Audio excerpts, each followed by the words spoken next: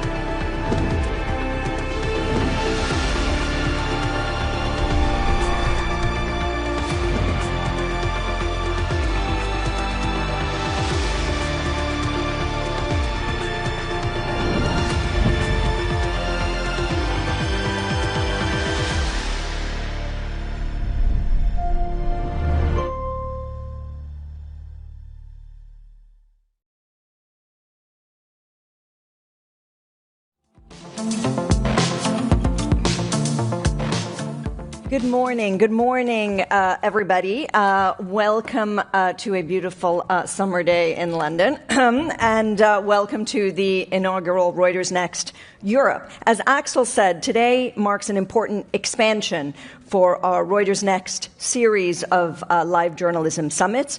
It is London now that is kicking off our global series. We have Reuters Next in Asia and Singapore next month, followed by Reuters Gulf in Abu Dhabi in October, and then we're going to return in New York for our roots, if you will, our original and flagship summit for the 5th year. Can you all hear me? I'm not sure whether I'm talking into here or here. Can you all hear me? Great, super.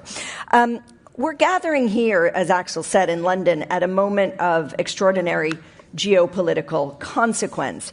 As it turns out, global leaders are also meeting in Évian-les-Bains in France for the G7 summit. Just a little later, I'll be speaking to Ukrainian President Volodymyr Zelensky, who's going to be live from Évian in between his meetings with President Trump and with other leaders. I'm looking forward to this conversation because I spoke to President Zelensky in November of 2023, and the tide has shifted. It's quite different in the years that have passed. He's potentially at a pivotal moment in Ukraine's war with Russia, and of course, this conflict continues to shape the security architecture of Europe and beyond. In fact, the conversations that he has today, not with me, but with the other leaders, potentially will change the course of history. So our theme for the Reuters Next series this year is Shifting Influence, Defining Decisions. Reuters Next Europe will bring together leaders from across policy, markets, and industry to examine how influence is shifting across geopolitics, technology, and capital, and how decision makers are responding in a system that is being reshaped in real time. The pressures are converging because growth remains uneven, confidence is fragile, geopolitical tensions are redrawing supply chains, energy systems, security priorities, and of course, technology and AI is advancing faster than institutions can keep a pace often. Across every sector, leaders are confronting the same core challenge. How do you move from ambition to execution when the ground beneath you keeps shifting? We feel this too in the newsroom. So you're going to hear that question a lot throughout today's program. We're going to begin with geopolitics and leadership. Shortly, I will be speaking with Nadia Calviño, who's president of the European Investment Bank. And we'll be talking a lot of things, but also about how public capital can shape investment and strengthen resilience and drive long-term growth at a time of intensifying global competition. Later, we're going to talk with Philip Lane, Chief Economist of the European Central Bank, on how policymakers are navigating slowing inflation, uneven growth, and fragile confidence. Throughout the day, we will hear from executives at some of Europe's most influential companies, including Reckitt, Vodafone, De Beers, Carlsberg. These companies are at the intersection of some of the things that I said before: volatile supply chains, regulatory pressure, shifting consumer expectations, and, of course, fragile global growth. We will discuss how to scale responsibly, how to protect trust, and how to make long-term investment decisions, again, in an environment that is defined by uncertainty, tighter capital, and constant geopolitical and market disruption. Of course, we will discuss artificial intelligence, not just as a technology, but also as a force that is reshaping entire industries. To explore AI's impact on the creative economy, I'm particularly excited about this, we will hear from singer and cultural icon Boy George, who will join a panel on innovation rights and platform power, how these are redefining creativity itself. As Axel said, Reuters Next is powered by our global newsroom, by journalists who are reporting from the front lines of conflict, of markets, of technological change, and you will be able to hear from them directly.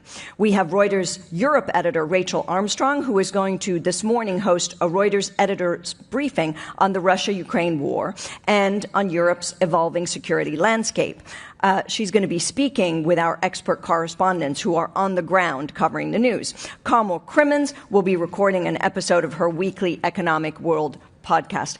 I also urge any of you in the breakout sessions and the teas and the coffees, to go up to our journalists, to talk to them. We have 2,600 journalists. We operate in 160 countries. We are at the forefront of conflict and boardroom struggles and everything in between. So please do go up to them. They will be thrilled to speak to you.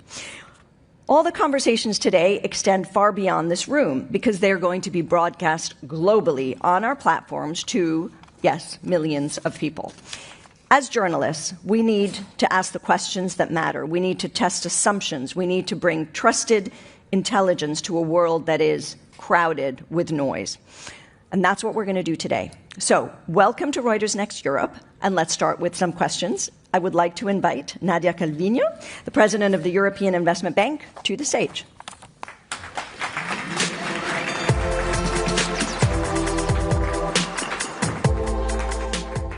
Thank you. Thank you so much for joining us. I'm just going to wait for the timer here so we know how much time we have, because there are a lot of things to cover. Excellent. Okay. I'm sure we'll be able to cover a lot in 19 minutes and 58 seconds. So, Nadia, thank you. Thank you so much for coming.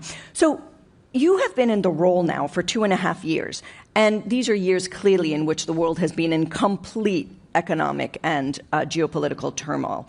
The EU governments, which are essentially the overlords of the EIB, are pushing you to do more on defense, on competitiveness, on energy.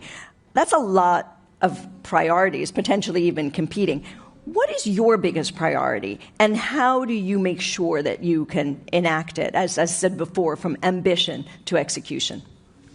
Well, thank you very much for having me, and your introduction, I think, was perfect to highlight why the European Investment Bank is relevant, more relevant than ever, probably, in supporting a strong European voice in the shaping of this brave new world, that is shifting in front of our eyes. And I brought to this position 2.5 years ago, my experience also as Minister and Vice President in Spain, and also chair of the most important advisory committee of the IMF, because that allowed me to see that the shift is not these last 2 years. It was already building up in the last decade. Many things have changed in the world, and the world order that has served Europe so well for the past 80 years is now changing. I think the future is not going to be like the past. We're not going back. And we need to shape this new global order. And I think, personally, it's very important that Europe has a strong voice there.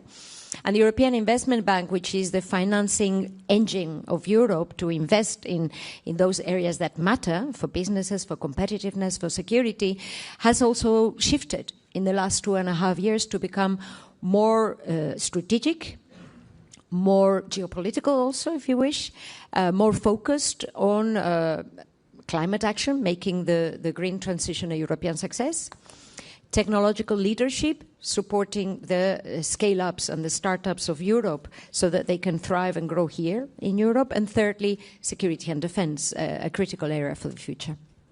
You have a current €100 billion annual lending ceiling, right? I mean, considering everything that is going on, is that enough? And do you see scope to go higher? Well, more than a matter of volume, and volumes are very important, of course, and we have a 600 billion euro balance sheet. We have a stellar AAA, which is based on a very robust portfolio, but also a very good risk management systems. And that is built every year with these around 100 billion euros financing. That means loans, credit, but also guarantees, securitizations, and capital. So equity injections through funds of funds. That is very important, but I think most important is impact. How can the public sector, and the European Investment Bank Group is the most relevant player in the public sector when it comes to finance in Europe, how can we catalyze, how can we crowd in private investment, and how can we have a positive impact, whether it is on Europe's capital markets or security and defense capabilities, or, as I said already, making this green transition a European success. So potentially you could go higher then? There are a number of limits, but there is space to do it. Our shareholders, and that's why I was the shareholders, which are the 27 member states of the EU, and this is very important these days, they are unanimous in supporting the strategic roadmap of the European Investment Bank. And only last Friday we had our board of governors, and they were very much insisting not so much on doing more volumes, but rather have more impact, more risk-taking and more influence and impact in those areas that matter: tech leadership, security and defense, competitiveness. Energy. I mean, how has the recent energy shock as a result of the Iran war changed the way you think and prioritize energy investments in practice? Luckily, this was the second warning, if you wish. The first one was luckily or not luckily. It is fortunate in the sense that we were better prepared this time in Europe. So, since Russia launched its full-scale attempted invasion of Ukraine, I was thinking about it when you were saying Ukraine's war with Russia, and I think it's very important we keep in mind. No, it's Russia's invasion of Ukraine, of course. And since they did that, we have actually doubled our financing in the area of energy. So Europe was better prepared for the current shock than it was 5 years ago, and 4 years ago. Yeah, and quite right now, 60% of our finance last year was going to this green transition, in climate action in general terms.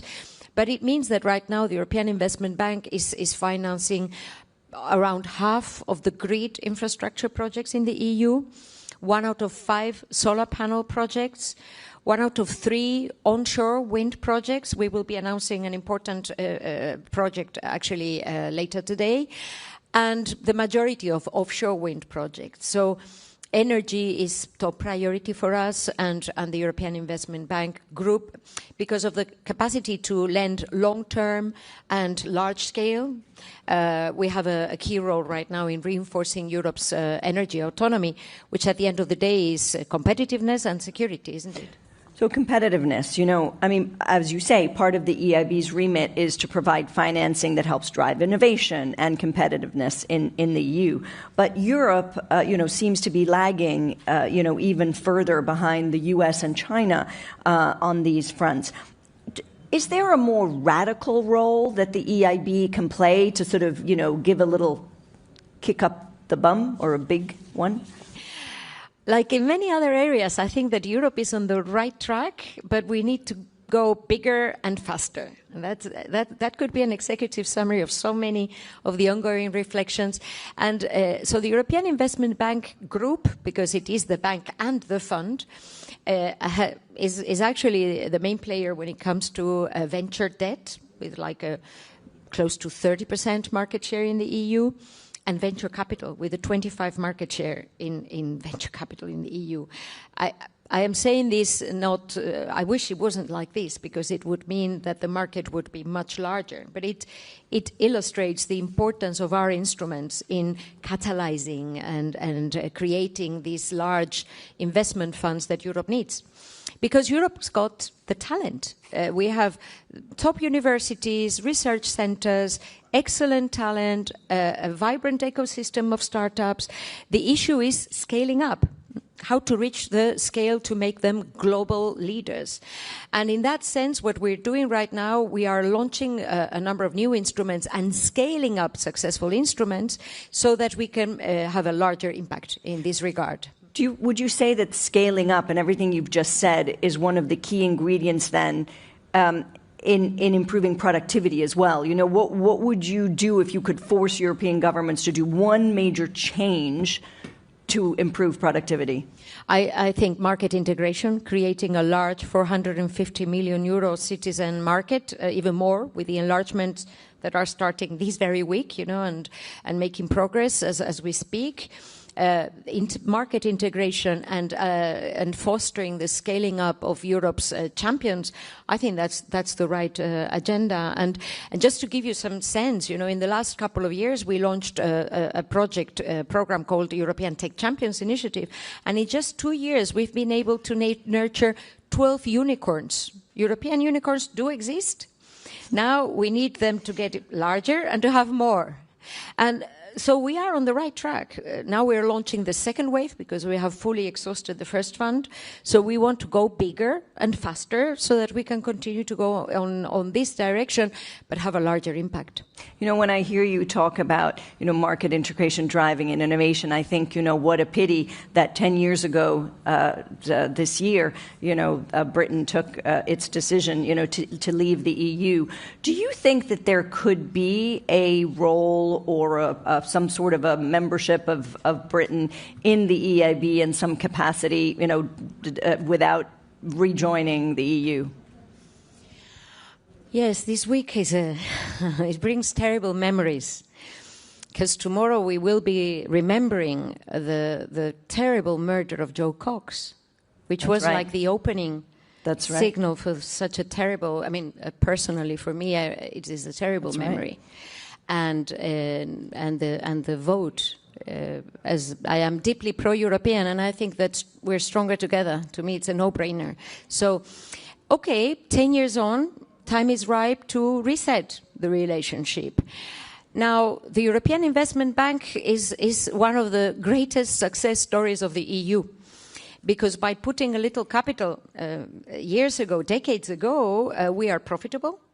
We reinvest those profits yearly, and that allows us to have this stellar AAA rating, to leverage the guarantees from the EU budget. So every euro of public guarantees from the EU budget, we leverage up to 15 euros by mobilizing also private investment. So I can understand that maybe this is a great interest. It is a great interest to the countries that are wanting to join the EU, I tell you, because that allows us to finance the infrastructures in Europe and take risk and support innovators. It also allows us to support Europe's voice in the world. So it's a very important institution.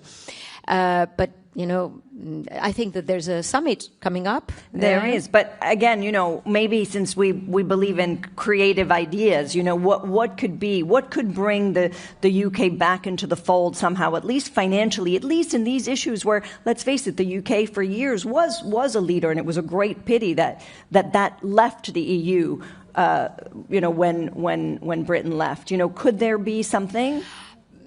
I will be seeing a number of members of the government, including Chancellor Reeves, tomorrow. Let's see if she brings it up. Okay, well, you'll tell us first if this is brought up. So we've talked about energy, we've talked about competitiveness, climate, defense. Defense is the one that we haven't sort of talked about in detail. Obviously, it's been, you know, the most important topic of the past few years, considering Russia's war with Ukraine. What is the EIB's role in helping shore up Europe's security and defense sector spending? Yeah, these in the last couple of years have been a turning point for the European Investment Bank because when I joined as president of the institution, I had a clear idea that we needed to step up Europe's security and defense capabilities.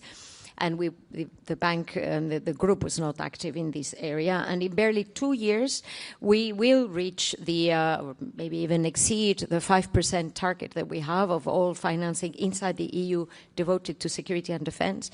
And we have a very robust pipeline of around 25 flagship projects in more than 20 member states and a number of pan-European projects in areas like large critical infrastructures, military facilities, military mobility, for example, industrial capabilities. Later in the month, we will be signing a very important deal, a very large and important deal with a large European player. Research and development programs, support to small and medium-sized companies in the supply chain of large European contractors. And finally, we're also nurturing the emerging ecosystem of dedicated investment funds in this area of security and defense, which is growing quite fast also in Europe. So the EIB is one of the key players, amongst others, to support these capabilities, which are so important, again, for Europe's future. So over the past few years, you have expanded your financing to include dual-use technology, military infrastructure, cybersecurity, but you have always explicitly excluded arms and ammunition from your financing. Do you see that changing? Well, what we are doing is we're playing our role as Europe's investment engine and building on our strengths. So the European Investment Bank is not a defense ministry. We are not NATO. We work very closely with all of them. But the EIB is particularly well placed to build and to finance large infrastructures that need long-term financing. For example, a military campus in Lithuania, very close to the Belarusian border, that's going to host a Bundeswehr brigade under NATO command.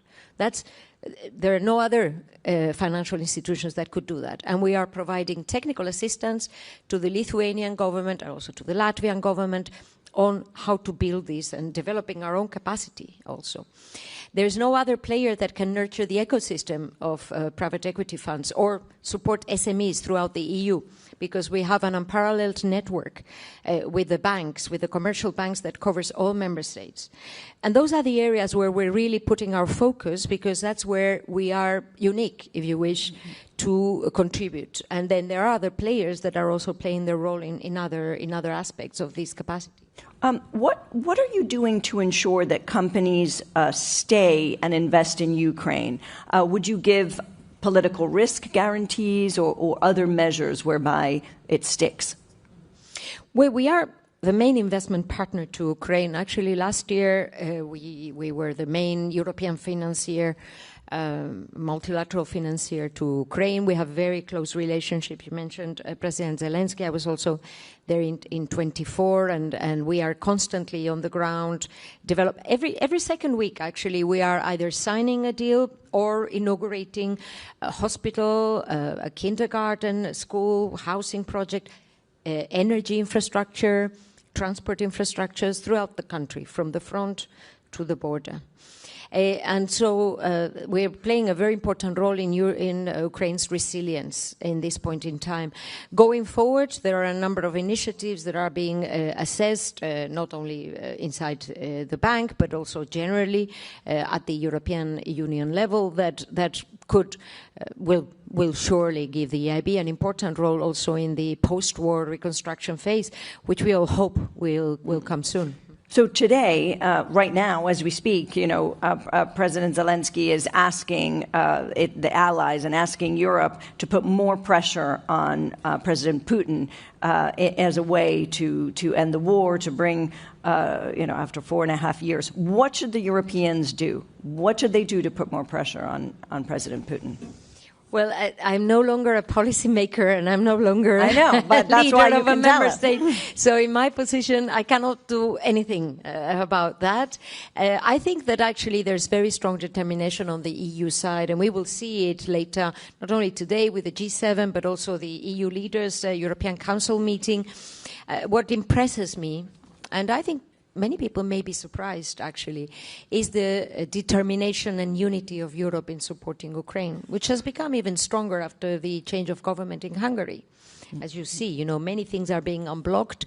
And I think this is a very strong message to the world, also about the resilience and strength of Europe, you know, in the current geopolitical context. I think it's fair to say that under President Trump, there has been a fraying of multilateral cooperation. I think you are as EIB, you're taking over as the chair of the Multilateral Development Banks Group next year. So what can the EIB do amid this sort of, coming apart at the seams, if you will, partly because of the actions of the U.S. administration? Well, paradoxically, there is a gap between the political discussion and the reality on the ground. There is a gap when it comes to clean tech investments, for example. Companies are getting on with it. And actually, the energy transition is accelerating, you know, despite discussions or opinions, you know, or what we may hear as debates. That's what we see on the ground. And likewise, paradoxically, the network of multilateral development institutions is working closer than ever. I think we're very well aware that right now we are a force for good and stability for the world. So I am very happy that next year the European Investment Bank will be chairing this network. We will be focusing on 5 subjects: private sector mobilization, financing the world's stability, water. The EIB is leading water infrastructures financing in the world, so water and resilience, global health and human capital, critical raw materials, and artificial intelligence. These are the 5 areas that have been agreed, and I hope that we will have major breakthroughs or concrete deliverables on that next year. Actually, I will be having a meeting with Baroness Chapman later today, precisely to see how we can coordinate our action with the upcoming G20 presidency of the UK. So you're saying that you need to thank Trump because he's actually made you and other organizations like yours stronger? You know, I many times reflect on what metaphor could explain what's going on in the world. And I've used a couple of times this metaphor that what we're living right now, it's the US and China. Is that I'm the not microphone? sure. I'm not sure. The gods of technology, could you help us out here? Thank you. So you have this very powerful image, I think, and your introduction, your video was very powerful also. You have this powerful image of 2 elephants fighting each other, right? And where is Europe in all of this? And you could think, well, Europe is the whale that keeps the oceans stable and the equilibrium in the world, reliable, strong. You could also say Europe is like the honeybees. It's a community. We're strong because we're together and we work relentlessly, you know, to get things done in a positive sense. But you could also think that Europe is like a rhinoceros. So the horn maybe not be sharp enough because we have vulnerabilities in 2 areas, energy and defense. But you usually don't want to upset a rhino, would you? Huh? And it's a sturdy, resilient animal. And I think that this is the right way also to deal with the 2 elephants in the room, if you wish. We have to be pragmatic when we can, firm when we must.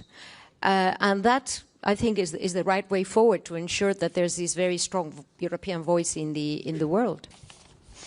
Got it. That does paint a picture quite adequately.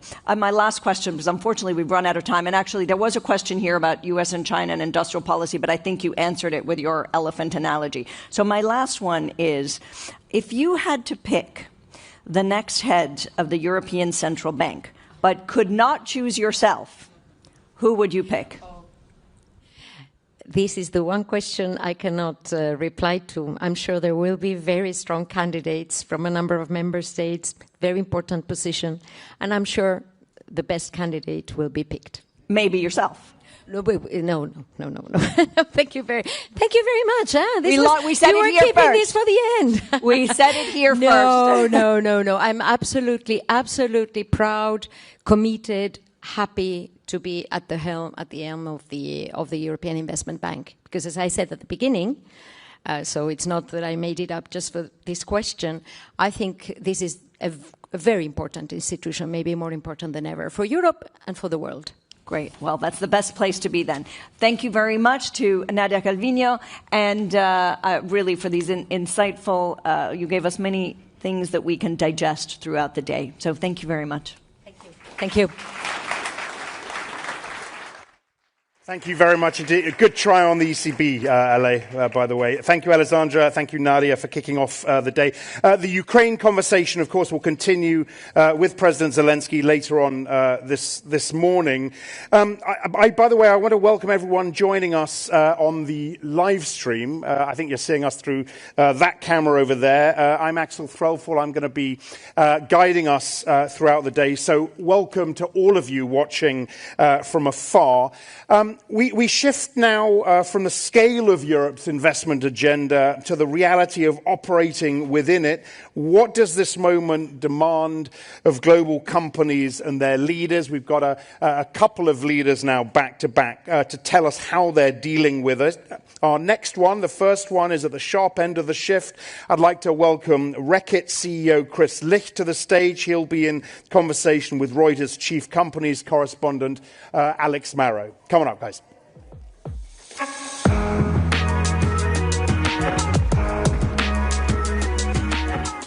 Thanks, Axel. Good morning, everyone. So I'm sure everyone in the room is familiar with Reckitt as a business, but even those who don't know the company well will certainly be aware of the brands. Dettol disinfectant, Finish dishwasher tablets, Durex condoms, Nurofen painkillers, to name but a few. But the consumer goods sector is in a bit of trouble at the moment, I'd say. High inflation, suppressing consumer demand, private label goods stealing a march on their branded counterparts, and war in the Middle East wreaking havoc on supply chains. It's a bit of a gloomy picture, but Chris, I wonder, has it ever been so tough for branded consumer goods? Yeah, I would say actually it depends a lot on where you sit in the industry. So we are a self-care and healthcare and hygiene company, and we have 11 power brands, you mentioned some of them, that span the globe. And actually what we're seeing is the underlying trend in our business and in our markets is one of growth. There's a very high level of engagement with self-care, with taking charge of your own health, protecting your family. We see consumers all over the world that are actually more aware of the role that hygiene plays in terms of keeping their families safe, their children safe. And people are engaging with self-care at a new level. Some of that, I think, is the silver lining of COVID, where I think the whole global population realized that actually we all have to take charge of our own health. And I think the other is just more a broad mega trend towards self-care. And as many millions of households in emerging markets attain the ability to participate in categories like this, that growth will continue. Mm-hmm. Now, all that being said, you're right. It's a pretty dynamic situation. It's volatile out there. That does present challenges, of course. I will say for us as a company, we have been battle-tested. We have been through a few crises. Most recently, as we talked just now, COVID and the inflationary shocks and the supply chain disruptions that came from COVID. And we weathered those storms quite well. Mm-hmm. Our teams are now used to it. And we're going to tackle the things that we're facing right now. Well, I'm confident about that. Yeah.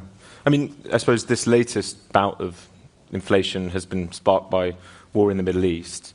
You know, what lessons have you learned from this particular crisis that you're still sort of implementing now in the business? Well, I think this one is still happening, right? So I think we can't really write the story quite yet, or at least we can't conclude the story. But I think one thing we can safely say is our teams were very effective very quickly in stepping in to make sure our people were safe. And we shut down production in Bahrain. quite quickly, and that was a very important measure. And I think our leadership team on the ground has shown that they're equipped to deal with this. In terms of the inflationary effects of the crisis, which are clear, that will start to flow through. There's actually a bit of a delay on some of that. So even though you've seen the oil price fluctuate and certain other prices of different commodities, you have seen them fluctuate and rise. Actually, there's going to be a more profound movement through a whole series of feedstocks and commodities over the next 6 to 12 months. So we're really just at the beginning of seeing all that come through and affect the consumer. Yeah.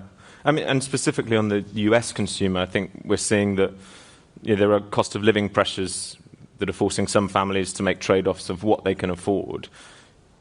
How does demand for your more expensive products, such as Lysol or Mucinex, compared to, say, private label counterparts, hold up in that environment? Yeah, they tend to hold up really well. You're right, there are certain portions of the U.S. landscape where the consumer is under a fair amount of pressure. I think you can see that in a range of ways. And of course, gas prices being higher now in the U.S. is exacerbating some of that pressure.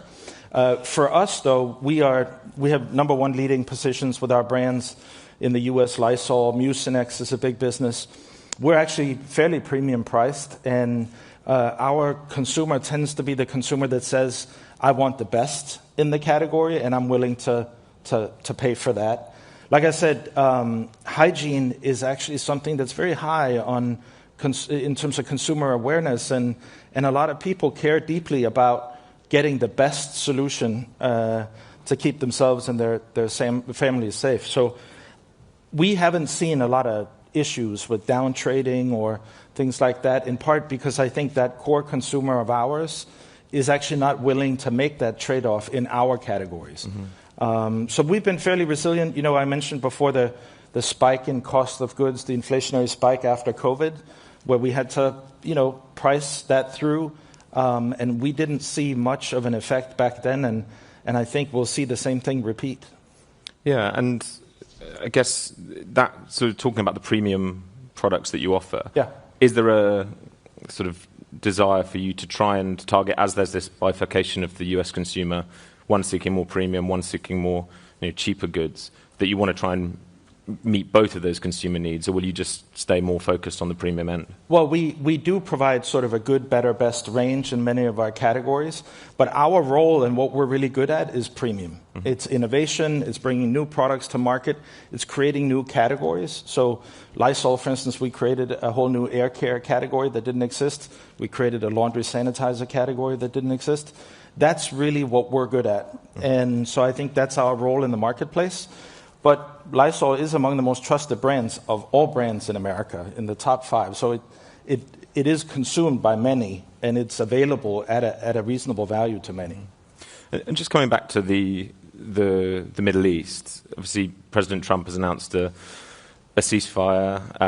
We'll see to what extent that one will hold. But how soon do you think Reckitt can see the impact of that? You've already mentioned that there's a feed-through from delay from inflation, but the supply chain issues, shortages, higher prices that you've been experiencing, how quickly will that turn around?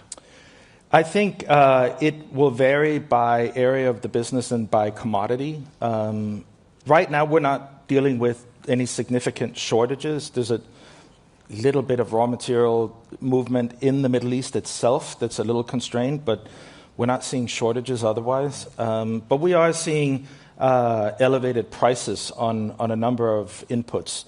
And like I said, we're preparing ourselves to manage that. We have a really good productivity program that we run that can help offset some of that. And like I said, we have pricing power. So where needed and as needed, we will price some of that through. Yeah.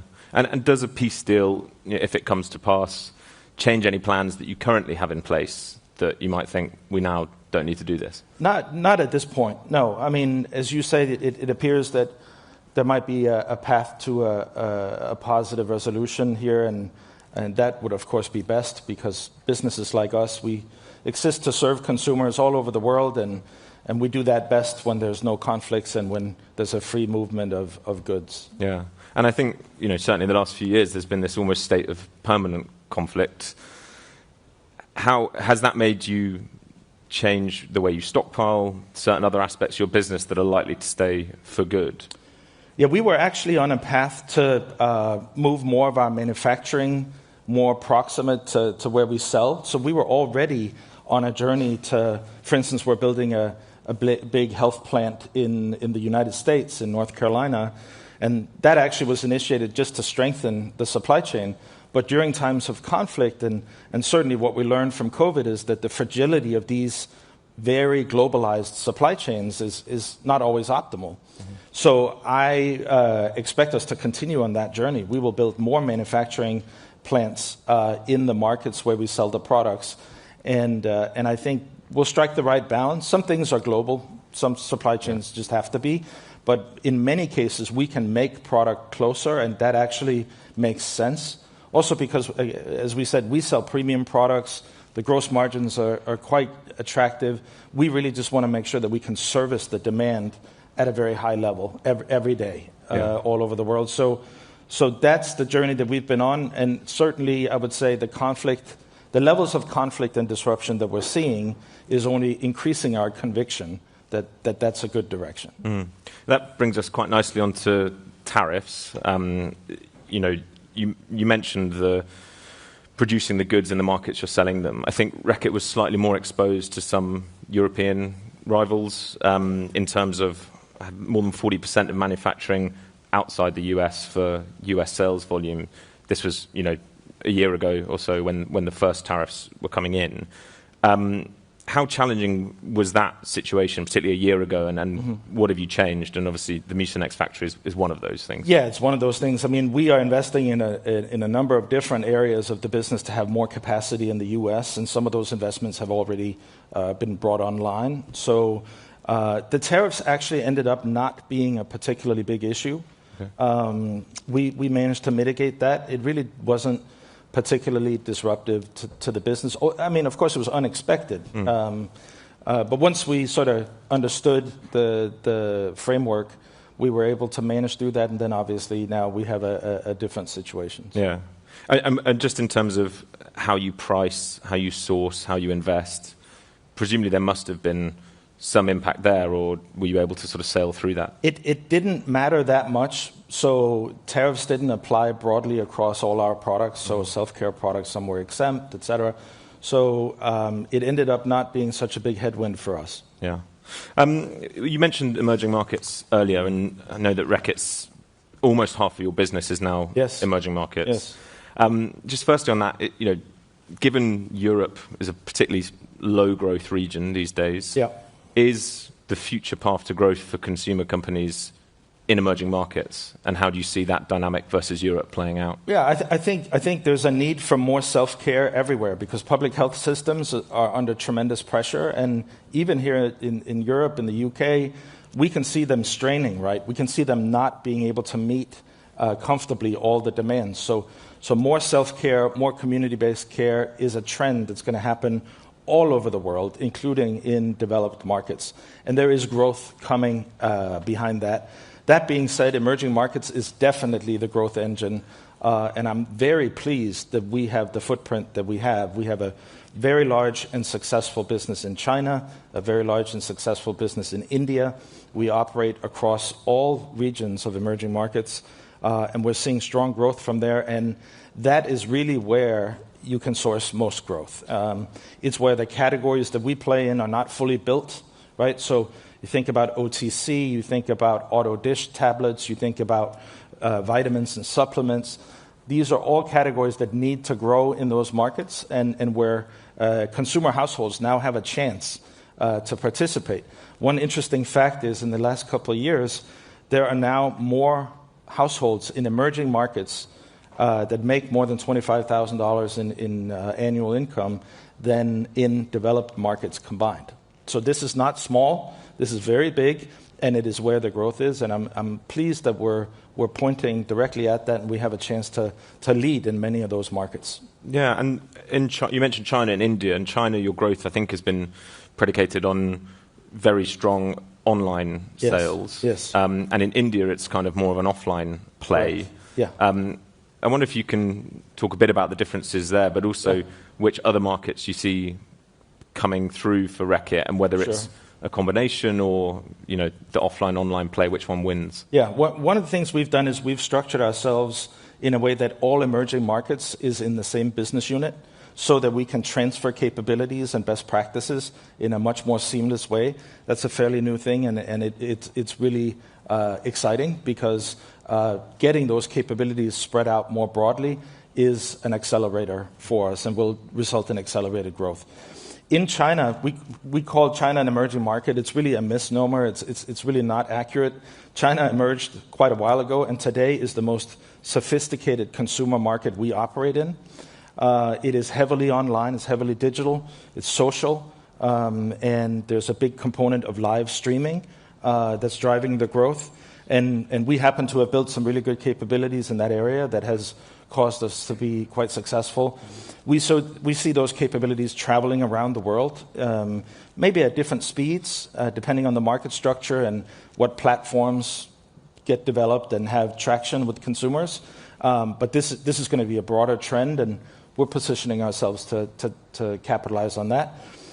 India is a very different market. Actually, online sales and building brands online is also a big phenomenon in India.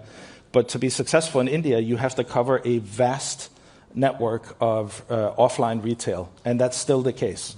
And we do that, and that is something that we're going to continue to do. We have built some very sophisticated technology to do that with precision at scale, and actually that technology and that know-how, we want to transfer that to other markets that have a similar trade structure. Mm-hmm. I see we're getting some questions in. I'll just take one more from here before we do. But just on artificial intelligence, yes. I'm curious sort of what AI is doing to brand loyalty. When AI agents are picking brands for consumers, does the magic of brand loyalty disappear? Yeah, we don't think so. This is an area that we're actively working in, and there's a lot of exciting things happening. The first thing to say is I think there's going to be some categories where consumers care a lot about brands, and more importantly about technology and the science behind the brand and the product, and the trust in the manufacturer and the trust in the brand. And I think if you have leading equities like we do, number one positions, and by the way, if you have a lot of science behind that that's well documented and searchable by the LLMs, then I think this actually helps. I think the agentic shopping will be a problem for those that don't have strong science, don't have differentiated product, don't have excellent innovation, or a number one brand position. So I think this will be an exciting new era, but I don't think of it as a risk. I think of it as an opportunity. Mm-hmm. Okay, I'll take one of these from here. So let's say that first one. Can you really measure trust on the bottom line? How do you measure it? Well, I can tell you that having number one most trusted brands, like Dettol in many places, we talked about Lysol, Durex, this matters a lot. I mean, and while it's hard to sort of directly do the math on it, we know that if our equity is healthy and we are bringing new innovation to the marketplace and the consumer is engaged and excited, we sustain our price points, we sustain a very healthy margin structure, and to me that is the trust in action. Mm-hmm. I think equities matter more today. If you think about the proliferation of content, just the sheer amount of things coming at people, at their eyeballs, across all platforms and places where you can source content, actually it's more important than ever to cut through and have something to say and have the credibility of being the number one brand in a given space helps do that. Mm-hmm. And maybe a one-word answer for the last one. What's the hardest trade-off today, margin, resilience, or reputation? I mean, I think maybe resilience, just because it is such a volatile world, and it's sometimes hard to see where the next problem is going to come from. But like I said, the more you go through these things, the more you build the conviction and confidence in the organization that we can deal with the next one too. Great. Chris, thank you very much. Thank you, everyone. Thank you.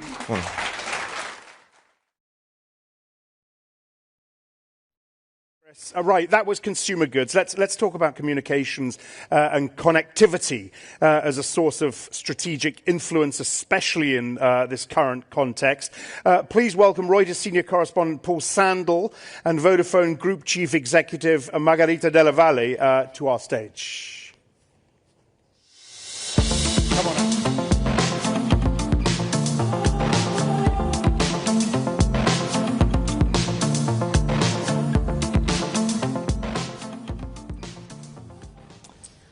Hello, Margherita. Thanks very much for being here. Since you became CEO just 3 years ago, you've substantially reshaped Vodafone. It's a completely different company in many ways. How did you make those decisions about doing that so quickly, and what did you have to balance in that procedure? Sure. Thank you for having me here, Paul. 3 years ago, when I started, I think it was very clear that Vodafone needed to change. We needed to change where we operate, but even more importantly, we needed to change how we operate. The most visible transformation externally, because we were progressing in parallel to transformation, was the reshaping of the footprint of the group, particularly in Europe. And then in parallel, we were changing how we run the company. On the footprint side, it was essential for me that we operated in markets where we have the scale. We are an infrastructure company. We need scale to invest, we need scale to grow, and we need scale to win against our competitors. And having set that objective, 3 years on, we have exited 2 markets in Europe. We have exited Spain, we have exited Italy, and we have instead doubled up in the UK and in Romania. And as a result of all this, Vodafone is now of a similar size, actually, of where we were 3 years ago. But for the very first time in a long time, we operate only in markets where we have strong positions. And then in parallel, I mentioned, and I'm sure we will have a chance to talk more about, the change of our internal ways of working. And it was all done around the focus on customer experience. And we also simplified the company by bringing the decision-making as close to the customers as possible. After all these 3 years on, I think we can say we're opening a new chapter as a simpler and stronger company. And perhaps the most significant indication of that is also for the first time, we have given a midterm growth outlook to our investors. We are now looking forward to many years of double-digit cash flow growth ahead of us. Yes, yeah. And one of the biggest deals was obviously in the UK, where you were third in the market, and you combined with the fourth player, Hutchison, to become the biggest player. And that was quite a change in the regulatory kind of backdrop here, because we went from 4 networks to 3 networks. That's quite a tough thing, but from the day one you focused on investment. Could you just say how you made that decision and how effective that was? I think it's fair to say that we knew from the beginning that we had a very strong proposition with our UK merger, because it would be good for everyone. It would be good for our customers, of course, but also good for the country and good for competition. And why that is, it's because the scale we have now, as you said, as the largest mobile operator in the country, is a scale that now allows us to properly invest. We have launched an £11 billion investment programme that will give the UK the best mobile network in the whole of Europe. Something we very much need here, as I'm sure you are all aware. And we are now starting to see the impact of this. A year on from the merger, we are exactly a year on from completion, we already see the improvements in our networks. We have independent testing that says that we have increased speeds nationwide by as much as 50%. We are closing not spots Over 16,000 square kilometers of not spots have already been closed, and that's just a year on. And we see it in the behavior of our customers who are, I would say, voting with their choices, and we have had a significant step up in loyalty. But I was mentioning this is not just good for us and for our customers, because our competitors obviously had also to start investing more. And as a result, everyone in the UK will have now better networks. Every business, every customer up and down the country will benefit from our merger. And would you take that same playbook to Europe, and would you like them to do the same thing in terms of in-market consolidation and across-market consolidation? Would that make sense for Europe competitively? Yes, I think the UK has set a precedent, has set a fantastic example for the rest of Europe to follow. The whole of Europe needs more investment in digital infrastructure, and the playbook, frankly, is the same everywhere. The good news is that we just have seen a new set of merger guidelines getting into consultation in the EU right now, and they follow the same example set by the UK, which is to balance what was called the theory of harm from mergers with actually the theory of benefits that can come from mergers for customers in terms of investment and innovation. And this is exactly the same balancing that the CMA did in the UK with our mergers. So I think the example will be followed. And how quickly do they need to do that? Because it's a race against time with kind of US, Asia. I think speed is always the challenge, and the faster the better. Obviously, everyone now understands that having well-invested digital infrastructure is the right thing, and it's the right thing not just for our economies, but also, frankly, for security and resilience in the current geopolitics. And if we want this, we need more investment, which needs scale. Yes, yes. And do you think that the companies need to become more profitable in Europe? Because the telco market has been challenged here compared to the US. Does it all go hand in hand? What is really important for telcos is we are infrastructure companies. And if you are an infrastructure company, you need to be able to scale to actually have the right return on your investment.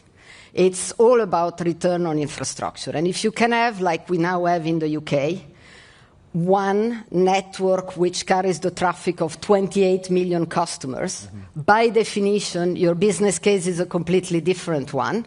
It makes sense to drive investment and drive investment competition against for everybody's benefit. Right, yes. And the big themes in tech is obviously AI. Now, telco sits slightly outside that, but you also, there's a role for AI in telco businesses. Can you say how you're using AI at the moment and what opportunities there are with AI in the future?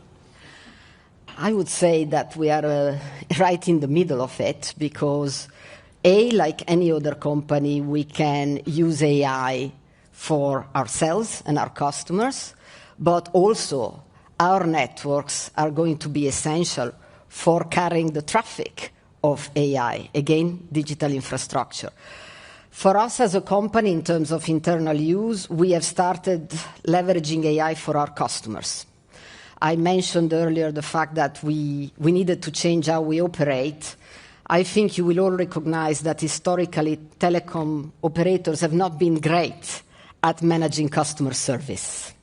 We have always been passionate about our technology, our engineering, our networks, but our customers have also always wanted to have a simple, flawless service, connection, disconnection, calling call centers. So 3 years ago, we thought this was actually a great opportunity for us to drive change. No rocket science, improving customer service, but fundamental. And we really re-engineered the company around this. More investment, better processes, better systems, AI I'll come to in a second, and also really empowering our front lines, the people in our stores and in our call centers, who are the only ones who really understand what customers want. And 3 years on, we are now leading in customer satisfaction in 11 out of 15 markets in Europe and Africa. And of course, we have a big agenda where we want to do more. Where does AI help? We have rolled out AI at scale in 3 customer experience use cases so far. The first one, unsurprisingly, it's AI chatbots. Our AI chatbot every week serves more than 10 million conversations across Europe. We have also put AI agents supporting our call center agents for faster managing of customer queries.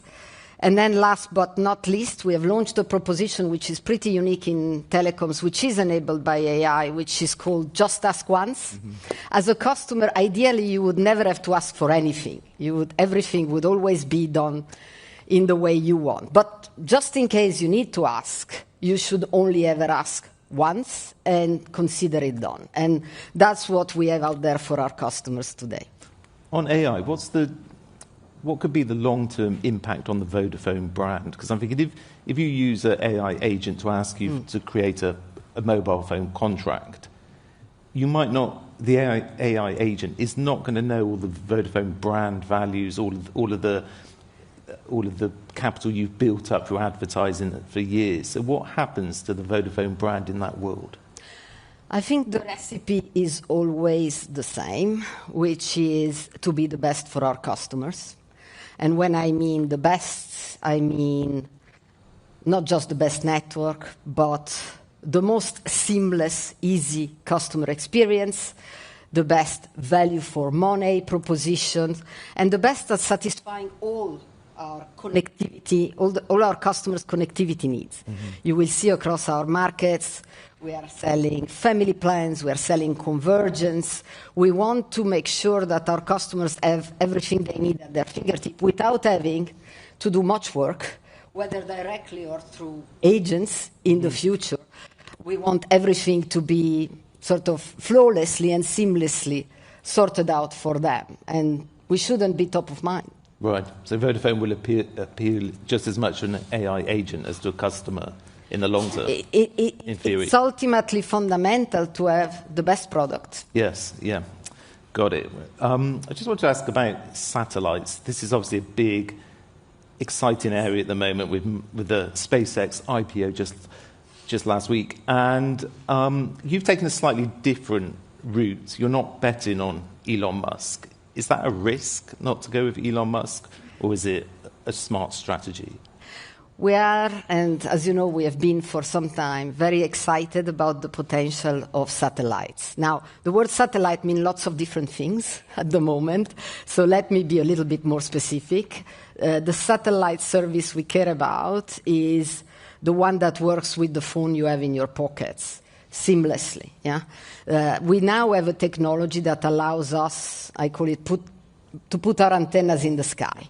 And again, if I think about customer experience, I think this is definitely a very nice proposition. You don't need to worry where you are. You can be in the middle of the sea, but your phone will always work. So we have worked on a technology that gives you a full broadband experience wherever you are, because we believe that this is what our customers want. Now, our execution is a little bit different, you are right, because we've been very keen to establish a service that is not only technologically advanced and giving you the full broadband experience without buying a new device, but also a service which fits with all European rules and regulations.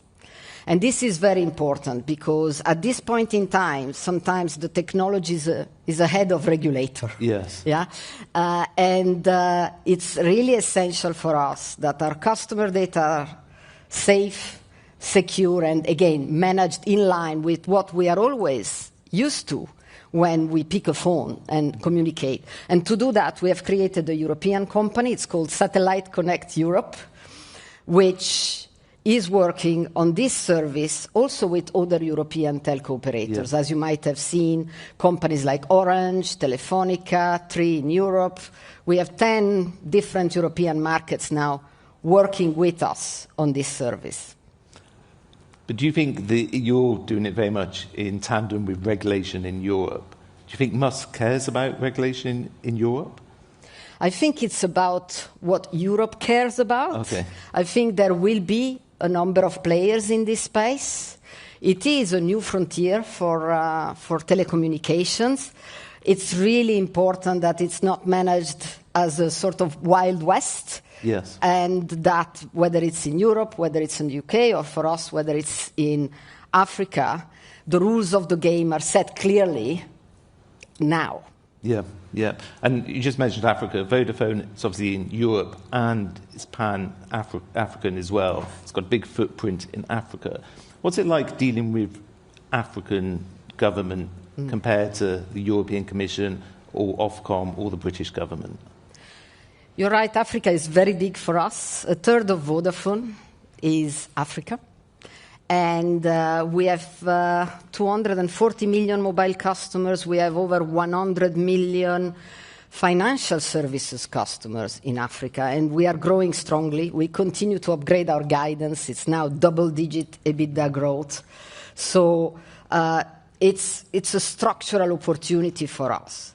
It's fair to say that we see now more innovation sometimes there than in Europe. And perhaps it's also fair to say that we have been operating at scale in Africa since the beginning, and there is a good understanding where we operate about the importance of digital infrastructure.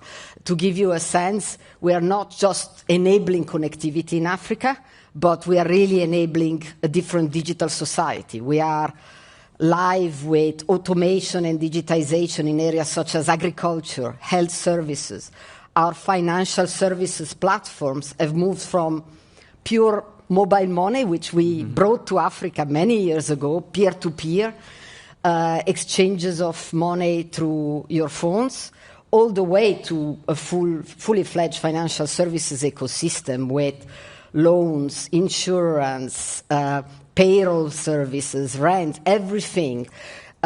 We have in most markets over 50% of the GDPs transiting on our financial services platform. So very different, with a lot of investment and growth, and also a lot of societal transformation as a result of that. I think if you asked any Vodafone employee anywhere in the world, what are you most proud of? Yeah. One of the things they would talk about is how we are enabling the transformation of African economies. Great, great. We've got a couple of questions. So yes, the top one. Will telecoms operators capture value from AI or remain infrastructure providers for others? I mean, you did mention that you're carrying a hell of a lot of that traffic, yes, which just goes up exponentially. How do you capture that value? It's, as I said, it's a bit of a two-way street. Mm-hmm.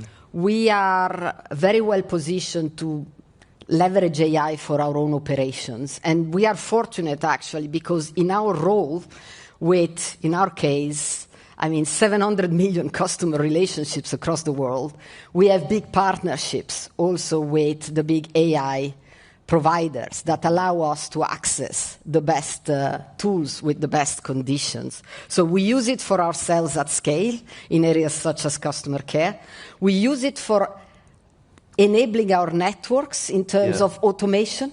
Yeah, you're right, demand will grow for our networks, and our networks will in parallel become more efficient through AI. And there is a big race on the automation of networks. But we will also leverage AI for our customers. Mm-hmm. So we have revenue streams coming from AI. A very simple example of a product we just launched a couple of months ago, an AI concierge for our business customers. 50% of Vodafone business customers are SMEs that don't have direct access to AI tools. So we are the vehicle for them to drive AI use cases, and we are facilitating the access to all these digital technologies to our companies, big and small, and frankly also to our governments across Europe and Africa. Great, good. We're out of time. So thank you very much, Margherita. That's very interesting. Thanks very much. Thank you, Paul. Thank you. All right, thank you, Paul, and thank you, Margherita, for another CEO perspective. The next CEO perspective will come at 10:30 with De Beers.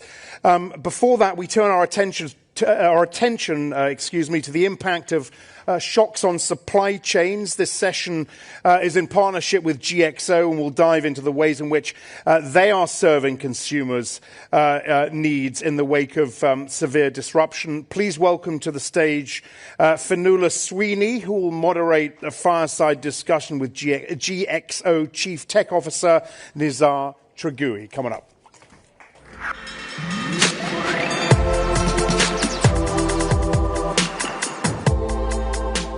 Hello and welcome, everybody. I would like to start by asking Nizar about his role, title Chief Technology Officer. How must that have changed over the years? Well, that's difficult questions. I'm a technologist at heart, so technology to me is really the main path to solve humanity issues. So technology historically has been about deep science, trying to solve the issue of sustainability, create new value for customers.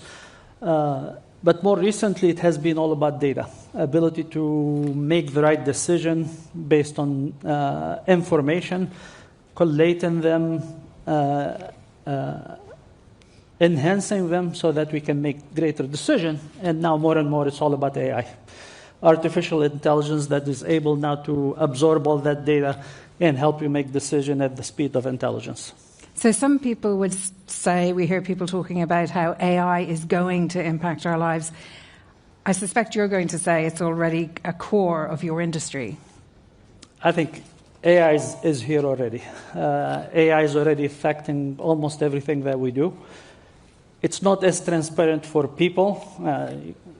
As you know, even any app that gives you direction as you're driving, it's all AI-driven. The stuff that used to be stagnant now have the intelligence built in.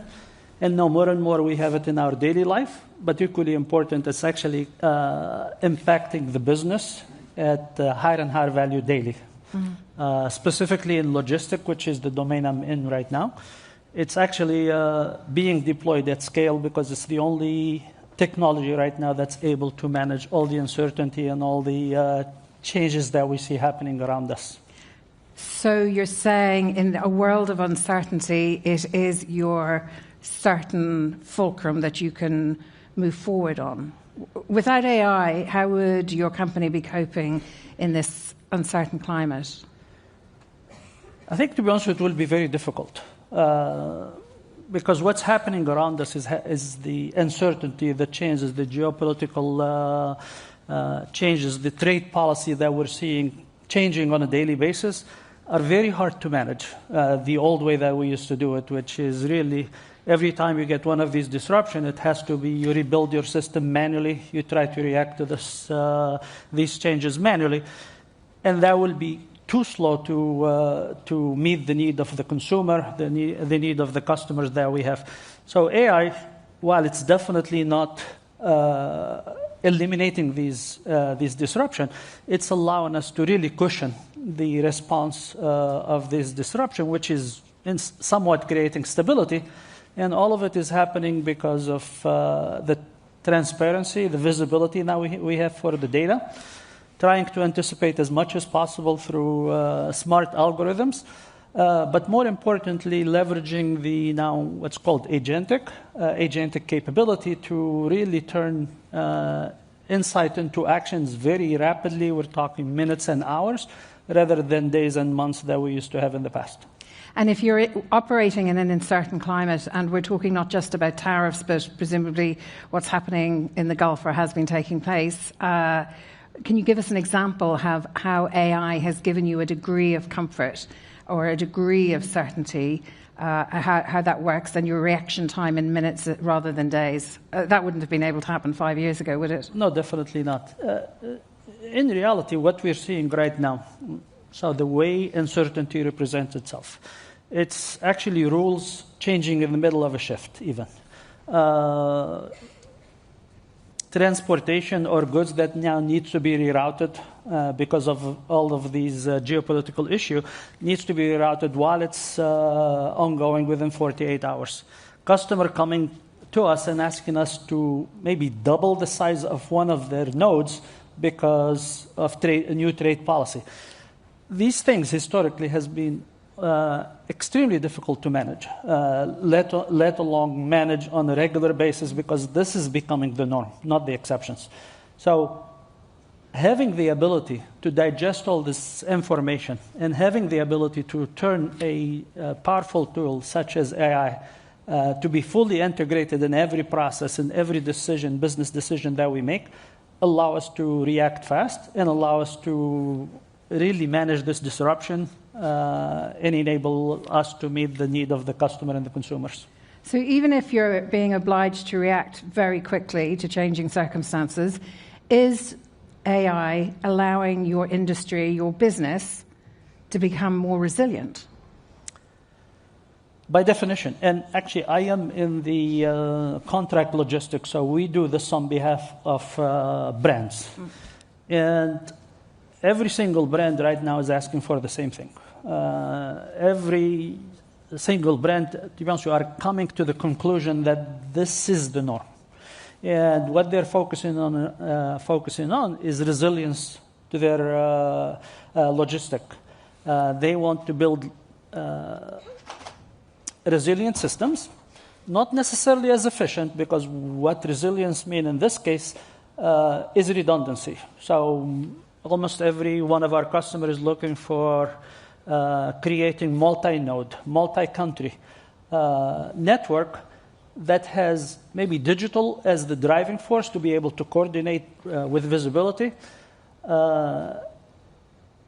They want to have technology that allows them to react, and maybe they are outsourcing the complexity to companies such as us that have the ability to invest in creating these AI algorithms and actually deployment at scale. So that's kind of what we're seeing from the marketplace. And we believe our role is to create these tools, the capability on top of the automation that have been deployed for many years now to really continue to deliver on the commitment of the customers. So the uncertainty is forcing you to react and become more resilient for your customers. Sure. But is there also the possibility that this uncertainty is in some ways obliging you to drive growth as well, just perhaps not as you would have envisaged it? For sure. Again, this is at the hand of the customers that historically uncertainty stopped company from making decisions. So it was every company requires certainty to make long-term investment. But what we're seeing paradoxically is the opposite. As I mentioned, companies right now are realizing that the cost of fragility of their logistics is actually higher than the cost of a transformation. Therefore, and as they see these things repeating on a regular basis, this is creating urgency in their boardrooms, and decisions are being made for network redesign, a lot of onshoring or reshoring of production and manufacturing, and a lot of reliance, again, investment in automation and technology. So tech is providing a degree of reassurance in these times. It is the only thing right now that's given us that reassurance. And again, just because of its ability to manage these disruption in a way that can react quickly to this disruption and enable us to continue to deliver. Are you concerned at all about the debate about regulation of artificial intelligence at all? Is it something that bothers you in your day-to-day life, or is it all full speed ahead? I think there is a need for regulation. But personally, I believe that window for regulation to do it right, will be closed very, very quickly. This technology is really growing exponentially. The stuff, I'll give you an example, which is really the foundation of these AI for software writing. 5 months ago, maybe 20% of the companies used to use this capability. Actually, last month, the data is 80%. So we're talking now no longer years in the development cycle, but we're talking weeks and months. Now, I'm a strong believer in ensuring that we do not regulate technology, but regulate its use. I'll give you an example, an AI algorithm that, for example, helps us with a safer packing of a pallet, as an example, to be more efficient, safer to transport, has an implication. The same algorithm may be trying to optimize overtime or maybe second shift or overtime for employees. Probably has a different impact on humanity, has different impact on people's life, and maybe that part should be regulated. So it's really the use that should be regulated, not the technology itself. Because every time you try to regulate technology, you end up really hurting the middle. You're hurting mid-sized company that maybe you make the barrier of entry becomes harder, and they don't have the ability to compete.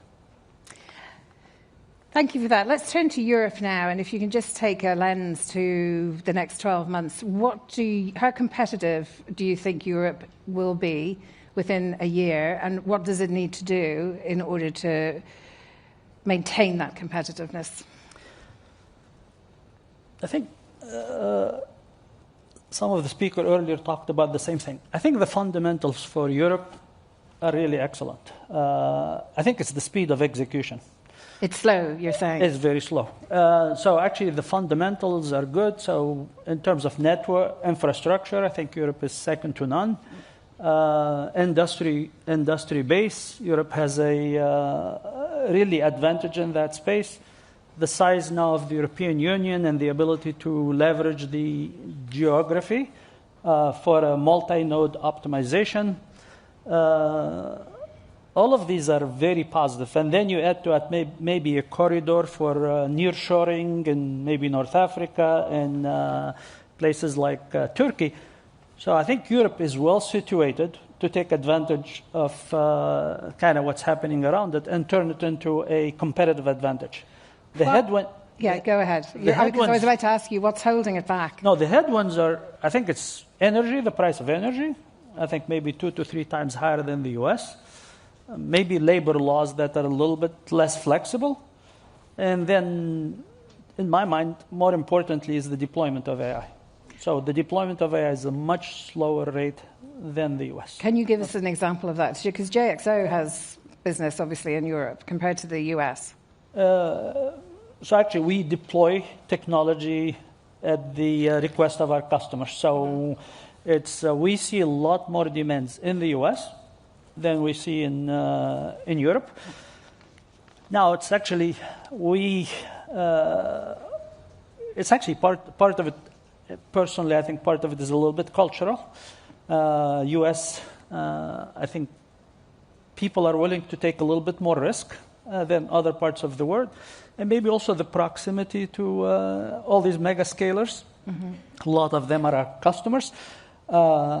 Really allow you to deploy maybe in North America faster than elsewhere right now. You know, we've talked about the US tariffs, we've talked about the uncertainty in the Gulf.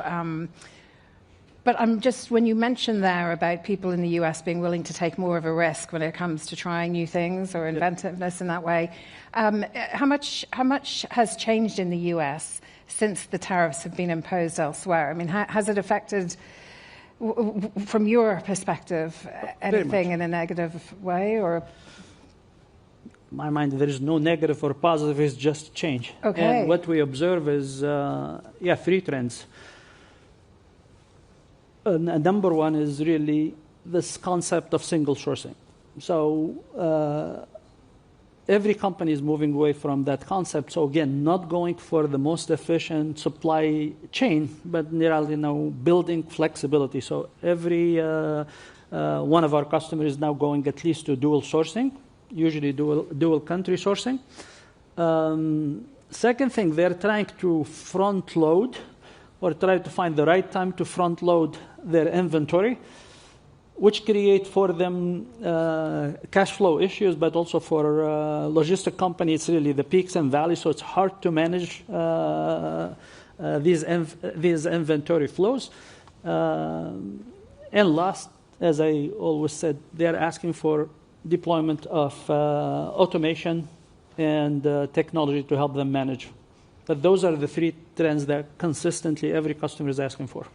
Are you saying in a sense that culturally they are prepared to embrace change more, or even the uncertainty than perhaps historically? Yeah, to be honest with you, it's part of everybody's realized this is the norm now. It will be very difficult to make the change now, so they're building the robustness, the resilience, the flexibility in their network. And a lot of them are reshoring in North America, either onshoring or nearshoring, manufacturing. So we see maybe investment, 4-time investment in bringing manufacturing to the US. But the issue is now becoming the availability of labor. So it's that dichotomy. Where are you going to find the labor?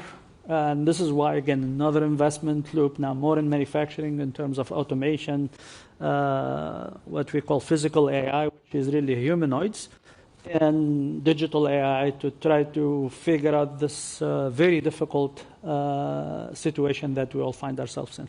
So if you had €1 billion to invest, why do I have a feeling that you would say you'd invested in AI?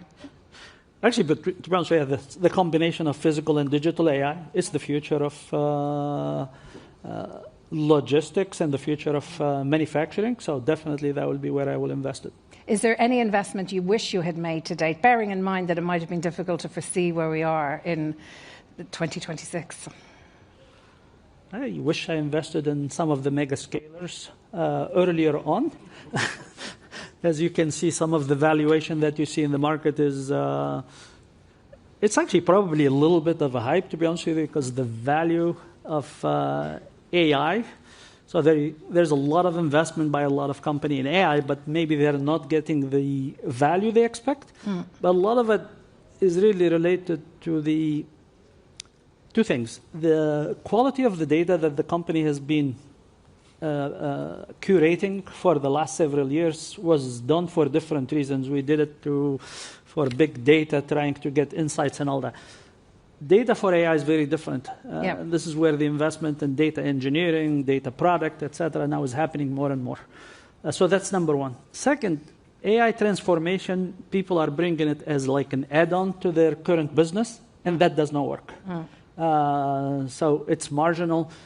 Capturing value from AI really requires reimagining all the processes through an AI lens. So it has to be the center of what you do is AI, and you have to reimagine every business process, every business decision now has to be centered around AI. And that's the transformation that, as a company, GXO, that's what we've been doing over the last several months. And that transition from AI is a secondary thing that we use, gives you very little benefit. When it becomes everything you do is AI first, it really transforms a company. Presumably because logistics is the lifeblood of your company. It's what we do, and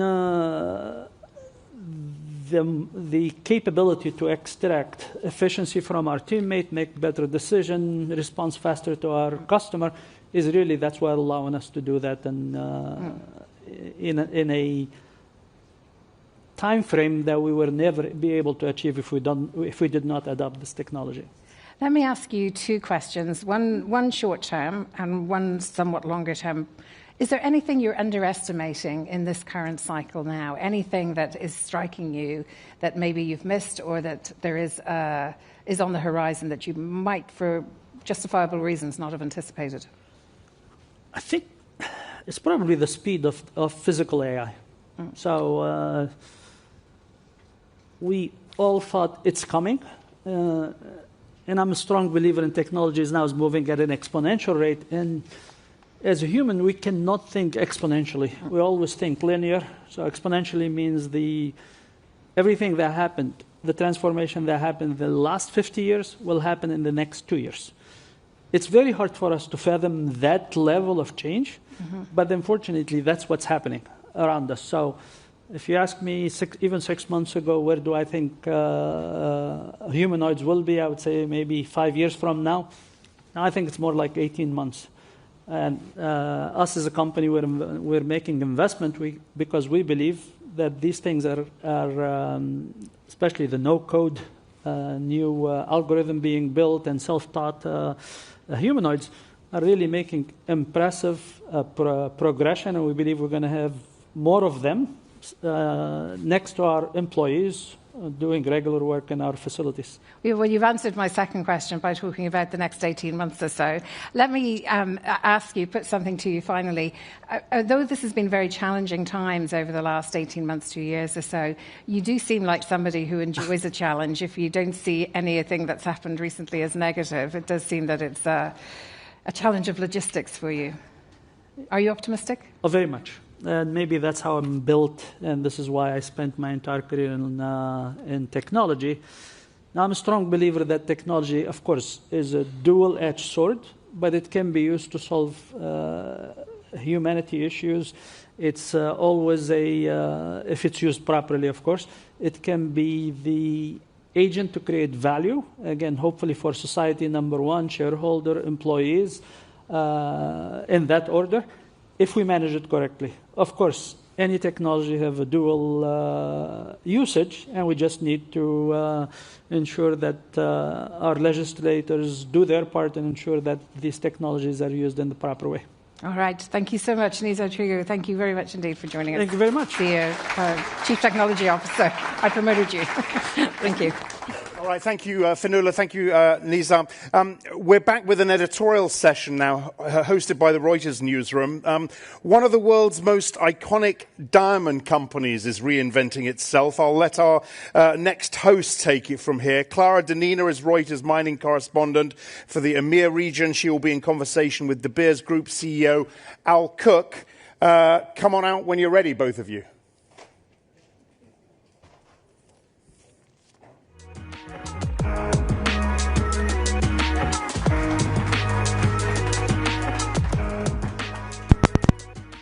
Morning, everyone.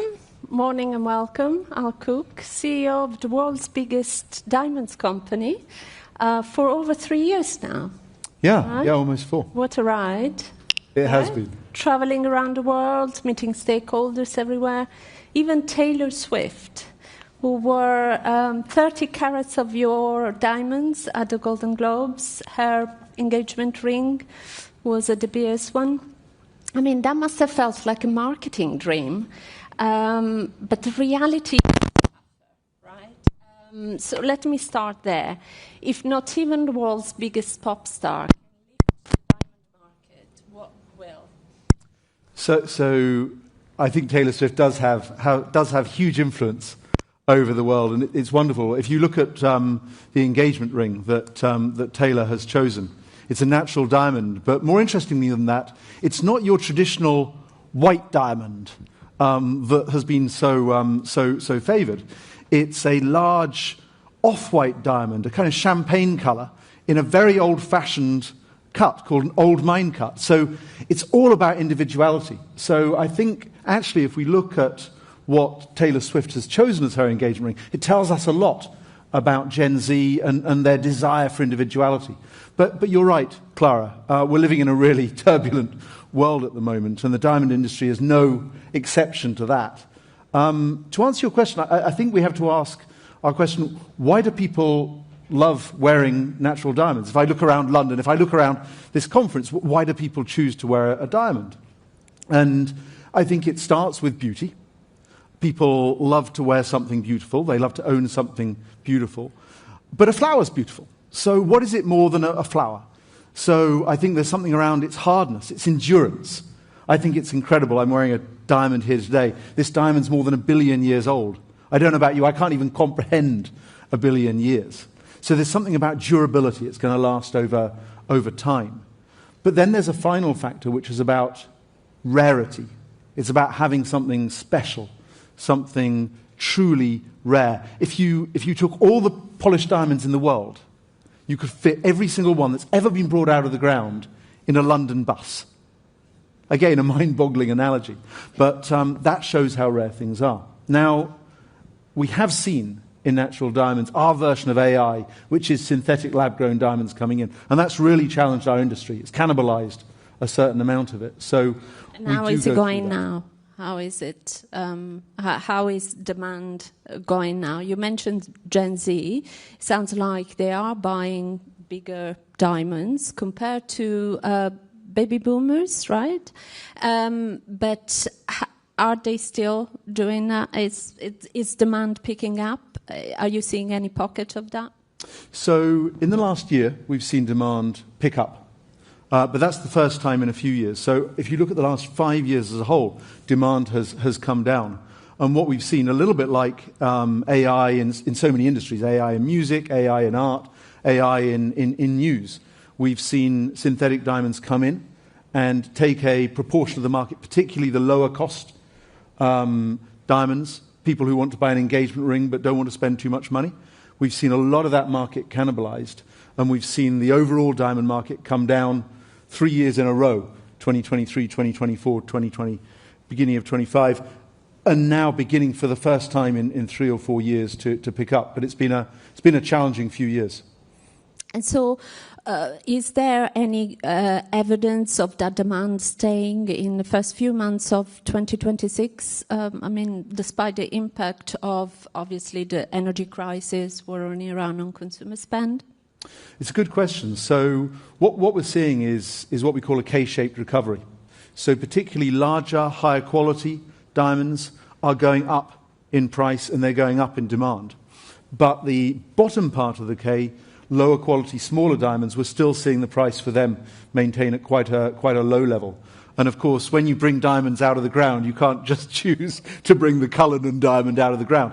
We bring the vast majority of the diamonds we bring out of the ground are smaller diamonds. So for us, what we want to be seeing over the next few months and years is that top part of the K grow and the bottom part of the K get pulled up. That's our challenge at the moment. And is that in China as well, that you're seeing that same K-shaped demand? It's a global thing, particularly in the United States. We're seeing it because the United States represents about half of our market. More than half of the diamonds in the world are sold in the United States. In China, we've seen a couple of really interesting things happen. Certainly at the high end, we see globally demand for beautiful, large diamonds. China's actually been affected by a plummeting marriage rate. So we've seen the number of marriages in China go down by about 50% over the course of the last decade. So China's got its own challenges. Over the last year or so, we've seen China bottom out and market demand begin to pick up. But China's had its own big challenges around marriages, which are frankly bigger than the diamond industry. And will you keep cutting supply then? So we say that we supply responsibly into the market. Because we've seen 3 years of falls in demand before the recent pickup, we are seeing the effects of that on supply. So in Canada, there are 3 big diamond mines. Likely those will all close, quite possibly by the end of 2027. So that'll be the end of Canada producing diamonds. We saw a diamond mine in Lesotho closed recently. We saw a diamond mine in South Africa close. So we are seeing a contraction in supply. But if you look back at the history of diamonds, India was the first country to really recover diamonds, and then Brazil, and then Australia. None of those countries have any diamonds left. So overall, we expect to see a contraction in supply. Diamonds will become rarer. We've only made the whole industry's only made one commercial diamond discovery in the 21st century. So overall, we expect to see demand contract over time and diamonds will become rarer. And so one other thing that has kept you busy is obviously the sale of De Beers by your parent company, Anglo American. That's been announced in May 2024. I mean, when is that going to happen? So I'm hopeful that it'll happen in weeks rather than months going forward. It's been a 2-year period. There's been a lot of negotiations. They're now maturing. We've never been closer than we are to a sale. I think what's good for us is we've had countries that really understand diamonds, Botswana, Namibia, Angola, talk about wanting to take equity stakes in De Beers. We've had consortia and companies that know a lot about diamonds wanting to take stakes. So we've got, I think, all the ingredients for a really powerful private-public partnership. But as with all deals, we need to get it over the line. And what kind of owner does this business actually need to thrive? And would you have run De Beers differently if it wasn't in the portfolio of a mining company? It's a really interesting question, Clara. So if you look back at when De Beers really grew most strongly, second half of the 20th century, and what I think the Oppenheimers who owned De Beers really understood is you need to create desire before you bring diamonds out of the ground. And it's that extraordinary combination of amazing marketing in the United States. A diamond is forever. Shirley Bassey singing songs. Marilyn Monroe talking about diamonds being a girl best friend. That really created this incredible desire for diamonds. And then we recovered diamonds out of Africa to meet that. And that's very different from mining.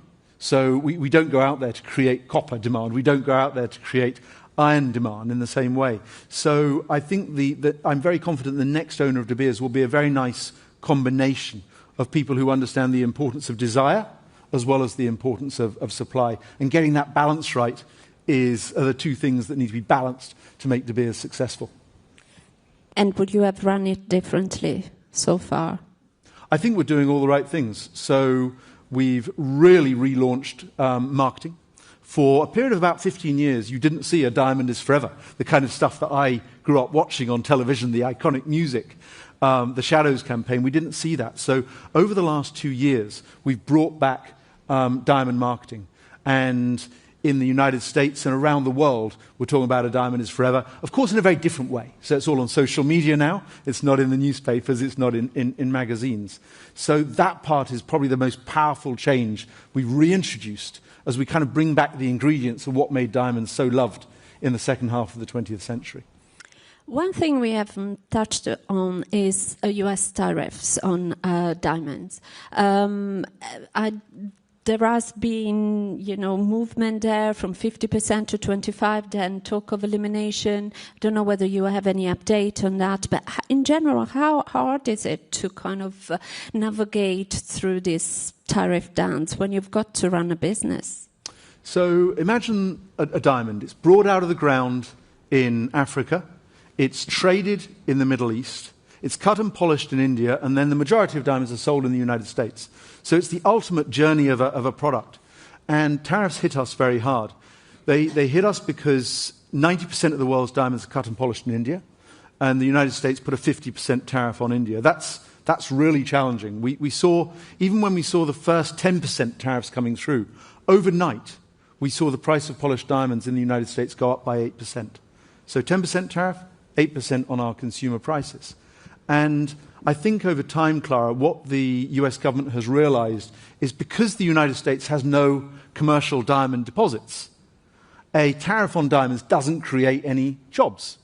And I was in Washington 2 weeks ago. I met with Secretary Lutnick and Ambassador Jameson Greer, and they have a good understanding, I would say, that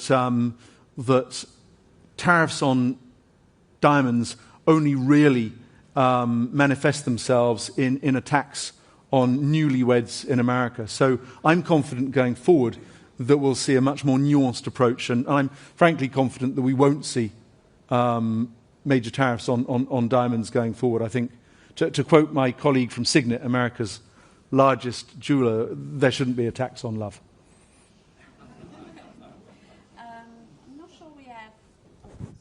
I'm not sure we have any question from the audience, but otherwise I'll carry on. Yes, but on the tariffs, though, hasn't damage been done already? Permanent damage, would you say? I don't think there's been permanent damage, but I think the turbulence that we're all going through in every industry has been challenging. I think probably every person in this room would like a little bit of stability going forward, a little bit less of that moment when you look at Reuters in the morning and get surprised. But I think we would benefit from that. Our focus in De Beers is ensuring that our company comes through this downturn we've seen in a stronger shape. I'm confident we will. We've cut our overheads by $100 million. That's by 25%. We'll double down on that going forward. We'll need to make sure that we are the most efficient company we can be going into the future as we go into new ownership. But overall, I'm broadly optimistic. I think we should expect turbulence, but we've shown we can navigate through it. And could De Beers create a secondary market for diamonds, something like Vinted, for example? Or would that be exposing you to issues of transparency and scarcity, the sense of scarcity and relevance? It's a really interesting question. One of the characteristics of a diamond is it endures for 1 billion years. So it's the ultimate heirloom, something you can pass down. And what we see in the United States is desire for diamonds that are new. People want to mark the most important moments of their life with something that's new. But we also see people loving to inherit diamond jewelry. So I think what we're seeing is quite a nice combination, that people are very proud to inherit their grandmother's engagement ring, but they also want something new and something special to themselves. So far, we don't plan to go into pre-loved or recycled, but we are joyous that people can love a diamond from their grandmother, their great-grandmother, that looks as pristine and as beautiful as the day that she first wore it.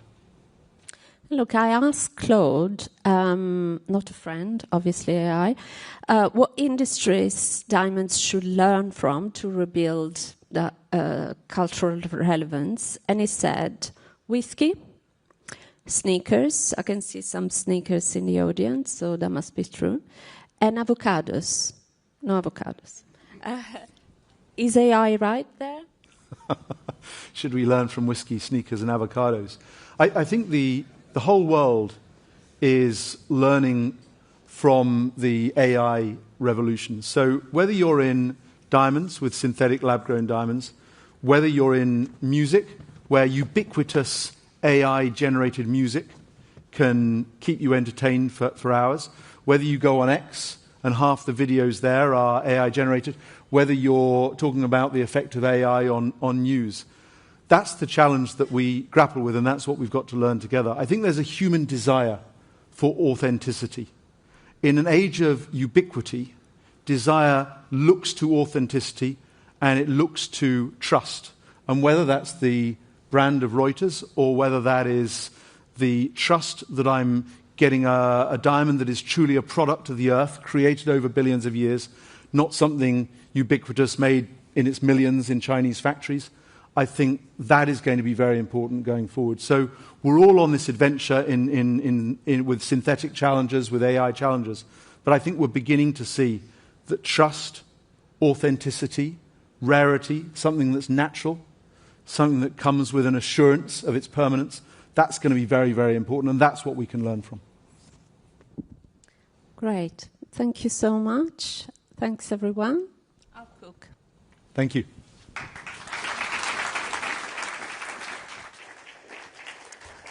All right. Thank you very much, Clara. Thank you, Al. There shouldn't be a tax on love. And with that, we're going to take a break. There are refreshments outside in the networking area. There's a headshot lounge as well if you want to refresh the LinkedIn photo. If you want to participate in the finance and AI mixer, head to the engagement stage. This room, by the way, will be closed during the break for some technical checks. For everyone watching on the live stream, we'll be back at 11:20 UK time, so that's about 25 minutes from now. We will see you then. Thanks.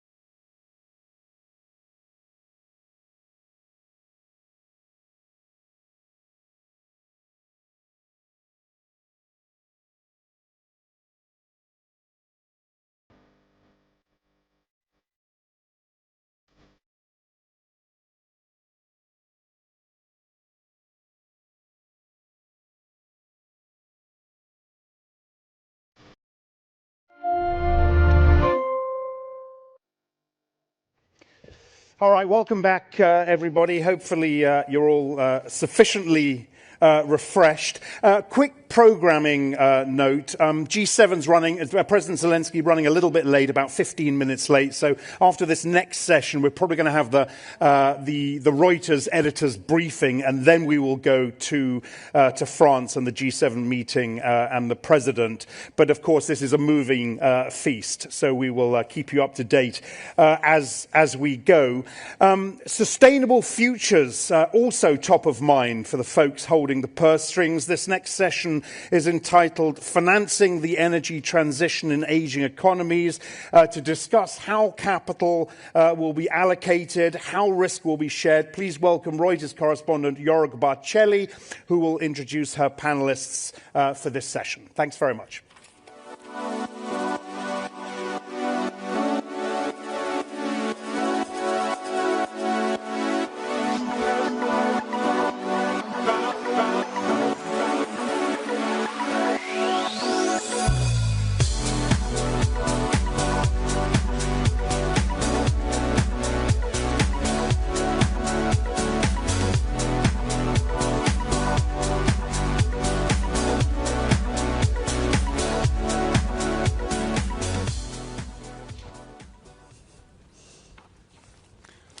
Hi, everyone. Thank you very much for joining us today.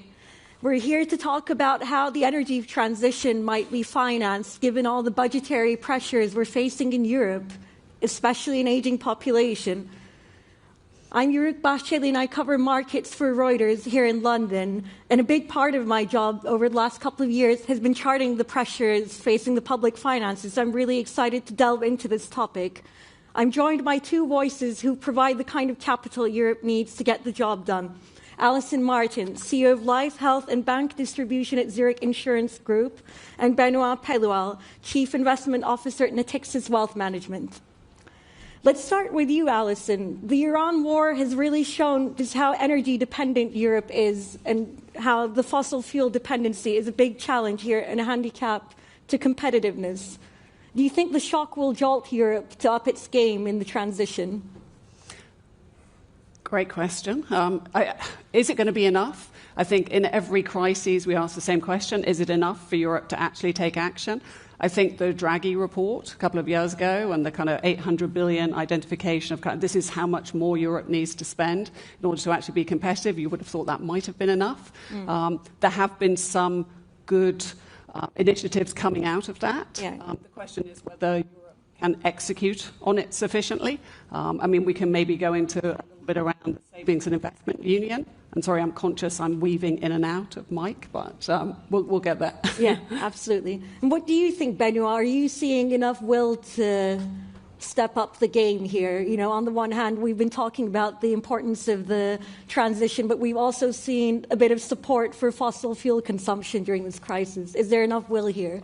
Yeah, it's a one more transition we have to do. We have so much transition to build in Europe. So this is one of the that had to the older transition. We have the technology transition as well, the demographic issues that put our growth far too sluggish. So the kind of energy transition and the problematic of the fossil fuel is one that had to the other one. So that the task is pretty hard for both government and private investors. Yeah.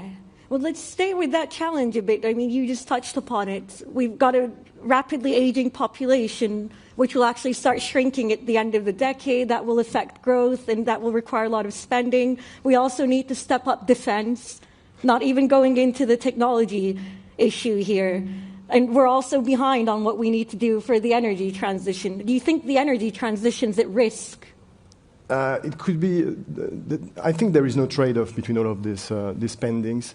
It will be a very bad idea to put the brakes on our energy transition because, you know, it's very different. We have current spendings because of demographics, but spendings for the energy transition, it's not current spending, it's investment. And that's definitely what we need in Europe because the main problem in Europe is not the sustainability of our current spendings. The problem is the lack of potential growth. So that's why it's really important to continue to invest in our energy transition because it will provide some productivity gain, especially important in a very sluggish demographics environment. And when you have better growth prospect, when you are able to improve your potential growth, it makes far more easier to make your current spending more sustainable. So it's very important for your current fiscal credibility. So that's why we have to keep up. It doesn't have to be an excuse to put the brakes on the energy transition. And I strongly argue it can't be. I mean, if you think, I work for an insurance company, one of the largest in the world, and we see the costs every day. I'll try this.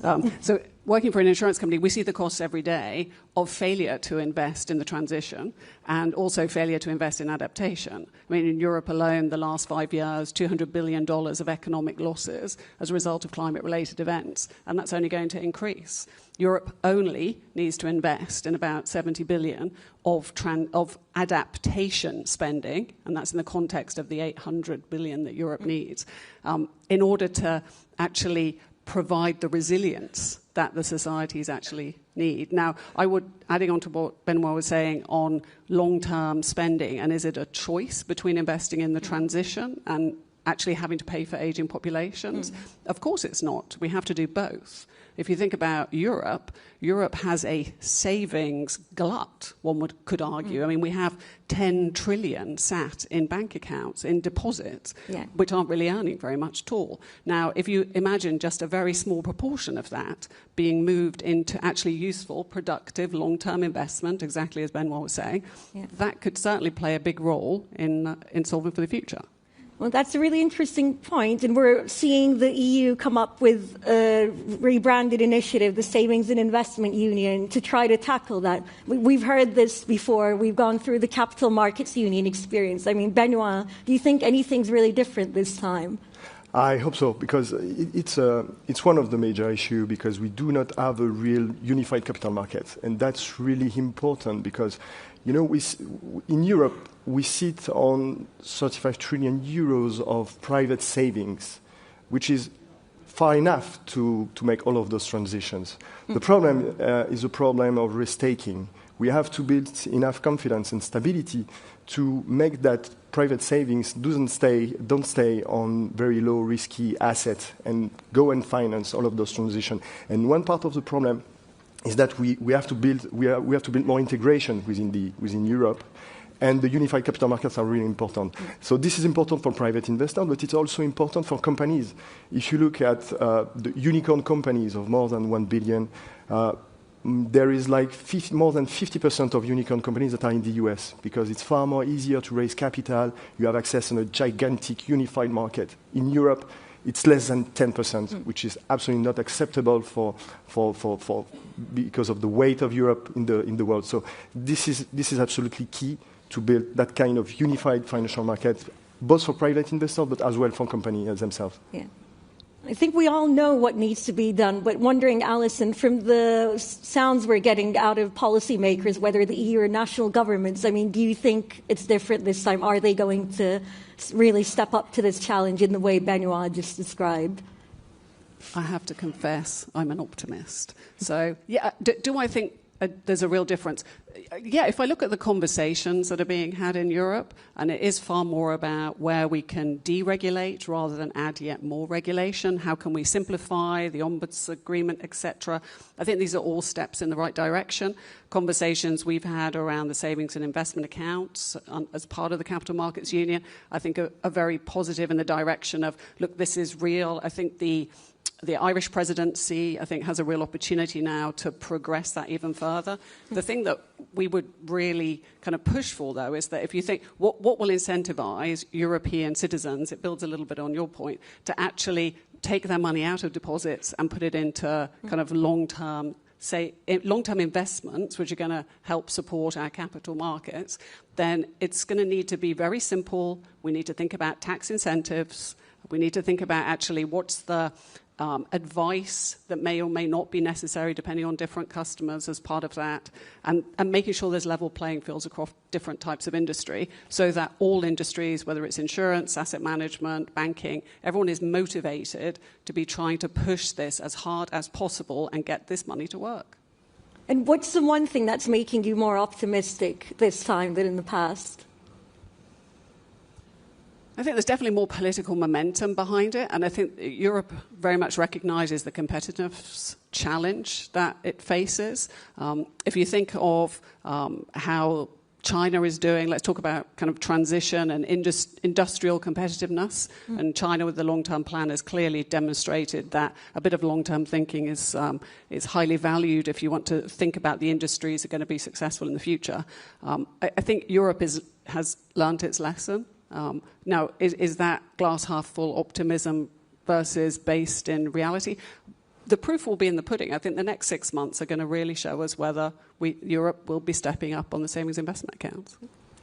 I think there is a kind of awakening in Europe because there is, especially in front of the US, because in the US, to build this transition, it relies more on market incentives, and on the opposite in Europe is mostly enforcing the regulatory framework, which is usually perceived as a constraint. And now it's a bit changing, and there is a political momentum in Europe, especially in front of the US, because what is new in the US is that states is intervening far more in the economy, directly in the management of company, which provides more uncertainty in relative terms in the US rather than in Europe. And in Europe, there is a kind of awakening about that enforcing too much the regulatory framework could be perceived as too much constraint, and that's not the role of state. State has to build the most favorable framework and leave the risk-taking to the private sector. And I think it goes on this way, and the political momentum will probably help us for achieve that. Maybe can I just? I don't think we can put it all on politicians either. Let's face it. I think the responsibility actually sits on business leaders. It sits on us as actually kind of participants in the financial marketplace who can actually design products and have them be great value for money for customers, and then we can actually encourage more of this money to enter into the capital markets. But also remember, we're employers as well.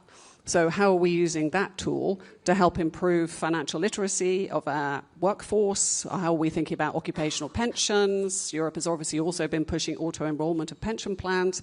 So let's not forget that as employers, we also can play a really important role in helping our employees to understand the importance of putting their money to work as investments rather than just deposit savings. Well, as the wealth manager, Benoit, when you talk to your clients, how much will are you seeing there to finance the transition? How do they think about that versus other competing objectives, whether that's delivering returns or other investment priorities?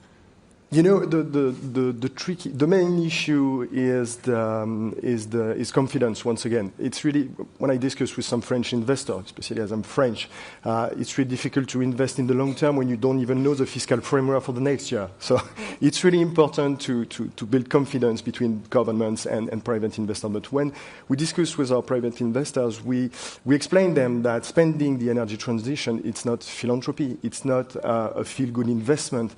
It's an exposure to significant technology shift, to major innovations, research, development, and that provides, over the long term, very high quality return for their asset allocation. So that's a very important point. It's not only doing something good for the planet. It's also a win-win situation, which is good for your savings. So that's the first point. And the second point I would mention on this. It's really important to prepare your wealth today for the future generations. You know, studies explain us that wealth tends to disappear through times. Especially, we estimate that 80% of wealth in wealthy family has disappeared at the third generation. And the main reason behind that is not the fiscal, the tax issue or bad decision in terms of asset allocation. It's mainly because of poor family governance.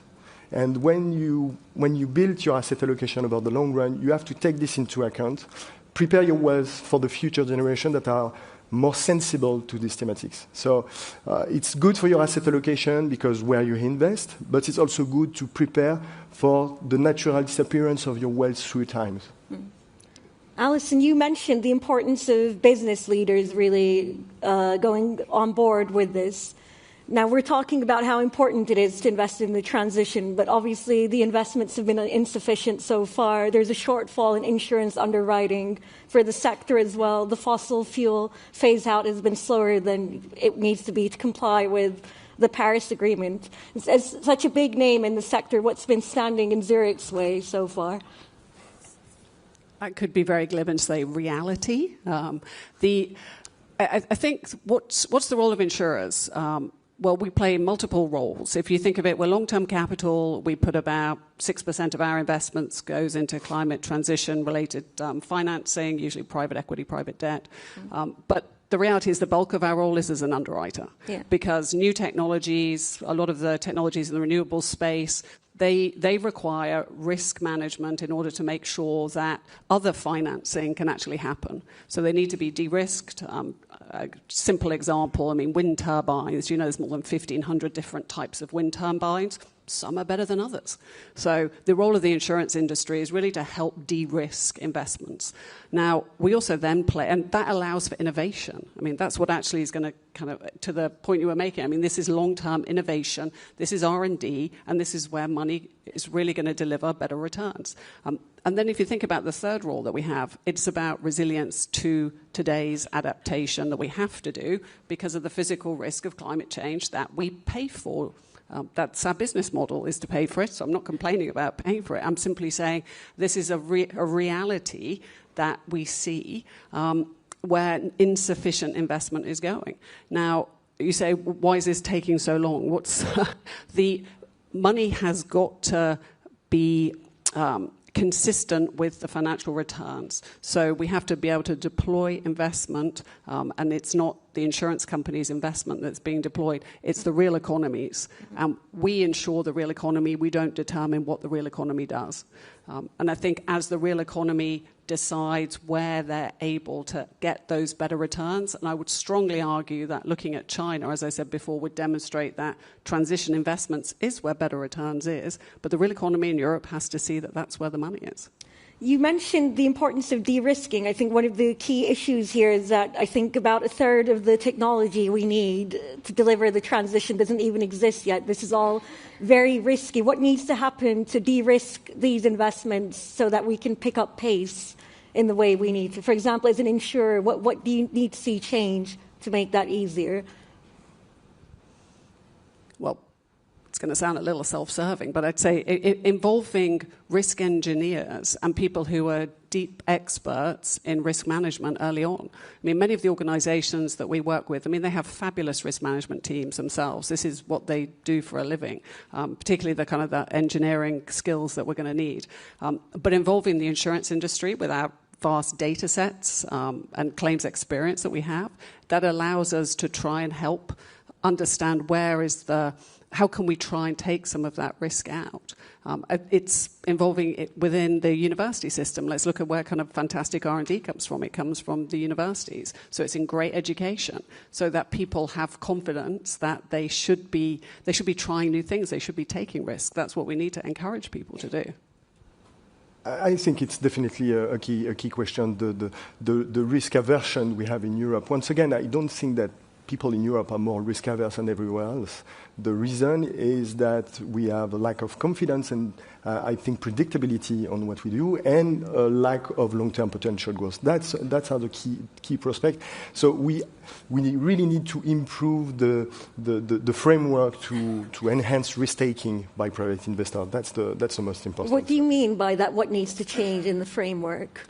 We need to make the regulatory framework probably a bit more flexible. It's really important to fix some reasonable targets as well, because when you always change the targets, you lack of visibility. That's precisely what people need. It's really difficult to invest in this world, which is very uncertain. You have lots of uncertainty everywhere. So I think that stability and predictability deserve a significant premium when you build asset allocation for the long run. So that's really important to act on long-term potential growth and stability perceived for the investors.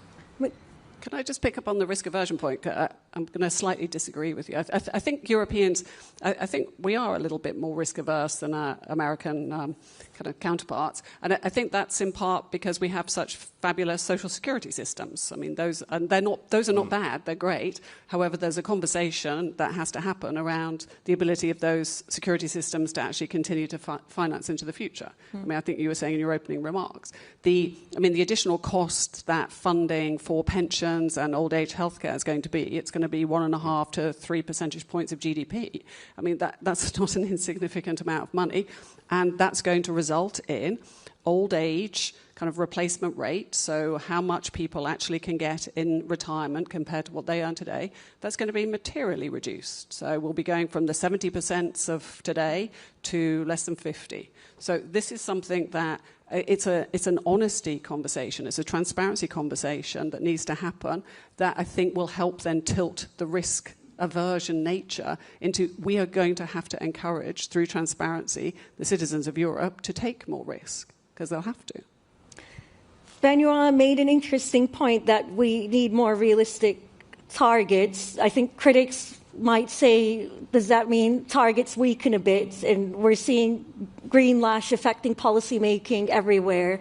We've seen the impact of that on investing. Some net zero alliances have disbanded in recent years. There's an insurance one that Zurich left as well. Just wondering, when you think back to that episode, would the progress towards the transition have been different had those alliances remained in place? No, because as I said previously, I mean, the progress to transition isn't about a group of insurers being together trying to think about how do we account for transition in an insurance context. I mean, that's not how you drive a transition. It's the real economy and how governments choose to prioritize investments in the real economy that drives it, not an insurance working group. And you were talking earlier about the challenges of the trade-offs we're facing. Do you see enough understanding of those trade-offs among policymakers to deliver this transition? No, I think they do not see the important role of confidence. That's why it's so difficult. That's why it's a major challenge, because building confidence is a question of time. It's really difficult for politics to build some confidence. But that's not the only question, and that's where, as asset manager, asset allocators, you have a role to play in that. It's also a question of capital allocation. You know, there is also, when you have that kind of environment with a partnership between governments and private investors, usually that's where you see some asset bubbles, which is currently one of the questions for the market scenario. And that's probably where we could be useful by enforcing the best practice in terms of asset allocation and help our clients to avoid precisely that kind of spillover effects or negative externalities. We've actually got an audience question that fits in really well here. There's the key challenge ultimately, right? Investors want to make returns, and there's a goal here where you mentioned might be high return, but it's quite risky in the near term. It's dependent on a lot of investments that we don't quite know how they play out yet. I mean, when they're focused on returns, how do you really break out of that conundrum and get them on board? That's why we have to enforce the capital discipline with our clients. When we build an asset allocation, we really have to focus on the very long term. That's the best way for clients to focus and to be able to take a bit more risk in their asset allocation. And that's the role of the private investor, not the governments, that has to enhance the current framework. But the future, the risk of the future has to be taken by private investors. And in the case of the energy transition, it's particularly relevant because we know that over the long run, it can provide a high-quality return for your portfolio, for your asset allocation. Mainly you invest in growth companies with high-quality return and significant visibility because it's a major transition. That's typically the kind of technology shift that we want to catch in an asset allocation. What do you think there, Alison? It's hard to disagree with what Benoit said. I think having a strong kind of balanced portfolio, I think a key point I pick up in is the long-term nature. There was a study I think BlackRock did that 2/3 of citizens don't believe they're saving enough for retirement. And actually, if you think, okay, this is long-term money. So these things feel like they are coming together. Exactly as you say, I mean, this is where we're going to get outsized potential for returns. We've been talking a lot about the regulatory framework here. One thing the EU has done is it's lowered capital requirements for insurers to enable more investment in longer-term projects. Obviously, the transition is key there. Do you think that will be a game changer going forward? Game changer? No. Is it part of an overall policy set of pieces? Yes. I think one thing I say, we are long-term investors, and I think it's important when we think about the capital requirements of insurers that these are risk-based, that the capital requirements of insurers should not be a policy tool of government to try and encourage investment in certain industries or not others. So I think the Solvency II changes are kind of changing the risk profile. Some are increasing, some are reducing. I encourage this on a risk basis. But, I mean, game-changing, no. Part of an important set of tools, absolutely. That's all the time we've got. Thank you very much for joining me today and exploring this fascinating topic. Thank you. All right. Thank you very much to Alison, Benoit, and Jörg. Look, we're going to start the Reuters editors briefing now as we wait for President Zelensky to join us from the G7 in France. Do bear with us. What we'll probably do is break into this session when he's ready and then continue it afterwards. It'll be a great opportunity, actually, for our correspondents to comment on what the president has said. We've been covering this war in Ukraine, of course, from day one. We're going to hear from 3 correspondents. The session's going to be moderated by Reuters Europe editor Rachel Armstrong, who will introduce the correspondents in just a moment. Just before she does, we would like to show you a brief video highlighting our coverage of the conflict. And just a warning here, there are some quite dramatic and distressing scenes in this video, but let's play that now. No, you've done a lot of talking. Your country is in big trouble. I know.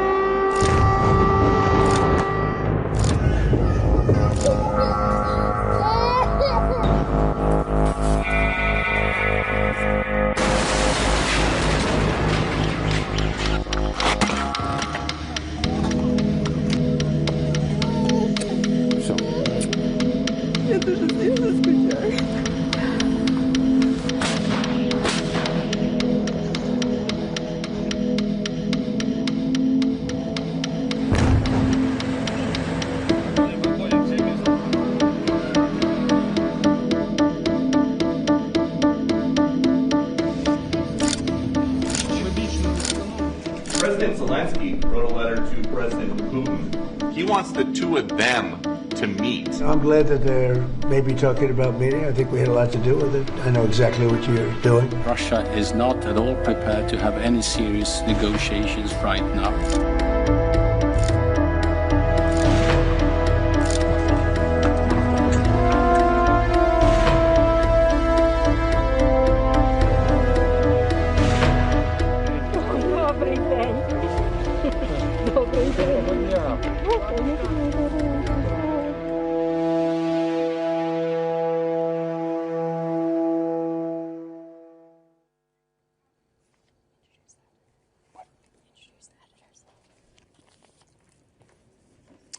All right. Why doesn't Rachel and the correspondents come on out now? All right. Rachel, I'm going to leave this to you.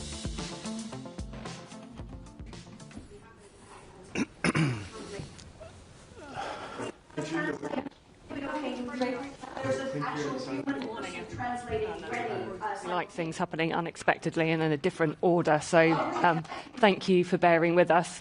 Now, I just wanted to mention, you just saw a video which features some of the amazing work that our teams in Russia and Ukraine do. It did also end, I think, with a picture of Ryan Evans, who was our security advisor, who was tragically killed in Kramatorsk when a Russian missile hit a hotel where our team was staying. So I just wanted to make mention of him and remember him, and it is testament to the incredibly vital but dangerous work that our teams there do day in, day out.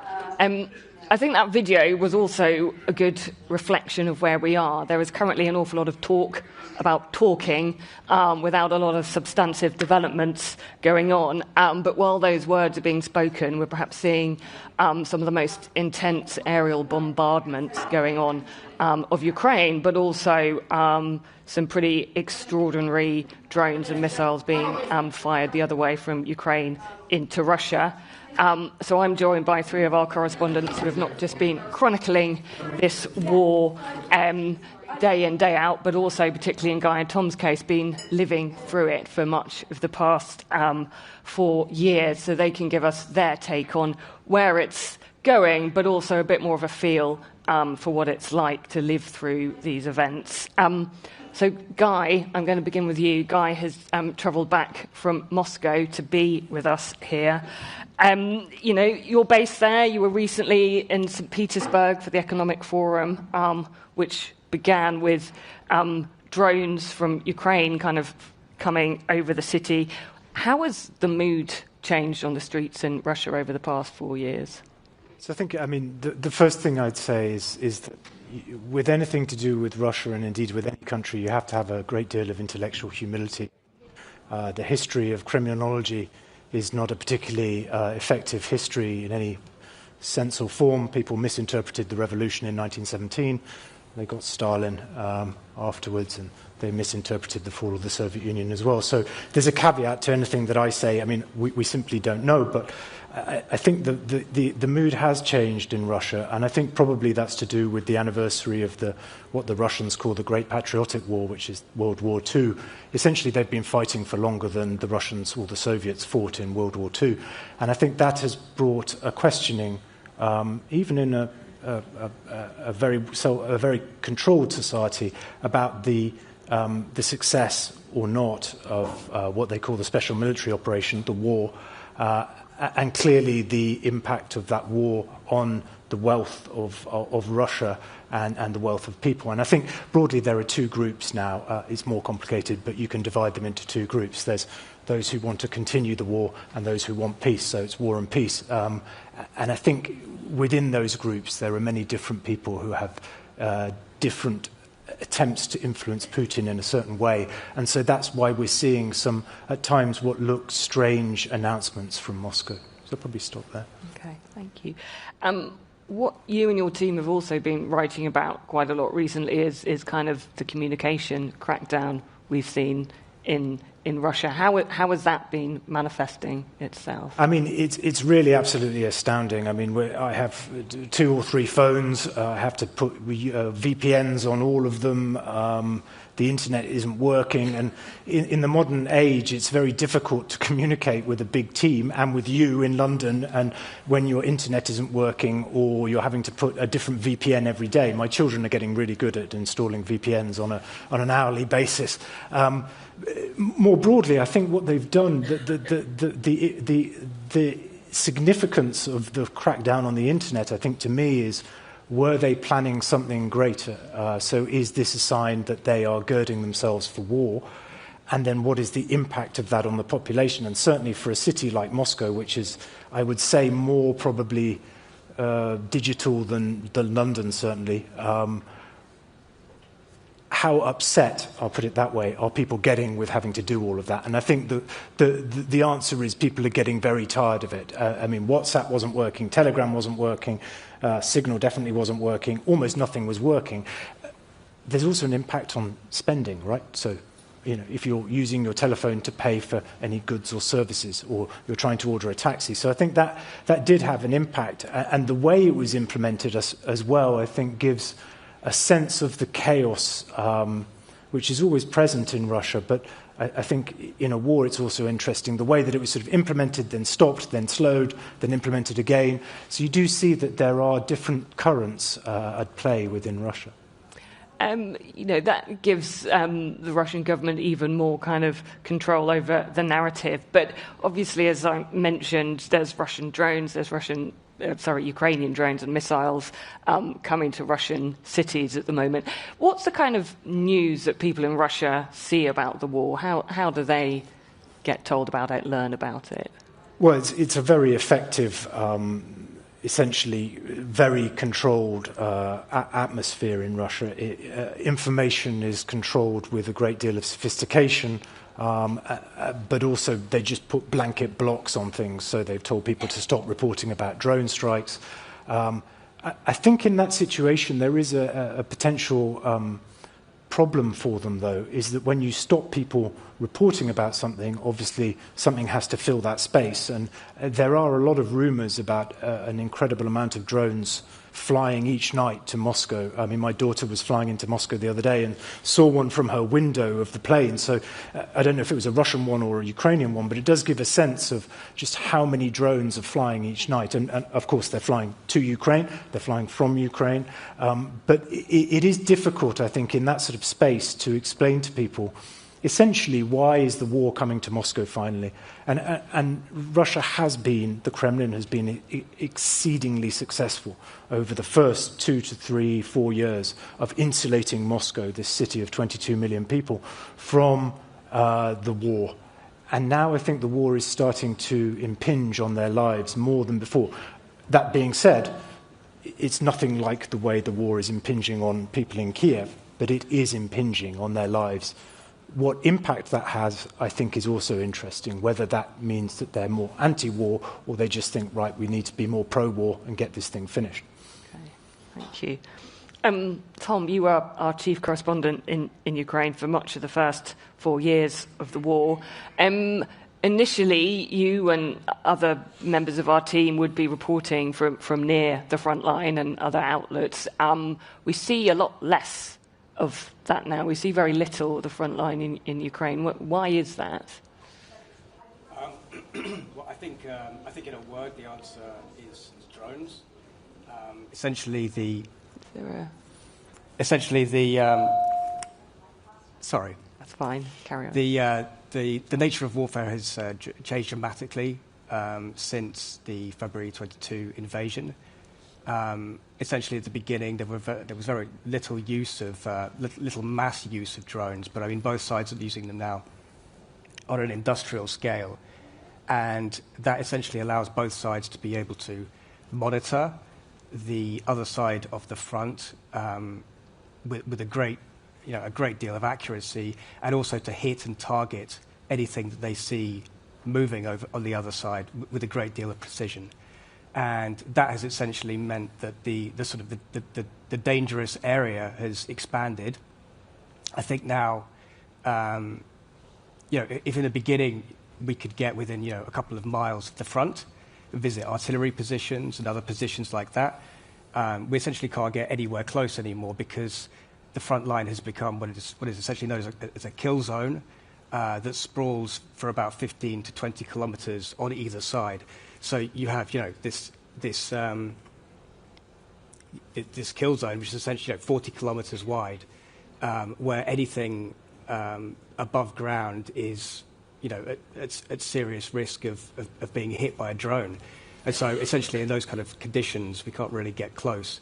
And just additionally, I mean, obviously the roads coming into places like the Donbass in the east, obviously these are also targeted regularly by the Russian side. You can see that they're just strewn with the carcasses of burned out vehicles. So, all of these factors just make it very difficult to get close. Yeah, no, incredibly difficult for us to get near. When we report about the battlefield, but also, as I mentioned, the kind of aerial strikes happening, in Western Europe at least, the narrative seems to be that, Ukraine is perhaps regaining a bit of an advantage in this war. But do you think as much has actually changed over the past year? Well, I think we need to split it into several different parts. So I think essentially on the battlefield, I think clearly the Ukrainians have stabilized things in recent months, having basically been losing ground steadily since 2023. I think that the Ukrainians, I think it's fair to say, they're in the strongest position they've been in since that time, since 2023. And if you look at the open source maps, I think it's very clear that the Russian offensive has stalled for the time being. Having said that, I don't think we can really say how this is going to impact the course of the war as a whole. This isn't the first time that events have turned against Russia. If we look back to 2022, they were on the retreat. They managed to stabilize things, and they went back on the offensive. And essentially, that offensive lasted for 2.5 years, and it's only now that it's petered out. Russia maintains, as you said, huge advantages in things like missiles. The Russian missile strikes on particularly Kyiv are becoming bigger, more frequent, and more terrifying for the civilian population. And Ukraine still has a whole load of problems, such as its manpower problems that it still hasn't fixed. So, bearing those problems in mind, it's quite hard to imagine the Ukrainians, for instance, going on a counteroffensive themselves and actually seizing back this territory. So, I think it's important to qualify, this idea of the Ukrainians sort of turning the tide. I did speak to someone in the Ukrainian military just a couple of days ago, and he was telling me how he thinks that the Ukrainians seized the advantage from Russia in December. He said that essentially the Ukrainians just need to sit tight and wait and let the Russians come at them. He said that the Ukrainians are extremely well stocked in drones, both for battlefield range drones, but medium range drones and deeper strike drones. On the battlefield, because of those drones and the system they have in place, they can essentially inflict huge casualties on the Russian troops that advance. And he said that they have the capacity to increase those casualties for the Russian side if the Russian side is able to bring more manpower to bear. And I think on the medium range strikes and the deep strikes, I think Ukraine has been able to. I think it does have the upper hand currently.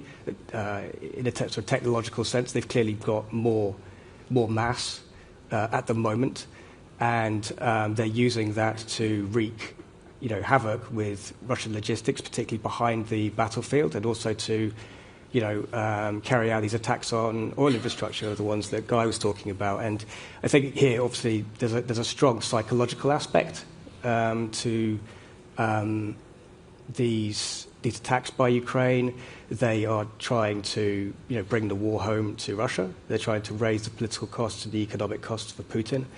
And obviously the overarching strategy is to try and force Putin to enter into negotiations and to yield from his maximalist goals. Although, to be frank, I don't actually see any signs that this is working. Guy, do you just want to come in on that? We talk a lot about how Ukraine has been innovative in this war, but it's also not the case that Russia has stayed as this kind of 1980s kind of. It has also developed a lot over the past 4 years, hasn't it? Yes, I mean I think it's clear that Russia, in the first certainly 6 months of this war, was fighting a war it was woefully unprepared for.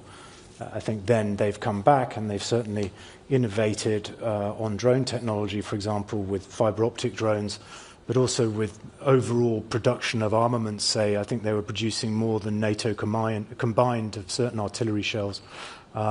They've certainly come back, and it's a story that really isn't told very much because in the West, because the Western narrative is that obviously Ukraine is going to win it and we want positive news for Ukraine. But I think Russia has been incredibly successful, and some of the US generals in NATO have spoken about that. At the end of the day, though, producing artillery shells like sausages, as Khrushchev used to say about ballistic missiles, does that mean that you actually win the war? I think that's the tougher question. And I think what ultimately you do also feel, though, is that there's an importance to tell both sides of this, and I think that's where Reuters has done very well. We are in Moscow and we are in Kiev, and really that's very rare right now. Foreign correspondents are a kind of a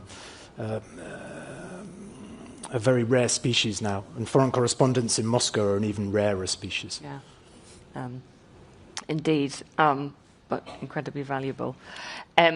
Lily spends lots of her days at NATO HQ in Brussels, and like a lot of the correspondents there, get lots of briefings from all sorts of people. A lot of what we're hearing from kind of Western officials is, on the one hand, that Russia is really struggling economically, that it's losing tens of thousands of men every month on the battlefield. But we also hear a lot of warnings, particularly in the Baltic states, that, Russia could be ready to attack another NATO member within the next 2 years. How do we kind of make sense of that contradiction?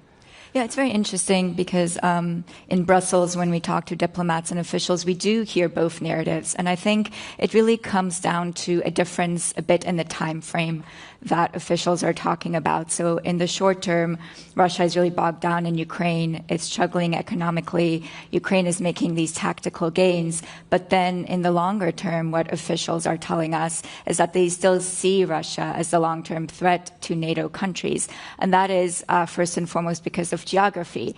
Russia will always be the neighbor to the east, its size and the military capacity. So even if they're struggling in the short term, when the war in Ukraine ends or if the situation changes, Russia could still be quite a problem for NATO and especially for the eastern flank. And that's why we also see a big push to increase defense spending. And if you look at the map of Europe, at defense spending as a percentage of GDP, what you see is that now everyone is boosting spending, but the countries that are spending the most as a percentage of their economic output are the ones that are closest to Russia. So you see very, very high rates in the Baltic states, in Poland, increasingly also in Germany. And that is because they are thinking long term. They're thinking a few years down the line what Russia's capacity could be. And so they're planning for that. Okay. We're, about to be, NATO has been very much in the headlines kind of a lot of this year, kind of when we think about, the future of US involvement in it. I know that you're expecting US Defense Secretary Pete Hegseth is coming, and then we've got this big Ankara summit in there. What's the kind of expectations going into those meetings? Are we going to see a kind of series of announcements from the US that Europe is even more on its own here over the next few weeks? The next few years, rather. So when we talk to European officials at NATO, the relationship with the U.S. is really the number one issue that really dominates all of our conversations right now. And it's an interesting story because inside NATO HQ, the relationship between U.S. officials and European officials is actually very, very good. They work very closely. Military-to-military relations are great, officials tell us. But then there's that element of unpredictability of what is coming from Washington. So sometimes officials wake up in the morning and they see posts from Donald Trump that are not what they expected in terms of defense policy. And so they're trying to balance, I think, between kind of this great working relationship and then the instructions that are coming from the political level. The buzzword at NATO right now is burden shifting. So the idea that Europe will have to take responsibility soon for the conventional defense of the continent. And we're already seeing the U.S. taking some steps in that direction. So what we saw in recent weeks is the U.S. actually told allies that it will reduce its contribution to defense plans in case of an emergency. So what this means is that Europeans will have to start pledging more assets, so ships and jets, toward the NATO defense plans. And this is a process, but it's also, in a way, a wake-up call for the Europeans. They knew that President Trump and the U.S. will be expecting them to take on more responsibility, but now this process is actually getting underway, and they will have to find resources to pledge toward these NATO plans to fill in the gaps for where the U.S. is going to reduce its contribution. And a big moment will be at the Ankara summit in Turkey in just a few weeks. President Trump is expected to attend. He will be meeting with the leaders of all the other NATO allies, and their main goal will be to show him that Europeans are actually stepping up, that they're producing more weapons, that they're boosting their industrial capacity and taking more responsibility. But the big challenge is how to show that, because you can't do all of that overnight. I was going to say, are they working on the same timescale? Because if you listen to people like Hegseth, you get the impression Europe needs to be stepping up kind of tomorrow, and then you speak to European governments and it's 2030, 2035. I mean, we had the UK Defence Minister resign last week because it's not going fast enough. How do they manage to communicate that message to the US? You know, is the US kind of at a more operational level understanding that Europe can't just flick a switch and have militaries twice the size? I mean, I'm sure military planners understand that this can't be done overnight, but there's also the pressure from the political level. And so right now, I think the conversation is how to balance those two.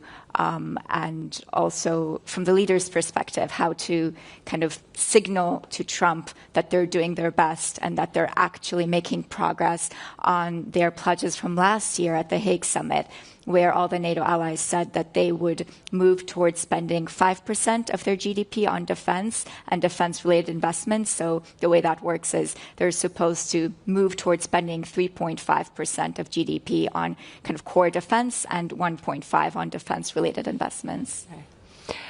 Guy, I'm interested in Russia when we have these kind of, well, not quite NATO bust-ups, but the US pretty much telling Europe that they need to pull their finger out and take more responsibility. How was that reported in Russia? So I think that clearly the Russians take a great deal of notice of what's going on in NATO, and have spent over the years a fair amount of money on spying on NATO, which I'm sure NATO has also reciprocated in that courtesy. So they watch it very, very carefully. For Russia, again, there's a lot of rhetoric between Russia and NATO, but ultimately when you look at the respective GDPs of Russia, and Russia's about a $3 trillion economy, NATO upwards of 40 trillion, it's a very uneven economic contest, even though with nuclear weapons, clearly Russia has the upper hand, but nuclear weapons are sort of one-off. So I think Russia's exceedingly insecure about NATO. It watches it with a great deal of worry and fear. But again, I think the United States and the changed attitude of the United States, and certainly the Trump administration, although I think it runs deeper than Trump, towards NATO over the last couple of years, I think you mentioned the Baltics. I was going through the border between Russia and Estonia last week. It really feels like the Cold War, right? This is hardcore. I never saw the Berlin Wall. I was probably too small. But this is now very much like a Cold War border. You're questioned on both sides. They're very, very puzzled about what you're doing there. And it really doesn't feel like a very friendly border anymore. The opposite, I'd say. Cold War for now. Do you get the sense Russia is preparing people that there could be a hot war with that part of the world? I mean, I have been told by certain Russian officials that Article 4 isn't exactly a very secure guarantee. Clearly, there are points which could escalate very, very strongly over coming months and weeks. I mean, boarding Russian-destined tankers. We saw the United Kingdom boarding a Russian tanker. I mean, Russia could quite easily escalate that. And then, of course, you have this drone war, which is Russia claims or says that the drones are coming in across the Baltic Sea.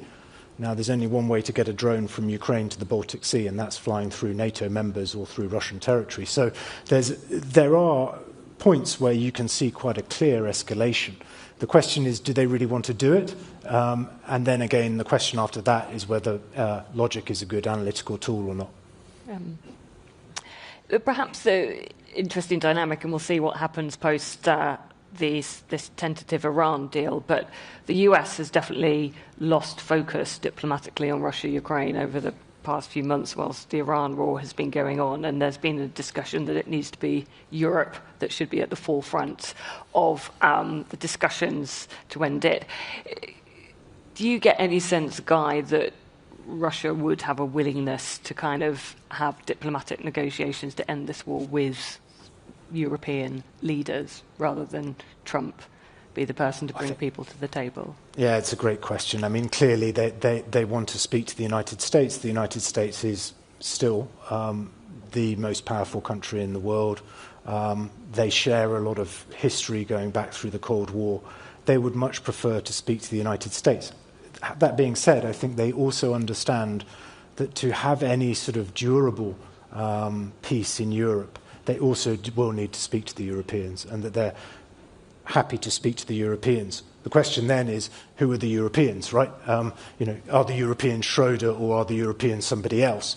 So, I mean, and the Europeans, to be fair, as a European myself, there are a great many shades of policy, in fact, almost the entire spectrum in Europe on Russia. So the question is then, who do they speak to in Europe, and whether that's the EU structure or whether they're going to do their sort of talking with the national leaders of France and Germany, and then, of course, Britain, which perhaps doesn't feel that it is part of the European Union anyway, but that's a different discussion. This afternoon. I think there are complexities there, but I think Russia clearly would want to speak to the Europeans and realise they have to be there. Of course, then the Europeans have to come up with a unified policy. That's proven rather harder to deliver over recent years.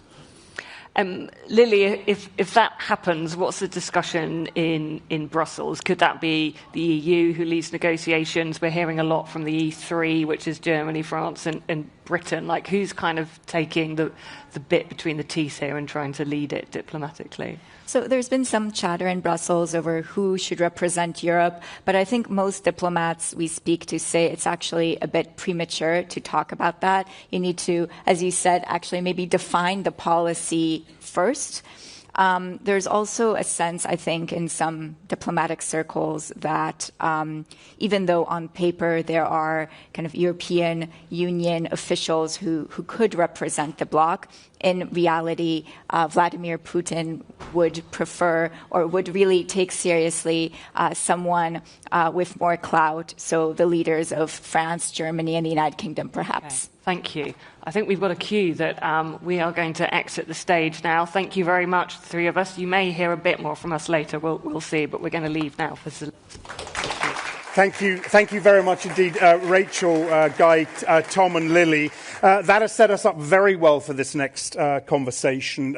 By the way, the very latest headlines out of the G7 on the Reuters wire. President Trump has said Russia should make a deal. We've heard that before. He said he's apparently seeing President Zelensky later today. Let's find out. We're thrilled that President Zelensky has found time in his schedule to talk to us here at Reuters Next. I'd like to welcome Alessandra back onto the stage to host this conversation. Take it away, Alessandra. I'll do it this way. This prefer. This is all really live. You wanted a live event? You got a live event. President Zelensky should be coming anytime soon.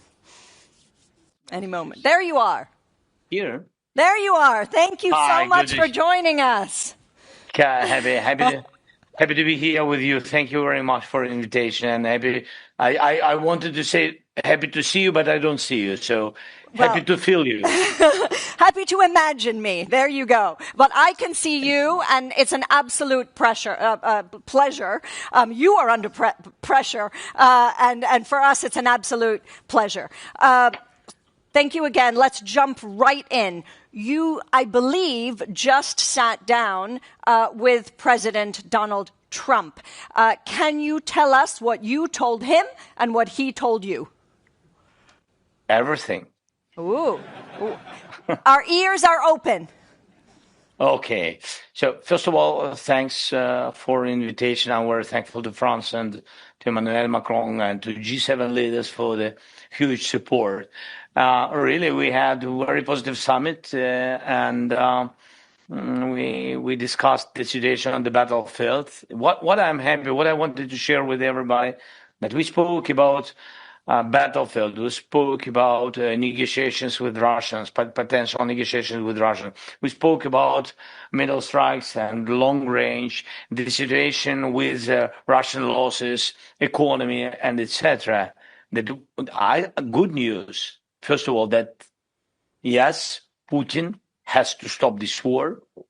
And I have unanimity from all the leaders and EU presidents.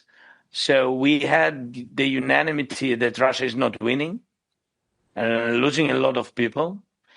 And they have to make a deal as quick as possible. And they don't have initiative in their hands. So they really have to recognize that they don't want peace. And it's true. Everybody understands that a lot of people around Putin, they push him to the more big mobilization. Doesn't matter how much losses they will have, how many people will die. I mean, they don't think about it, but there is a huge percent of Russian people who understand that they begin to understand that they are not winning this war, and that's why they have to stop this war. Yes, I'm not sure that it's really a human reason, because if you have a lot of losses, you have to stop. No, they didn't have to begin. It's between us. But in any way, better later than never, so that the percent is more than 60% of society of Russians, they want to stop this war. And that's why we need more pressure on Putin. We had real unanimity today in G7 summit. Everybody was on the side of, I think, on the right side. And it's good that we have the same information from our intelligence. So, and then we had some more talks with President Trump, and I hope that we will have more. And then not only with President Trump, and also with Chancellor, and we will have with the Prime Minister and President Macron, and with Ursula and Costa. So we continue. Now we continue to talk, and after our meeting, I will have some more meetings. So everybody recognized that Russia wants to attack civilian infrastructure. And this is also a new step of understanding, of unanimity of this understanding. This is always was very important for me, that we see the war, this with open eyes, and we recognize what Russians really what they did on our territory, such brutal things, and what are they doing and why. We see the reasons. So, but long period of time, some of our partners, they've been, there's balancing, but now everybody is recognizing that Russia Putin doesn't want to stop this war. And I don't know, maybe he really afraid of negotiations because of one of the reasons that what he will do with 1 million of soldiers who will come back home to Russia, and they will ask why we did it. Right. For what? Right. So, President Zelensky, you put a lot of things on the table. So that's okay. That's okay. So we will now. You didn't tell me how many questions will be. Maybe one. So. Many. We could keep you all day. So I'm going to unpack some of the things that you said. The pressure. What exactly is that pressure? Sanctions, more sanctions, what other economic measures? Did you discuss that in detail with President Trump and the others? Now, we will have opportunity to discuss more with President Trump, but we discussed with others more sanctions. Shadow fleet, number one, because our, long-range sanctions, they work, and now you see the price of oil is decreasing, and it's good that President Trump made with Iran the decision. We see the prices are falling down, and but decreasing. In any way, it's good. So Russia will not get additional benefits. Then shadow fleet, not just to stop and to confiscate. This is important, and to work hardly with all of allies together in unity to stop tankers, to stop shadow fleet of Russia. And also the question of, as I said, long range, but it's up to us. It's not to the partners, because we don't use their weapon, and now we use only our long range missiles or drones or drone missiles. We have such format also. So it's all about it. We asked also to help more with the banking systems, or with banking system of Russia, and and also about military sector of Russia, which also works not only in Russia. Yes, they have some representatives abroad, so we need to close it using sanctions. And also political pressure on Russia. And I think that President Trump can do it, or maybe only him. I don't know, really. We will see what the Europeans will do. I mean, this, of course, Europe wants negotiations with coordination with the United States, but we don't know all the tricks. Between us, it doesn't matter. We need useful tricks to stop Putin. Now, I think President Trump can do it, and Europe also will do it. So this is what we see. Got it. And, Got it. That was quite clear. You have asked President Trump, you had asked President Trump in a letter specifically for more Patriot air defense missiles to protect Ukrainian cities, also because we have seen quite a few attacks lately, including in the monastery just yesterday. So to protect Ukrainian cities from Russian ballistic missile attacks. Did you receive an answer specifically on this? So, first of all, he was very positive that they can help us more with missiles. And this is a big challenge, really, because the production is not so big as our needs. The production is in the United States.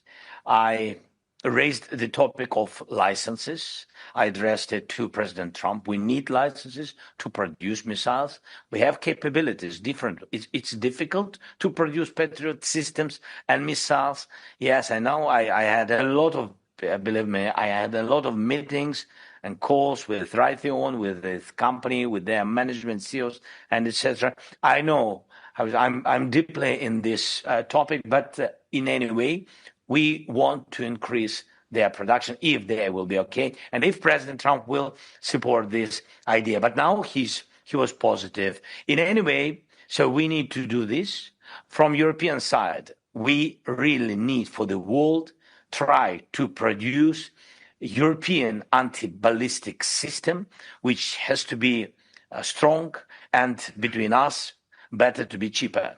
Yes, and that than the world names what we have now. But otherwise, we will not have enough. Otherwise, Europe will not have enough. Otherwise, Middle East will not have enough. I don't know about Asia. I don't know their needs, what they want, and etc. But I'm talking about the countries whom I know personally, what I know their needs. So that's why this is important alternative on which we will work. Got it. But so just so I'm clear, so the response, I think everything else you said was important, but the response from President Trump then specifically on this was, you said it was positive, meaning it was a yes. He was positive. It was, he was positive. Yeah, he was positive. Yes, I hope when President Trump is positive, I hope it's yes. Okay. All right. Well, we shall see. Still on President Trump. President Trump said last year that Ukraine did not have the cards to bring Putin to the table. Do you now? That your situation basically from last year has dramatically changed. Last year, Trump said, well, President Zelensky does not have the right cards, to bring Putin, to force Putin. But now is the sense that you do, that the situation has changed. Would you agree? I think that really the situation is changing. And on the battlefield, as I said, Russia lost initiative on some directions. They attacked us. They made offensive steps on 12 directions. We saw this. And they lost initiative almost in all these directions. Only in 2 or 3, they still have a lot of, huge amount of soldiers, a huge amount of everything. But they were very slow there. And on other directions, they really lost initiative. And we've got it. And also on some 2, 3 directions, we are more successful now. These months, for example, we deoccupied 100 kilometers on one direction. So, I mean, we will not stop, and they will not stop. Better to stop this war. I mean, this not stop on the battlefield. So, that's why in this case we are better than on middle strikes, as I said, and long range we are better. We will produce about 10 million drones during this year, but we can double. And this is also, I think, good news from our perspective, and it's good news first of all from our industry, from Miltech direction. So this is also good. Good sanctions began to work. Not enough sanctions. And good that 90 billion, we've got 90 billion decision, and it's very helpful. I mean, it's great European support. Got it. So you've laid it out. Now let's talk about timing. You have said that you wanted to reach a peace deal or a ceasefire and peace deal with Putin before this winter. So did you discuss a possible timeline, or maybe a date to start again, perhaps U.S.-mediated talks, perhaps with the U.S. envoys Steve Witkoff, Jared Kushner? Can you give us a sense of timing then? It's difficult, really difficult, that we proposed, the last time we proposed, I had made a phone call to Emmanuel Macron, and when I was invited to G7, I made a phone call to him and said that, Emmanuel, what do you think about during G7 meeting, invite not only us, find a way, maybe in Switzerland, in neutral country, to find a way like we G7, basing on such, this presence of many leaders, we can use this opportunity and try to organize meeting with Russians.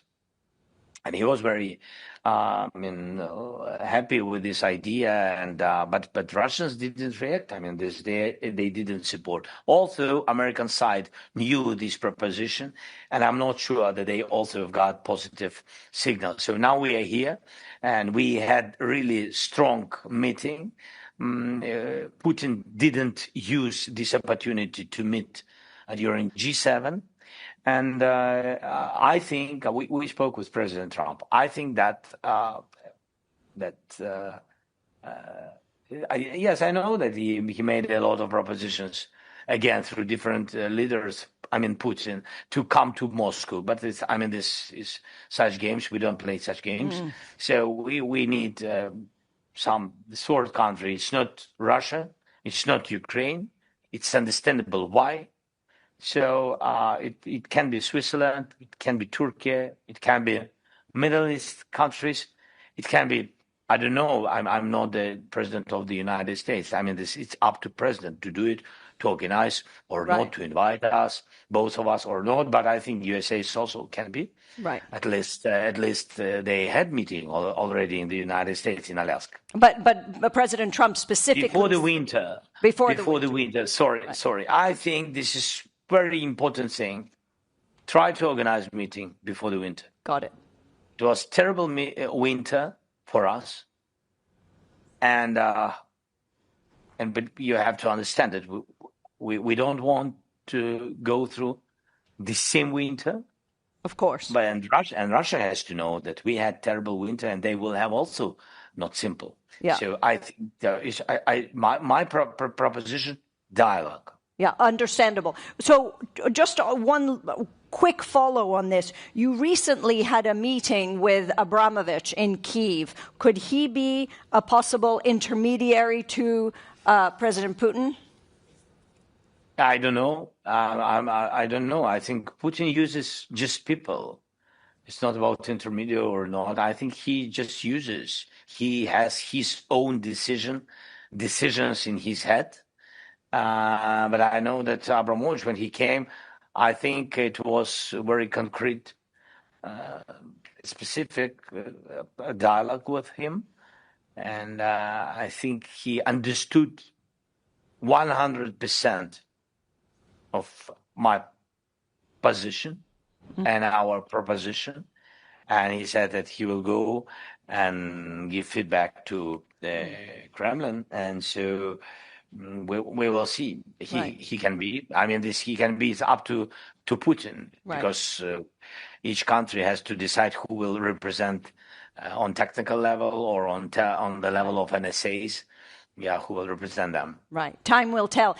But so just to wrap up on your meeting with President Trump today, how would you describe the change in feeling and in relationship between that very infamous meeting in the Oval Office and now? Give us a color. It's difficult for me to say. So everybody recognized that it's good that there is ceasefire in the Middle East.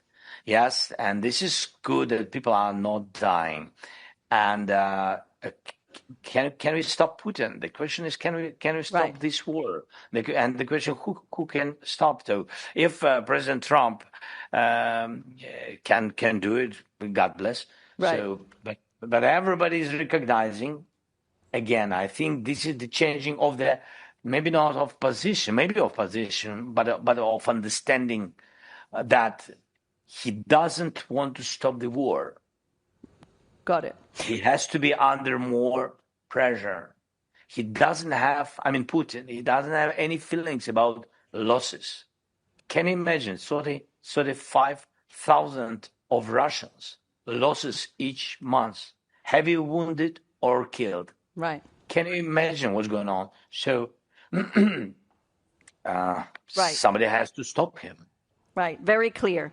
So today you also, I believe, met with the IMF, Kristalina Georgieva. Yeah. And this is regarding an $8 billion loan that the IMF has granted. They have just released the second tranche, but in order to release more money, they are awaiting important reforms in your parliament, including the many things, but including some taxation on business. Your parliament seems to be going slower on this than expected. When will those be passed? So we spoke with Kristalina, and before her mission, had meetings with our prime minister and with government team. I think that they've been focusing on different decisions and dates and etc. But I've got today from Kristalina that both sides are positive. That maybe both sides need some steps, and maybe Ukrainian parliament also needs. But I didn't get the information today that there are some difficulties. So you have to understand that it's not easy for all of us. It's not easy to vote in parliament. It's not easy to make decisions with different financial institutions, but we are partners, and this is good. We had very positive meeting with Kristalina, and he understands. She understands, and she's very supportive of Ukraine to help us with microfinancial support, to understand that it's so important now. And I was very thankful for her condolences and warm words about Ukrainians. And after such massive attacks, especially 2 days ago on our Kiev Pechersk Lavra, one of the biggest, maybe the biggest Christian centers in the world. So we are partners. We work with IMF, and I think that our government and our IMF team will make all the decisions what Ukrainians need. Got it. You also met with Chancellor Merz, I believe, and Chancellor Merz has suggested, with regards to possible accession to the European Union, something that you don't like very much, which is an associate membership rather than full membership. were you able to convince him and other EU countries for full EU membership? And do you feel that the EU member countries understand what you say is the importance of a rapid progress towards EU membership? First of all, Friedrich, I'm very thankful to his support. He's on our side. He understands that Ukraine counts on fast track, something like this. I know that not all the leaders love such format, fast track, because they want very understandable, clear steps for everybody. But we are not everybody, with all respect to everybody. We are during the war, and we need more creative steps, fast steps. We need it very much. Otherwise, if to make big pause, I shared it with Chancellor and with all the leaders, if we will make after this war big pause during our way to EU, everything will be like we have with NATO. Russia will find a way how to block Ukraine's way to EU. They don't want to see us successful. So Russia doesn't need Ukraine to be successful, and the more interesting for them not to make Ukraine European country, not to be part of European family. That's why we need fast track. That's why I want to. Of course, I want like a president. When we speak about EU, I'm speaking not like a president. I'm speaking like a citizen. So we want to be a part of Europe. Look, if you want us, if you see us, if you need us, our strong army, our strong people, if you see us, please look at us as at yourself. We want to be the same, not better, but not worse. We want same. We want clear membership. This is my reaction. Got it. One of the requirements of accession, as we have discussed, even you and I before, is tackling corruption. Recently, there was an arrest of your close aide, someone I myself had met with you as well. The arrest of Mr. Yermak. Was that a sign that Ukraine is ready to do what is needed on tackling corruption? Yeah, of course, and Ukraine is doing all European. It's not the proposition from EU. There is a list of reforms what each country, not only Ukraine, needs to do, and we do everything. That's why the clusters are opening. That's why yesterday the first cluster, fundamentals, by the way, fundamentals, where there is a legislation, the law, the court, the reforms, and anti-corruption reform, everything is there. So the first cluster was open. Any questions? I think no questions. Then we need 5 more clusters to be open, and we did with reforms and laws, maybe not everything, but mostly. We are trying our best as we can be fast during the war as possible. Got it. So we've talked about President Trump, so the US, the EU, the IMF. But let me ask you a question. Considering the deep economic dependence that Russia has on China, how can Beijing also put pressure on Russia? Should Xi Jinping be your main interlocutor to end this war? I don't know. Everybody has to. I think everybody who wants this war to end and to end this war, we have to join everybody. And of course, China is a big country and very influential country. They have the biggest. I think that Russia has the biggest trade with China. Yes. Depends on China to buy. Yes. Yes, of course. It depends on the economic. The economy depends on China. On China decisions, it means that China has influence, and of course, we will be happy to if they will help. But we don't feel it. That we don't feel their mood. We don't feel that they are ready to pressure Putin. It's meant to do everything to end this war. So you would be open to maybe having... something will change. Yeah, you'd be open to having a conversation with Mr. Xi. Of course, I'm very open to meet with the President Xi, and our teams can work on it exactly to do everything what we can to stop the war. Mm. So in this room, you don't see it, but in this room we have many investors, chief executives, financiers.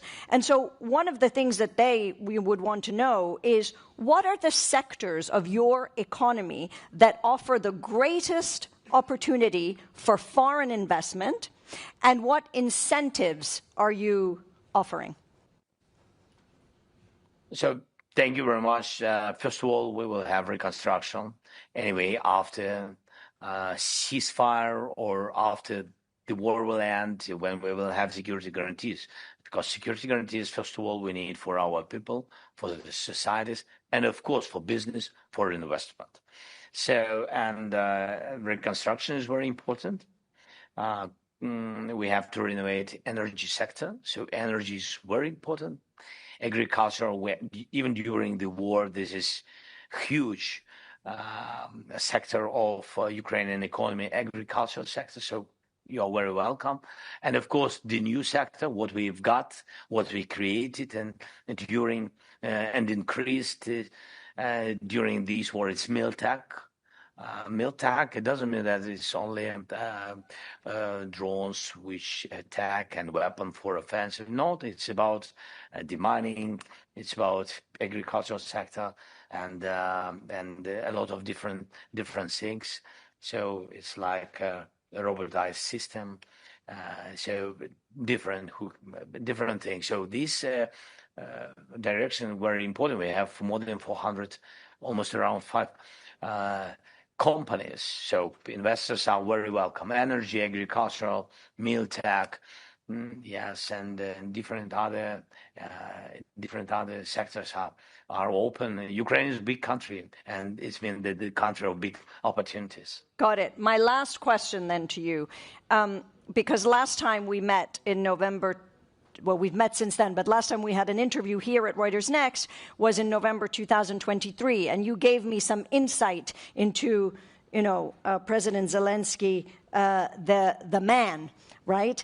And so I have a few quick questions, personal questions for you. Are you ready? Very fast. The last one. Last ones. They're very quick questions, okay? You ready? The last one, few. The last one, few. The last one, few. That's right. Okay, ready? Okay.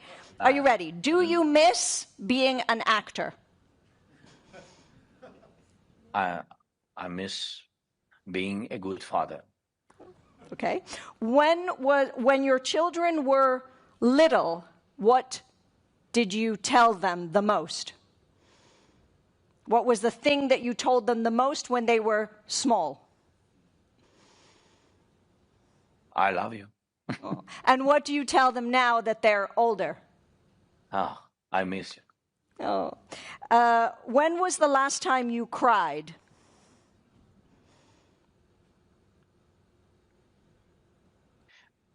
I will try to do it after our interview. Okay, when was the last time you laughed? No, I mean this between us. So I'm normal man, and there are a lot of different moments between us almost each day. A lot of losses on the battlefield and civilians, and there are absolutely crazy attacks on our people. And it's not about.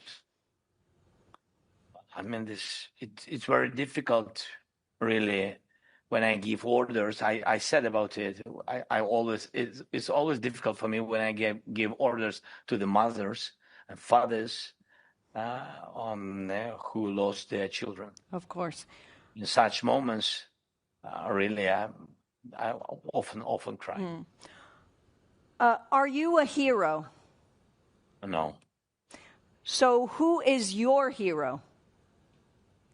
My hero, my children, my army, our army, and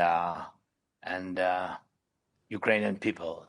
So I'm a part, and I'm also Ukrainian. So I'm a part of our of our nation. But now our nation, I think that our nation is absolutely heroic. Wonderful. On that note, I think we can close. Thank you, President Zelensky. We are so grateful for having you. Thank you. I don't know if you can hear the applause. Thank you. I hear you. Thank you. Thank you very much. Thank you very much. Thank you, Alessandra. Thank you, President Zelensky. Look, we've got 10 minutes before lunch. This is a really good opportunity to show you how our news organisation, I think, reacts in real time to things. So let's get a really quick 10-minute debrief with the correspondents that we just had on stage, with Guy from Moscow, with Tom who was the bureau chief in Ukraine, and with Lily, the European security correspondent. If they could just very quickly come back. They're going to come back for 10 minutes. They'll hang around so you can have a chat with them after that as well. Are they coming on? Yeah. And then we will grab lunch, and the debate will start on the engagement stage at 15:15. So, Rach, you've got about 8 minutes. We won't keep you for lunch for too long. We will be hopefully the most exciting bookend you've ever come across. So we'll just do very quick reflections on that interview with Volodymyr Zelensky, and then if you've got questions, do put them in. These three, all sorts of fascinating insights, or anything you've ever wanted to ask about how this type of coverage happens, please put that in. But then, just very quickly, Guy, Zelensky, he was saying, he would have met Putin in Switzerland before the summit. He wants talks at least to happen before another winter of this war. But do you think there's actually any inkling, any sign anywhere that Putin is willing to have a meeting with Zelensky? Putin's willing to have a meeting with Zelensky, but only after a deal is pretty much ready, or after he takes the whole of Donbass. So there's 7% of Donbass left that Russia doesn't control. So they will take that, or they will do a deal, but there won't be any meeting beforehand. So the Europeans want there to be a ceasefire, then they get together and they talk and they do a deal.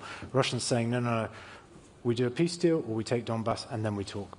Okay, all right. But the interesting thing is Abramovich. I thought that was interesting what he said about the Roman Abramovich. I think he's known mostly in the United Kingdom for his football investments, or former football investments. But the fact that he spoke reasonably, I thought, mildly about Abramovich, it's clear that there's a back channel being formed there. And this whole conflict, throughout this conflict, there's been at least 5 different back channels going on, and there is clearly something going on with Abramovich. So, yeah, I thought that was interesting. I think that's been one of the most, probably, perhaps even by us, underreported, but interesting developments of the past few weeks in this war, I agree.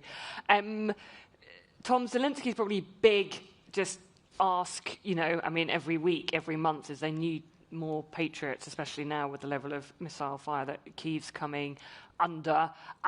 He said he seemed to indicate there was a positive noise from Trump, but I'm not sure whether the US actually has it in its gift to provide them with what they need, does it? Well, yeah, exactly. So I think this is really Ukraine's Achilles heel at the moment, and it'll obviously become a lot worse.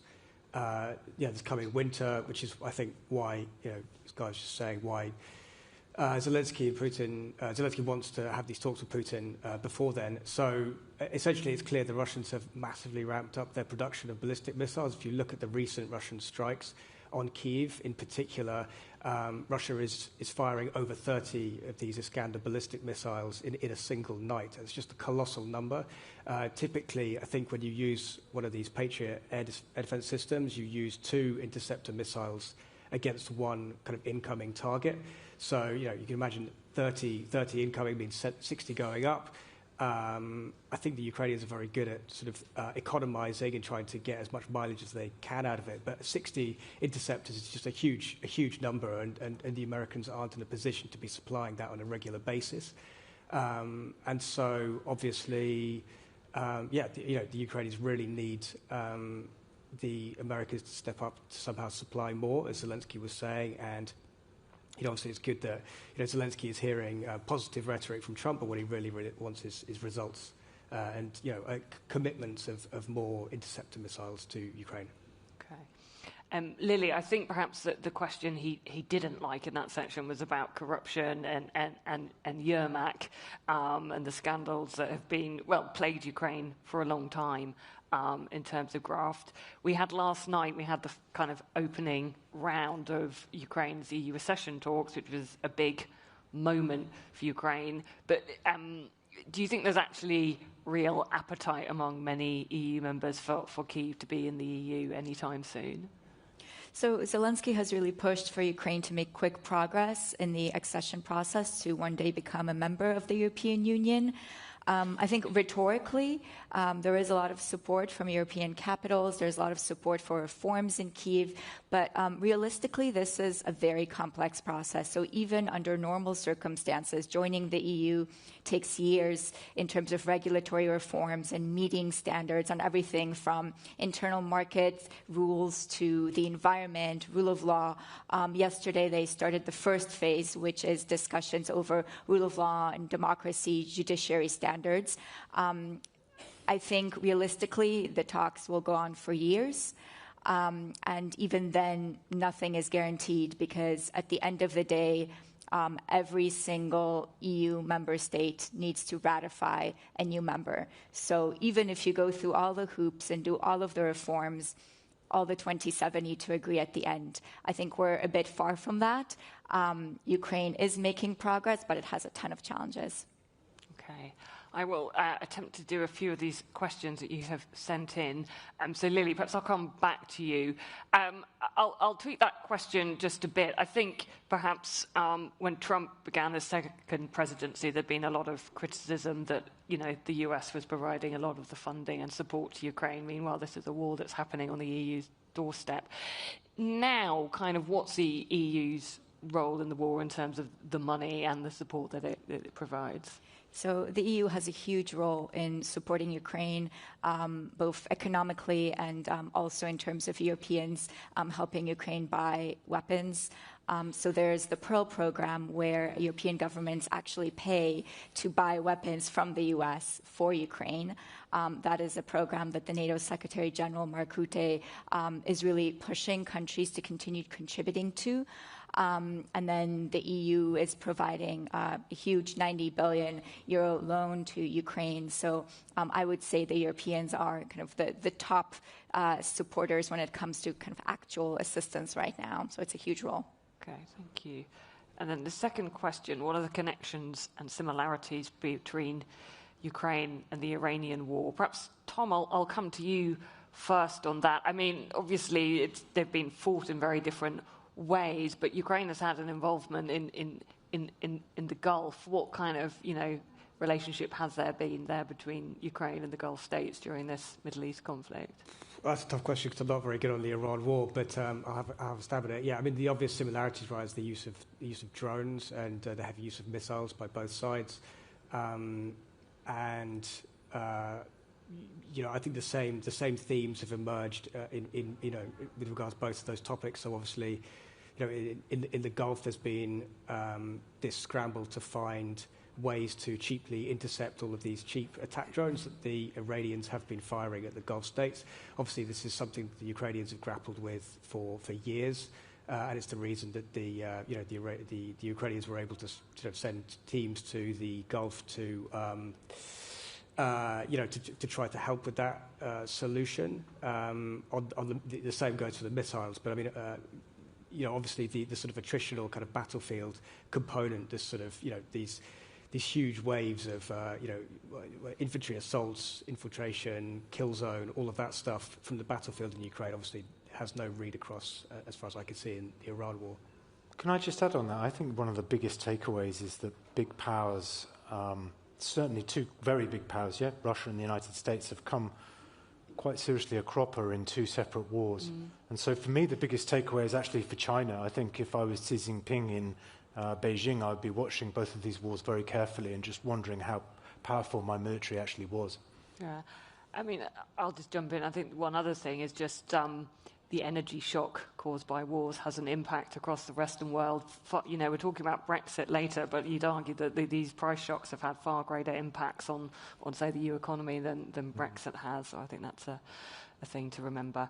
I am going to wrap it up there and not keep anyone from their lunch anymore, but me, and more importantly, my three colleagues will be around if anyone wants to come up and find out anything further about how we cover this conflict or where they see it going. But thank you very much for joining us all. Thank you.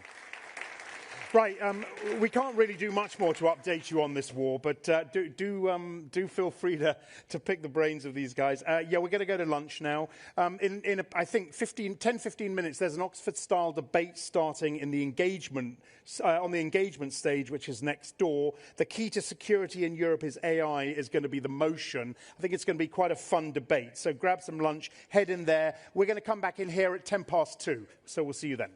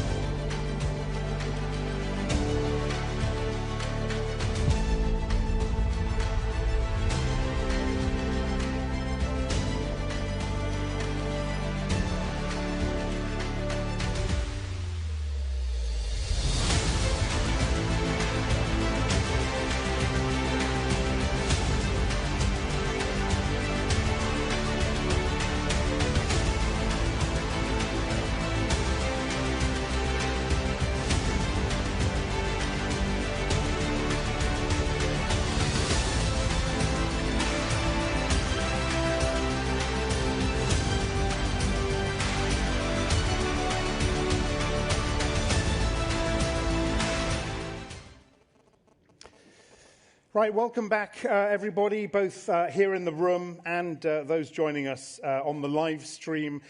Before we shift into the afternoon sessions here on the world stage, just a few reminders. You can ask questions of our speakers via the app or by scanning the QR code when it pops up on the screen. You'll also see QR codes for podcasts and newsletters. Do sign up for those if you wish. This next session on how Europe's central bank is managing the Eurozone economy is a timely one, of course, given the ECB's rate hike last week. Please join me in welcoming to our stage Philip Lane, member of the Executive Board at the European Central Bank, and Reuters ECB Chief Correspondent, Balázs Korán.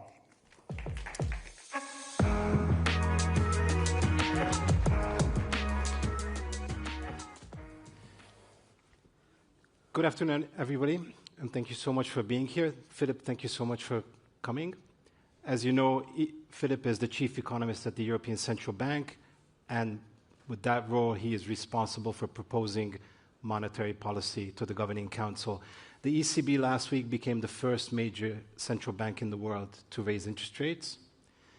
Philip, could you please run us through that decision, the rationale for it? It's somewhat controversial, at least to some people who argue that raising rates into a supply shock that weighs on growth is a policy mistake. At least some ECB watchers are saying that. What would you tell these people who say it was a mistake? So we obviously try to make well-considered decisions. So the whole process of analysis, step-by-step analysis before making such a decision. So let me, again, just locate the ECB, the wider global conversation about this. So last year, last June, we brought the policy rate down to 2.0. And we had a situation last year where the European economy was growing steadily, unemployment was stable at a low level, inflation was hovering around our 2% target.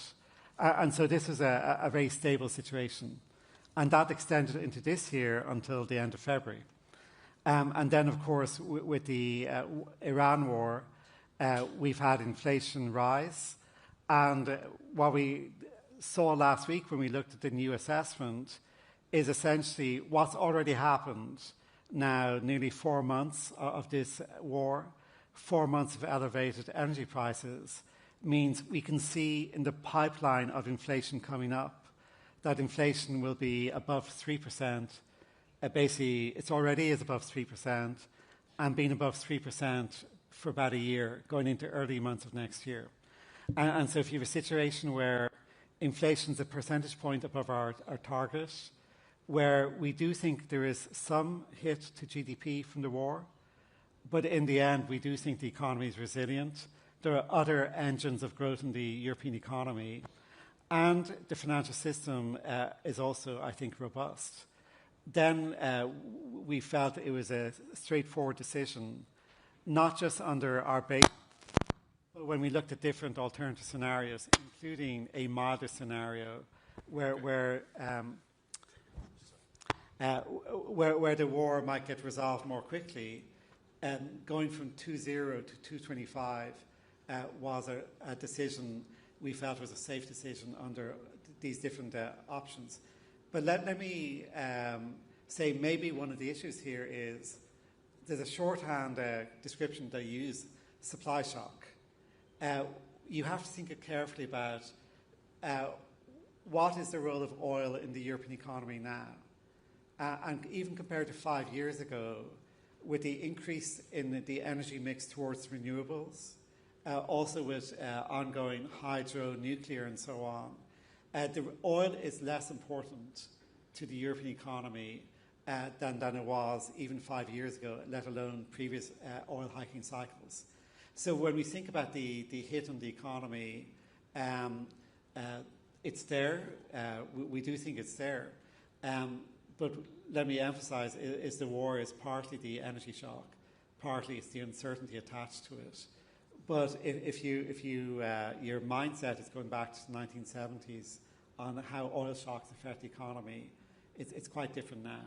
So a direct line to inflation, the effect on the economy is there, but not as big as it used to be. One of the arguments has been that we're already seeing underlying inflation come up and energy is feeding into core inflation. Yeah. I'm curious where exactly you see that. My colleague Francesco has looked at corporate earnings calls by hundreds of major corporations. We ran these earning transcripts through AI models, and it showed that companies' ability to raise prices is significantly smaller than it was 4 years ago, so the pricing power has declined. Are you seeing the same thing, and where do you see core inflation under pressure? So what I would say is we allow for some increase in core inflation, and more broadly, I'm not a big fan of the phrase core inflation because one of the big transmissions is from energy to food. So what I prefer to look at is non-energy inflation. Food, which is about 20% of the index, I don't think we should throw it out. So we do think there's going to be indirect effects on food, on goods, on services this year and into next year. But it's not the scale it was in the last episode. So this is why I agree with the Reuters analysis in the sense of if your benchmark is the scale of the pass-through that we saw 5 years ago, I don't think it's going to be like that. But I also don't think it's going to be invisible. I mean, we've tried to emphasize on our staff to differentiate between, in a simple-minded way, small, medium and large oil shocks. This is not a small one. Small oil shocks, I think, don't leave much of a footprint on core. It's not a gigantic one either. It's kind of medium size shock, I think is a fair description. And so we are allowing for indirect effects, second round effects, in a contained way. But again, we're not, we didn't announce last week we're going to go from 2.0 to 4. We said we're going from 2.0 to 2.25, and let's see what we do in the future, depending on how the data flow. There's, of course, a new situation because there's a peace deal in Iran. So I'm curious, how does that change your calculus? How does that change the outlook? So what I would say is, of course, it's early days. Of course, it's welcome news. The market did expect it as well. I mean, there was some market movement, but in the end, not a lot. And what we see, or what I saw yesterday, is the new oil forward curve is basically fairly horizontal for the next couple of years, not too far away from the current price. So what the current view of the oil market is high 80s, low 70s.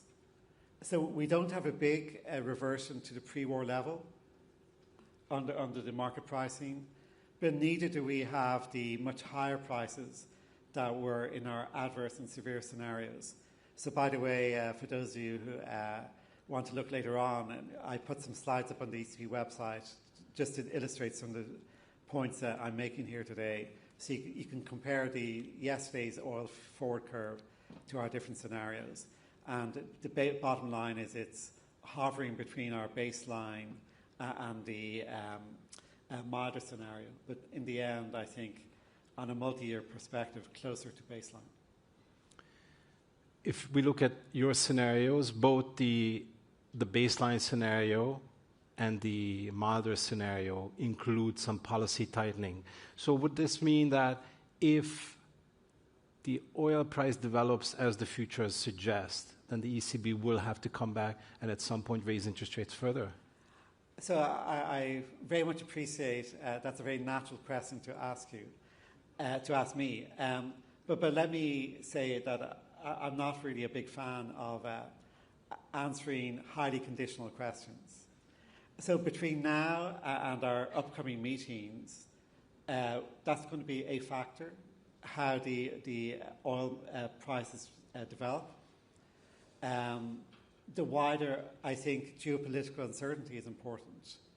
So when I think about what's going on, one of the issues is what will give firms, households, governments some clarity about, when they're trying to plan ahead for this year, next year, and so on. Is there basically going to be a quiet period coming up where a lot of the major news over the last 18 months, whether that's going to quieten down or not. So I would say tracking the oil price, tracking uncertainty would be important. I think tracking the whole AI developments around the world will be important. So I think there's a lot we're going to track. And this is why it's not an empty phrase to say we will be data dependent and meeting by meeting. Let me put this question to you in a different way. What would you need to see to argue that more policy tightening is needed? And what would you need to see to argue against more policy tightening?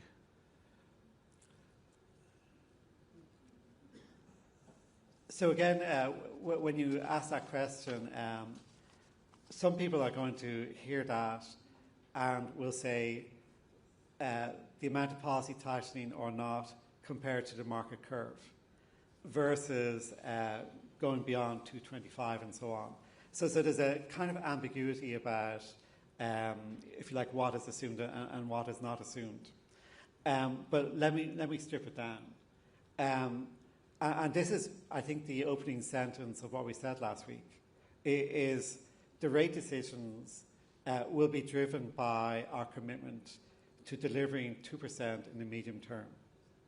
So essentially, whether we do more or stay where we are at the new level will depend basically on the incoming data about are there kind of strengthening challenges to that medium-term target of 2%, or are some of those risk factors calming down?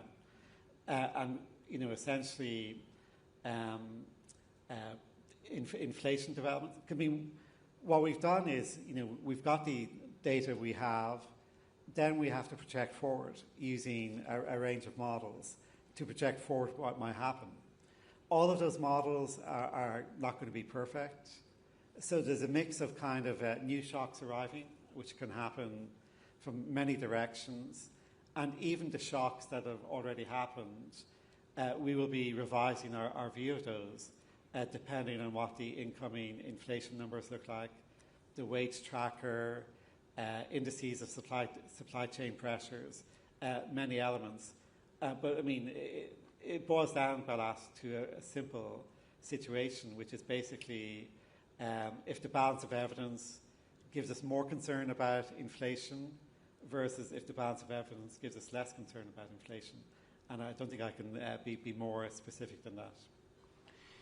If you look at the energy market, we know a lot of damage has already been done, and also stockpiles have been run down. So it will take some time for the energy market to normalize. Have you done work in-house at the ECB to try to gauge if there's a full reopening of the strait now, how long would it take for the market to normalize?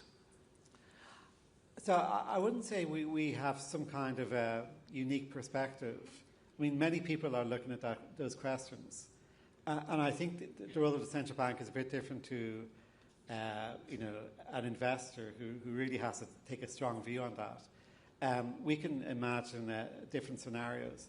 But what I would say, and maybe just coming back to the current view of the market, I mean, the current view of the market is essentially saying some mix of it will take time for supply to be fully available, but also on the demand side, that, as you say, I mean, the world did rely, I think, in recent weeks on running down available inventory. And so the issue is going to be the imperative to rebuild inventory. So the price of oil is not just going to be a flow price, if you like, about what do I need now, but also decisions. They'll be partly private decisions, so whether that's energy firms, energy trading companies, governments, many different margins will be deciding about inventory accumulation. And so the overall dynamic of the market will reflect that kind of risk management in addition to, if you like, the normal. And maybe also I would say what we have said in our monetary policy statement for the last few rounds is this underlines the imperative of accelerating the transition towards more renewables. And so, if you like, even if there's a durable piece here, the conclusion many will draw, not just in Europe, around the world, is let's not have that again. Let's not be so sensitive and dependent on fossil fuel imports. And in terms of now we have viable alternatives in terms of renewables. I think this will have a lasting impact on the transition dynamic. Given the shock to the European economy, I would have expected the ECB to make a larger revision to its economic growth projection, yet you only cut growth by the smallest possible margin. The idea of a recession has not even come up. I'm curious, what is the source of this resilience? Why is the European economy holding up despite all the turmoil? So I think it's important not to overly focus on March versus June in terms of projections. Because first of all, in a fairly narrow window like that, there's lots of data revisions arriving. So our view of 2025 is different now than it was in March, for example. Our view of Q1 is different now. So some of the what goes into what looks like apparently a small revision is basically the starting point, if you like, looked better than we might have thought in March. So what I would emphasize, and again in the slide deck I put on the ECB website, is look at December versus June. So December was clearly before the war, and I think that gives you the right benchmark. So we actually do think that 2026 GDP is markedly lower compared to what we thought in December, especially for consumption and in investment dynamics. So I think we have fully allowed for the effect of the war. But please remember a few points. One is we do have supportive fiscal policy in Europe now. I'm not talking about the energy credits, the small minor in the grand scheme fiscal response to the energy crisis. I'm talking about first and foremost the German fiscal expansion. So compared to if you think about what we predicted what might happen in 2026, last March before the German announcement, there's significant support for the European economy coming from the German fiscal policy. In overall terms, we now have this year, and looking into the future, the overall euro area government deficit like 3-something. This is not the euro area economy we had before the pandemic. Now, it's not US-style fiscal deficits, but 3-something, steady 3-something, gives you a kind of orthogonal support, which is orthogonal to the shock. We think construction investment will come back this year. Remember lags in monetary policy? Since we only stopped easing a year ago, even last year we think the accumulated tightening cycle was a drag on the European economy, especially in construction. That drag is no longer there. So even though it's kind of a slow-moving dynamic, the recovery of construction is important. Maybe very importantly this year is we have real earnings continuing to go up this year, next year, the year after. So even with the inflation rate this year now expected at 3%, we have compensation per employee going up at 3.2 this year, next year, the year after. So yes, households are worse off than if the energy shock had not happened, but it's not like last time where there's a big drop in household incomes. This time we think the average European consumer will continue to have a real income gain this year. So that is a support for consumption. And then the world economy we had a big upgrade to world trade. Europe is not at the center of the global tech boom, but the fact that world trade is doing better than expected is important. So it's not a silver bullet. Lots of individual items are positive And so the clearly negative energy shock is in the context of this wider resilience. But let me say, it's very important to say, the resilience is not by magic. The resilience includes the fact that households have strong balance sheets. Banks have strong balance sheets, including because of the long campaign to rebuild capital and liquidity in the European banking system. This is supporting now the resilience of Europe, and that corporates are not over-leveraged either. So if you have a resilient balance sheets, fiscal support, central bank starting point being a neutral interest rate, that gives you, and then globally the support from AI and so on, that gives you a lot of factors that explain why the negative shock from the geopolitics, whether it's trade, the tariffs, or oil, is basically counterbalanced by these factors. So even if the war in Iran is over, is conflict really over? We've had a year of turmoil from Liberation Day to Gaza to Venezuela, then maybe Cuba's next. Is this the new normal, and how does the ECB and the European economy operate in this new normal? So this is, I think, a very important issue. And we did a strategy review of what the ECB should be worrying about. And the conclusion, which we reconfirmed last summer, is essentially this decade especially. So this strategy review brings us to 2030, so for the rest of this decade. And, the slow-moving issues like demography, climate change, but we did zero in on geopolitical shifts. And this is, of course, it'd be a bad idea to go one by one saying, well, this happened and that happened. So I would say we don't try and predict what exactly is going to happen, but the conclusion is the years ahead may have more geopolitical shifts, and we have to recognise, be attuned to this in how we analyse what's going on, to recognise it creates more volatility. We don't take a stand on whether it means inflation is on average going to be higher or lower, but it does mean more volatility. And that volatility does mean how we make policy has to respond. So the conclusion of the review last year was we need to be basically put centre stage our risk assessment. So what we said is we will look at our policy not only under the baseline, which is the traditional view, but also the surrounding risks. And this is why last year, the first paragraph, or last week, the first paragraph basically said, this is a robust decision under a wide range of scenarios.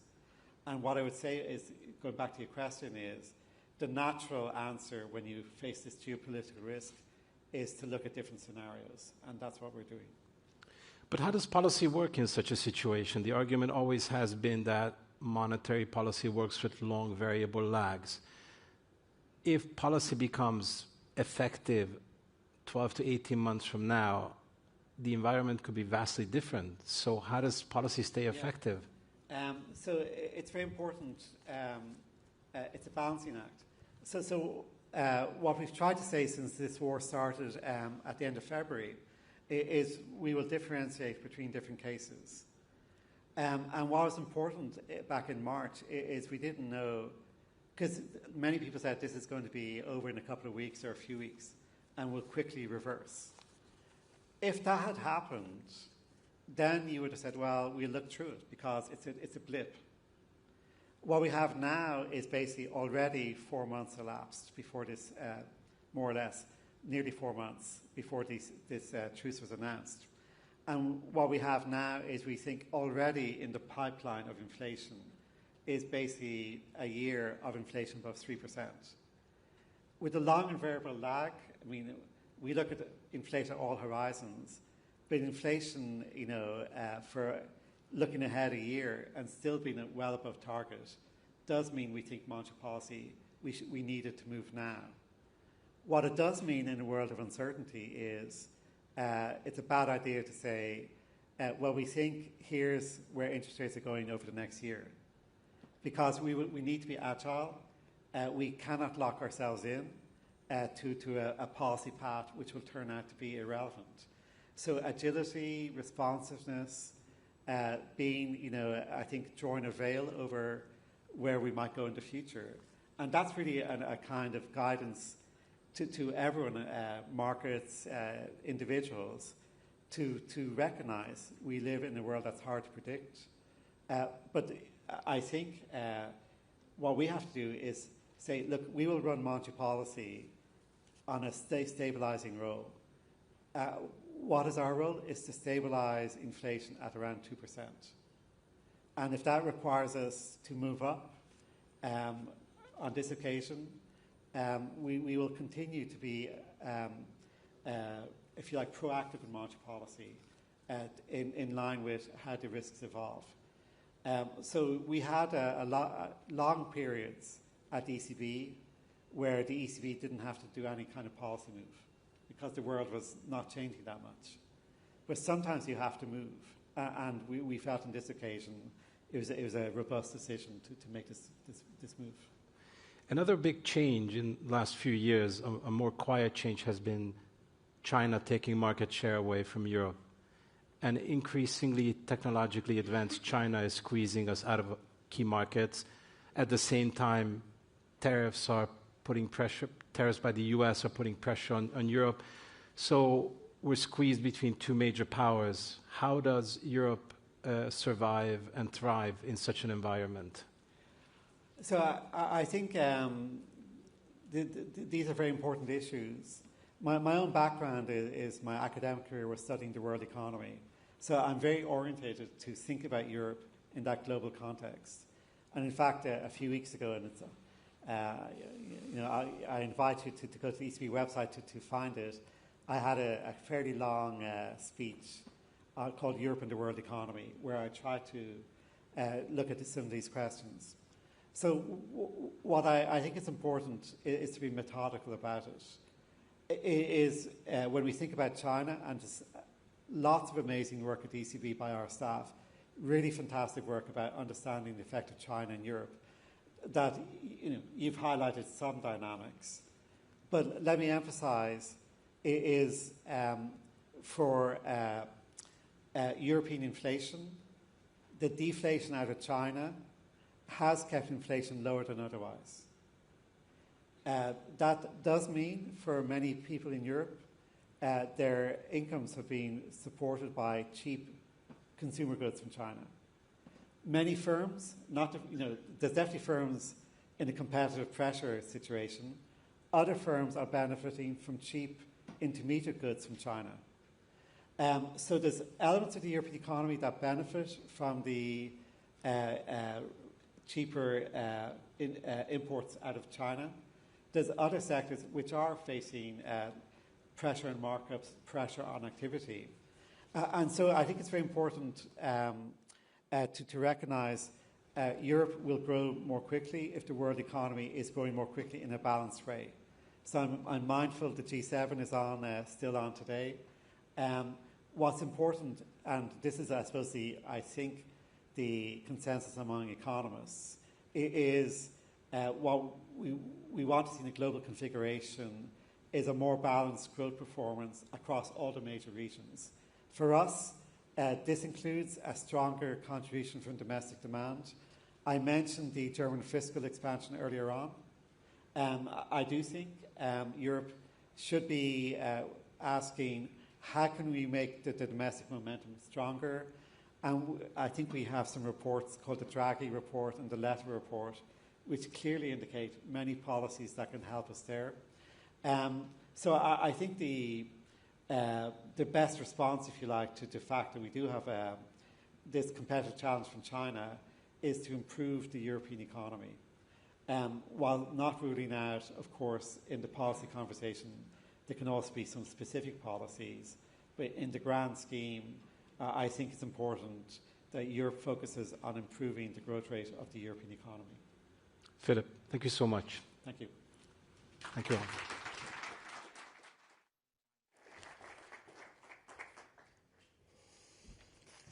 Thank you very much indeed to Philip and to Balázs.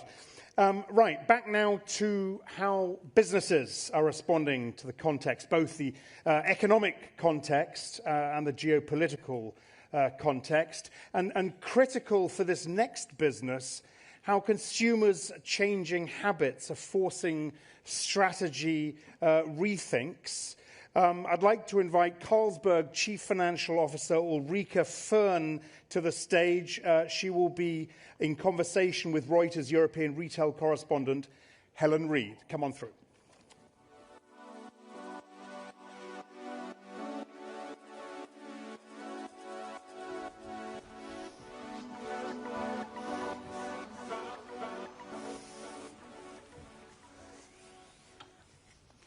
Well, thank you so much for joining us, Ulrike. It's really wonderful to have you here, and I'm excited for this conversation because Carlsberg is so global. You sell beer and a bunch of other drinks in around 125 markets. More than that, yeah. And that spans the whole of Europe, as well as India and the rest of Asia. So you're very well placed to know what consumers are doing right now. And I want to start by tackling what seems to be one of the major consumer trends of the time, which is that people are drinking less. Beer volumes have been falling, in part due to price inflation, but also changing preferences. So are alcoholic beverages entering terminal decline? Yes, that is the big question. The answer to that is not just a simple yes or no, unfortunately, or fortunately. It's more that it's changing, and there's two big components to that. One of them we've talked about a lot during the day today is very cyclical, and where we are in the world at the moment and where the consumer is in the world at the moment. It is about affordability, and I can come back to that a little bit in a minute. And then the second part is that the consumer is changing. And different generation is changing slightly differently. So the part answer to that is two. And the first one is very much driven that, alcoholic drinks are more expensive in general, and the affordability of that, and given that there's a choice, people will choose maybe one less or drinking less if they can't feel that they can't afford it. And the reason we believe this is actually a fairly big part of it is we do see that when people feel they got more money, and this is more uncertainty driven than people have got less money. People are holding on to their money. We heard from the previous speaker that it's both companies and consumer have got quite strong balance sheets. So it's a choice. And then when the choice is there and it feels a bit more supported, whether that's weather or it's Christmas is coming, or we can see that people are spending, and then the alcoholic drinks start selling again. So there is a cyclical part in this. But then the more maybe interesting part in it, there is also a structural part of it, which is the world of consumers. The consumers change, and I think we're in a time when it changes quite rapidly at the moment, and particularly Gen Z, who is very much more focused on health and moderation, but at the same time, their experiences their drinks in a very, very different way. They are moving between different categories, and they want experiences outside the normal pub environment. And so there's a lot of changes that isn't directly linked to alcoholic or non-alcoholic, which is more due to that generation. And then health and moderation goes all the way through the generation. So both of those are happening at the same time. And it's both tastes and preferences, affordability, and then where and how people consume. And how have you actually adapted your product offering then to these changes? Well, I think all consumer goods companies are trying to do that, and it's happening quite fast. And we have, it's more about occasions now rather than it is about the particular product. What we also see is that people are a lot more connected to one thing, one brand, one experience. They want a range of occasions. It's moments and experiences that people are after. So what we have to do, we're a brewer at heart, but we've expanded much wider than a brewer. We're now 30% soft drinks, because we want to be there when the consumer moves into soft drinks, because it's the same consumer that drinks soft drinks that drinks the alcoholic beer later on, that then takes an alcohol-free beer, and we want to be there across. So we've done a big shift towards soft drinks, but also in the middle where it's got low alcohol and alcohol-free beer. It's big and growing at the moment, whilst keeping an important part, the premium part of our beer portfolio, where people choose to be a bit more discerning to themselves, a little bit of affordable, not luxury, I think that's taken it one step too far, but affordable treat, that's still growing. So you can see that we need to be there across those growth moments, as we call it, where people are actually buying more. But mainstream beer has also got a role in all of this because that is part of everyday life. Tell us a bit more about Gen Z and Gen Alpha. These are the consumers that are going to be driving spending patterns for the next decade and beyond. What are they saying? Because we've all read the headlines about how young people are more likely to meet up at a run club than to go to the pub. What does your research actually say? They're saying very much that. It's saying that it's a generation, and Gen Z is what we got most information about, that they don't like the traditional ways of getting together. And I think it's partly linked in the environment that they've been growing up. Our research is saying this because that generation has been in a pretty uncertain world as they've come into drinking age. And that uncertainty has enable them or push them into doing things in a different way as well as they are different. So we see more, you were saying, they could go to laundrettes or cafes or gyms and just out in the park in a very different way than we do. And maybe that's a little bit of affordability. It's more expensive to go into a pub. But it's also the way they do behave around each other and how they move. So we need to move with that. And for us, what that means is that we need to have products and formats that fit into that. China is one of our biggest markets. There, buying premium beer, so the little bit more expensive, little bit better beer, was always for the on-trade, so for the bars and the nightclubs. That's now moved into homes. So now we have to have a 1 liter bottle of beer, which looks very premium, that you can have almost like on the table at home and share. That's the sort of shifts we need to do. And that, for example, has been very, very successful, as well as meeting at the same time the lower alcohol and no alcohol formats also for the home and not just in the bar, and then the soft drinks occasion, which sort of sits somewhere. It needs to be there, but then they move from there and then back into beer again. So we need to be available at those places with both. You mentioned the uncertainty that consumers are facing. Of course, executives are also facing extreme uncertainty. And we've seen that most recently with the energy crisis caused by the Iran war. It sort of reignited these inflationary pressures, which are a real concern. Consumers are already fed up with high prices. So with this preliminary deal to end the war, does that come as a relief to you? Are you relieved, or do you think the pressure is continuing? Well, I think, the uncertainty that is come with is just another level of uncertainty on top of what was uncertain already before. And of course, in a consumer business, we don't want uncertainty. The consumer gets uncertain. It holds on to it doesn't spend as much. So, of course, less uncertainty is good for us. So a deal like this would be welcome, of course, less uncertainty. And we were seeing already before the war that actually consumer confidence was coming back slightly and maybe at least stopped declining, actually across the world. And I guess the war was unwelcome for many reasons, but also for the fact that it disrupted the consumer, and it's now been a little bit in a holding pattern. We haven't seen that much of an impact on it through the year on the consumer directly. So it's going to depend very much now on what happens, whether this now holds as a deal, and if it does, hopefully the consumer will get back on track and feel a little bit more certain about the future. And that certainty is what will be helpful for having a bit more predictable future. But then, of course, this is the world of volatility, as previous speakers say, so we will hope that there's nothing after it. But this will, of course, be welcome from an uncertainty point of view.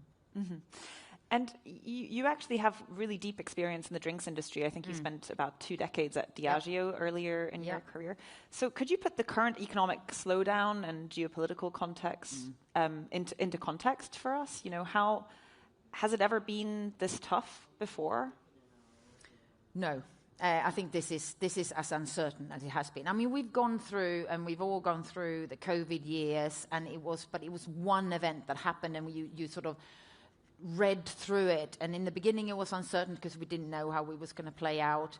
Then you were starting to see the inflationary pressure. You started to see how people behaved. So there was one scenario to play around. As much as it was uncertain, it was one scenario. I think what we're seeing now are several scenarios on top of each other. So it becomes a little bit difficult to discern what's again, coming back to my first point, what's structural versus what's actually behavioral. And then, of course, the longer the behavioral is impacted by some sort of cyclical factor, they might become structural.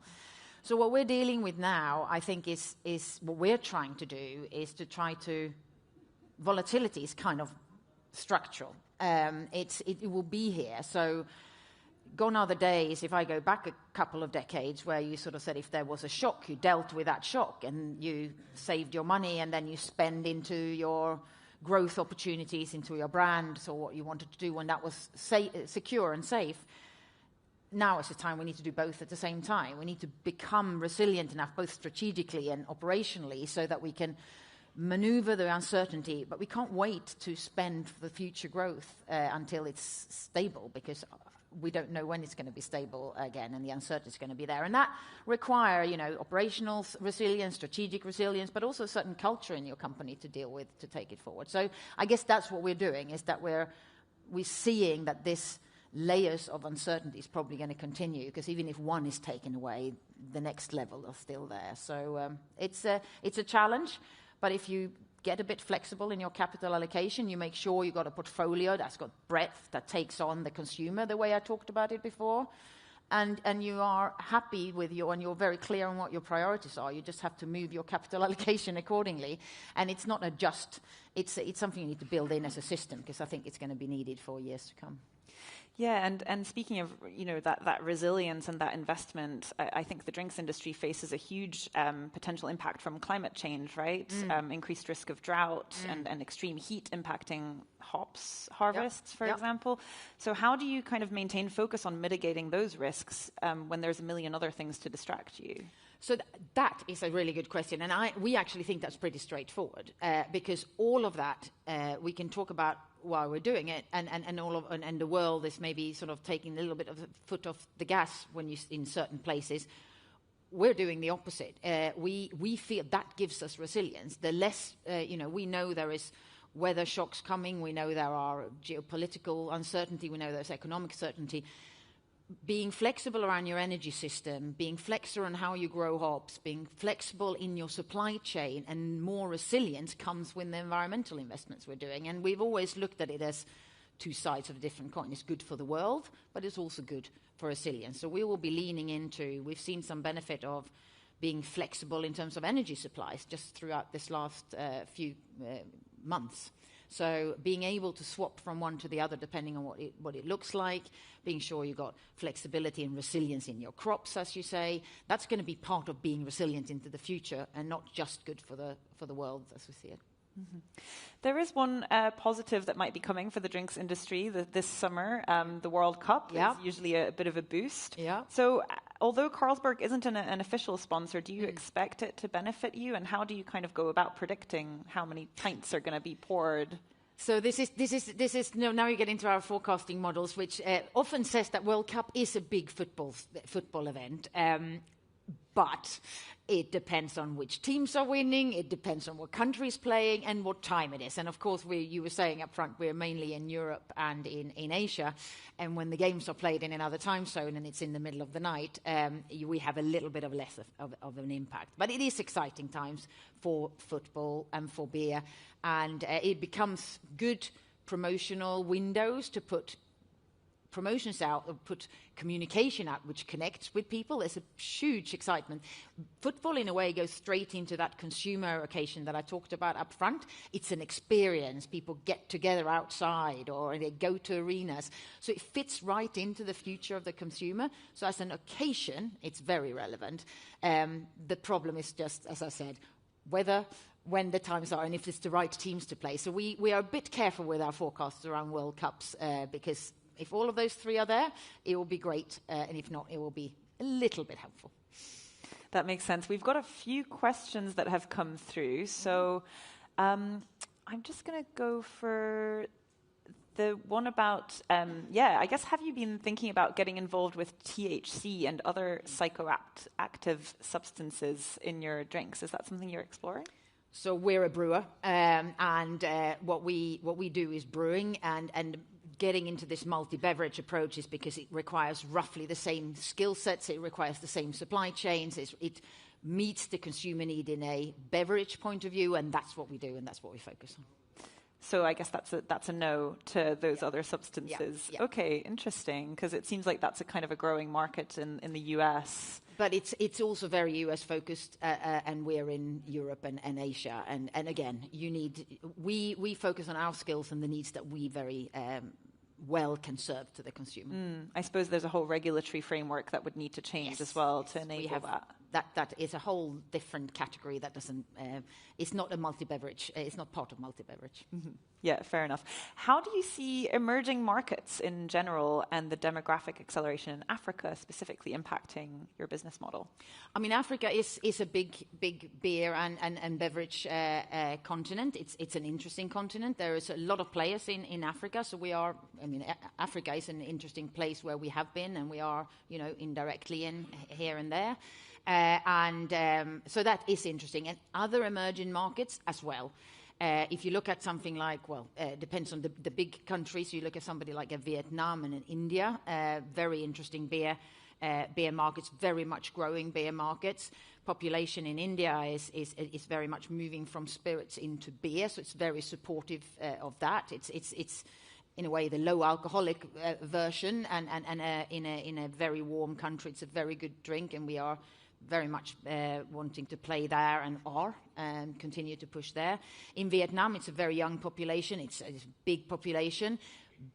Premium beer is a little bit less growing than mainstream beer, but the whole market is growing, high single digits, so very exciting. And you can look at, if you look in Africa, and we're not in Latin America, there are some nice growing beer businesses there. So it does depend on where you are in the cycle, where you are. Western Europe beer is the one that is probably the most challenged across the world, and the US, where we're not. Yeah, I was going to ask about India, actually, because it seems like a lot of alcohol companies are sort of pinning their hopes on that as the next big growth engine. Do you think it has that potential to sort of deliver? We do, yes, absolutely. And we do think that there is a supporting population.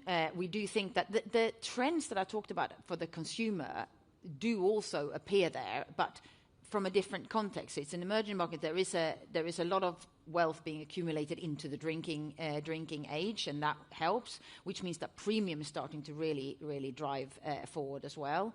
And then there is this shift, health and moderation, drinking a little bit less alcohol. Beer can play a big role there in India in another way than it does in other countries, as well as lower beverages than beer. So we are playing very hard in India, and it's a very good growth market for us, and will continue to be. And in this world, they live in their own little ecosystem, and it seems to be continuing to do very well. And I think you were planning to potentially IPO your India business. Is that still on the cards? So we've said we're going to do a strategic review of it, and that we're still doing.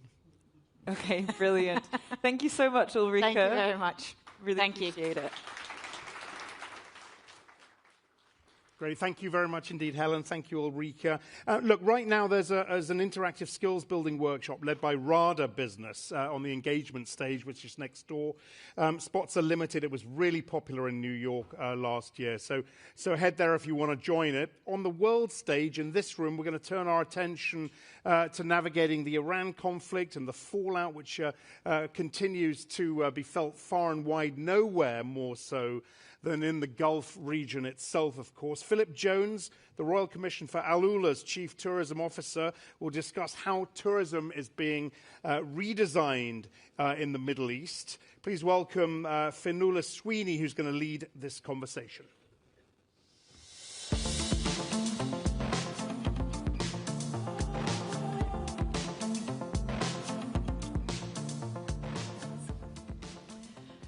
Thank you very much. You're very welcome.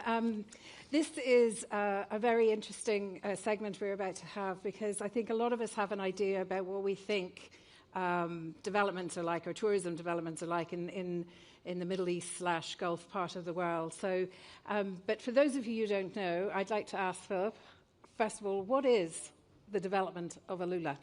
So Al Ula is one of the giga projects. It's a civilization that's been around for 200,000 years, and last 7,000 years continuously, and it's the first UNESCO World Heritage Site in Saudi Arabia. It's in the northwest corner of the country, and it's about a 6-hour drive from Jeddah, and about a 4-hour drive from the Jordan border. And how did a man from Louisiana in the deep south find himself in Saudi? So I was, after I left, I was the Minister of Tourism for Louisiana, and then I left to be the CEO of what's known as Visit Dallas. And I got a call, and they said, we have this amazing opportunity in Alula. And I said, so where in Hawaii is that? That sounds amazing. And they said, no, it's in Saudi Arabia. And I said, yeah, no, thank you. I'm not interested in working in Saudi. And they said, no, you have to see this place. And they flew me over. And when I landed, it was just one of the most mystical, magical places that I'd ever experienced. It's surrounded by mountains, and you have the largest oasis, one of the largest oases in the country, 2 million date palm trees in the middle of the desert. So it's incredibly green, and you have 7,000 years of civilization full of archaeological sites and monuments and tombs. And so we didn't have to start from the very bottom. We literally had the assets in place. We needed to build an ecosystem to support a tourism industry because the Vision 2030, one of the missions is to transition and transform the economy of Saudi Arabia, and tourism is one of the pillars that they've identified. And so they wanted individuals with years of experience in the sector to come in and train local Saudi men and women for jobs in the travel and tourism industry. I'll get to that in just a moment, but let me ask you, again, experience in Louisiana and Dallas, like you're working with UNESCO sites essentially in Saudi. Right. So what experience and could you bring to a project that, while you may not have been starting from scratch, as we associate a lot of the giga projects in that part of the world, you were actually having to develop, as you've just put it, an ecosystem. Yeah, we had to build, an airport. We had to build roads. We had to build the infrastructure to support a visitor industry because the county is the size of Belgium, and the population is 40,000, so it's very sparsely populated. And so what we had to, there wasn't a lot in place from a tourism infrastructure perspective, so we had to really go in and put in place the sort of the nuts and bolts of a tourism infrastructure. And so we've done that for the first few years, and then in 2020 we opened the first Hegra, which is the first UNESCO World Heritage Site, has 111 monuments and tombs. So if you've heard of Petra, that's the northern border of the Nabatean Kingdom. Alula and Hegra is the southern border of the Nabatean Kingdom. And so we have 111 monuments and tombs in one location. So people are astounded when they come. And when they're there in Alula, they're there with one person or two people, as opposed to Petra with 1,000 people. And so it's very bespoke, very individual, and very, very mystical. Is it Western in design? How involved is the local community in it? How do you begin to build that ecosystem around these sites, some of whom are thousands of years old? So Alula was closed for the last 100 years, basically. Madayan Salah, as it was called, which we now call Hegra, was closed to the public. And so we opened it and our other heritage sites in 2020, and that was the beginning of the journey. And I think the first year we were open as a tourism destination, we built a couple of hotels. We're now up to almost 7 hotels that have been built. We're opening a Hyatt later this year. We have an Autograph Collection under construction, and we've announced the 6 Senses and 2 Oman hotels as well. So we're working through that process, but we didn't have enough inventory to support the visitor industry, and so now we're up to 1,000 keys. And so last year we hosted 320,000 visitors from around the world to Alula, and it's one of those destinations that you have to see it to believe it. It's really special and stunning and authentic. And talk about sustainability. Is that something we associate with giga projects? Certainly for Alula, we have a manifesto where every project we build and develop is done sustainably, and because we want to be in it for the long run, right? And we have 7,000 years of history and heritage, so we want to make sure we protect and preserve that. It's been around for 7,000 years. We need to keep it around for another 7,000 years. So everything we're doing is done as part of a master plan, and only 50% of Alula will be developed. The rest will be a national park. And we have 6 national parks and reserves that we're developing. We're reintroducing the Arabian leopard. There are only 140 left in the world today.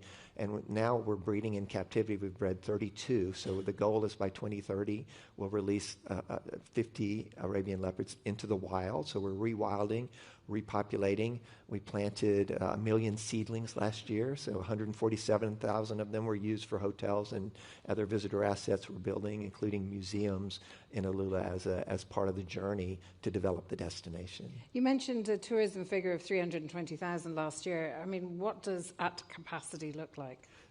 320,000. we had full occupancy, during the season. Now, what happens is, our goal is to get to 1 million visitors by 2030. I think realistically we'll probably get somewhere between 700,000 and 800,000. And then how do you balance that volume of visitors with keeping the ecosystem in place? And where does sustainability come into it? And if I may just jump ahead, just to give you some time to think, it's also what about the actual business of making money, because it's not a charity. Indeed. I mean, the first phase, it was very much funded by the national government, the Ministry of Finance. Now we're in phase 2, where we're looking for partners and investors to come in and help offset costs associated with building hotels and other visitor assets. And may I ask what's in it for them? A good return, because Alula is probably the crown jewel in the tourism of the tourism product in the Kingdom of Saudi Arabia. Because it is so unique and so special, we're working very hard to preserve and protect it. We want to keep it authentic. We want to manage the numbers. We don't want to have over-tourism. And we're very, very careful in how we go about selecting partners from the various brands, along with the experiences that they have. And, our NPS, Net Promoter Score, is in the 90s. I've yet to meet a single person who's come to Alula who left going, it was all right. Everyone goes, wow, this is amazing. I've never seen anything like it. It's stunning. Why doesn't the rest of the world know about this place?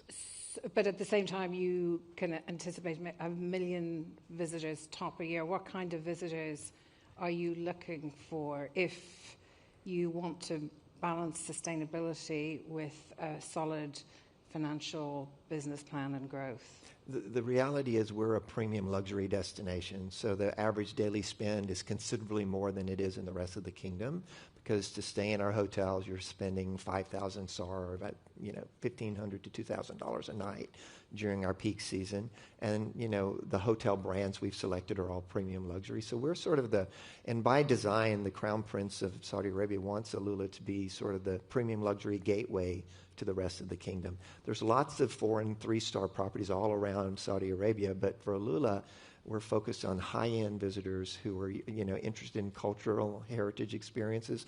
We've just finished a bunch of research. 70% of our visitors are interested in a cultural experience. 70% are interested in a heritage experience, and 60% are interested in arts and culture. So we're investing in a contemporary art museum, a museum of the Incense Road, and we have a massive project called Wadi Al Fan, which is Valley of the Arts, which is an investment in large public sculptures in one of the most stunning valleys in Alula.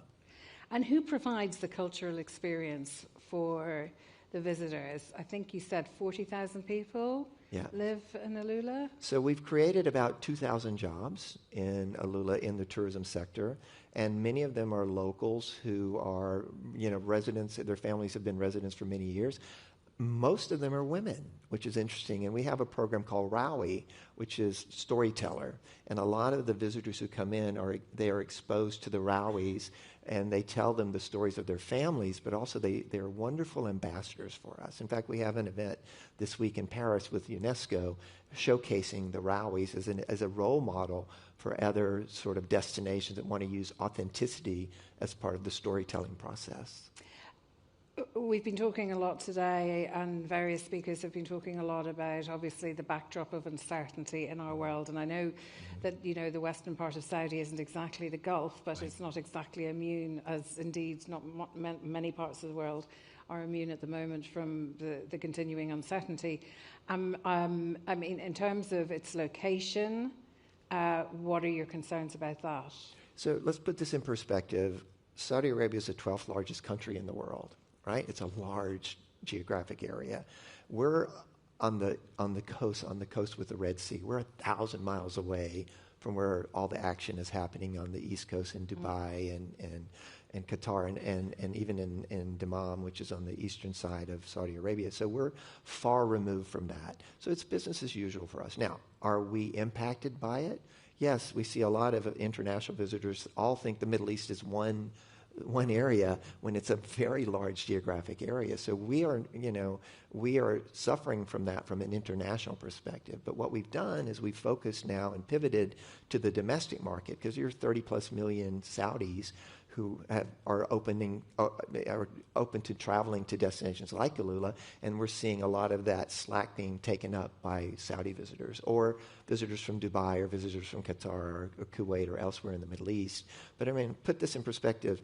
The difference between Alula and the East Coast is the distance between New Orleans and Chicago, roughly. So that's how removed we are. And the flights on that side of the western side of Saudi Arabia are open. Jeddah is a major hub, and you can fly in and out of Alula on 20 different flights a week. And essentially, do you have any concerns about an energy crisis, or is it that the kind of visitor that you're hoping to attract doesn't have those kind of, pocketbook concerns? Very few. I mean, we hosted 400 private jets last year for visitors flying in because they wanted to be among the first to experience this amazing destination. Now we're seeing more visitors who are also interested in sustainability. And so they want to support destinations that embrace sustainability. They want to support destinations that are doing it right. Our goal is to be net carbon neutral by 2060.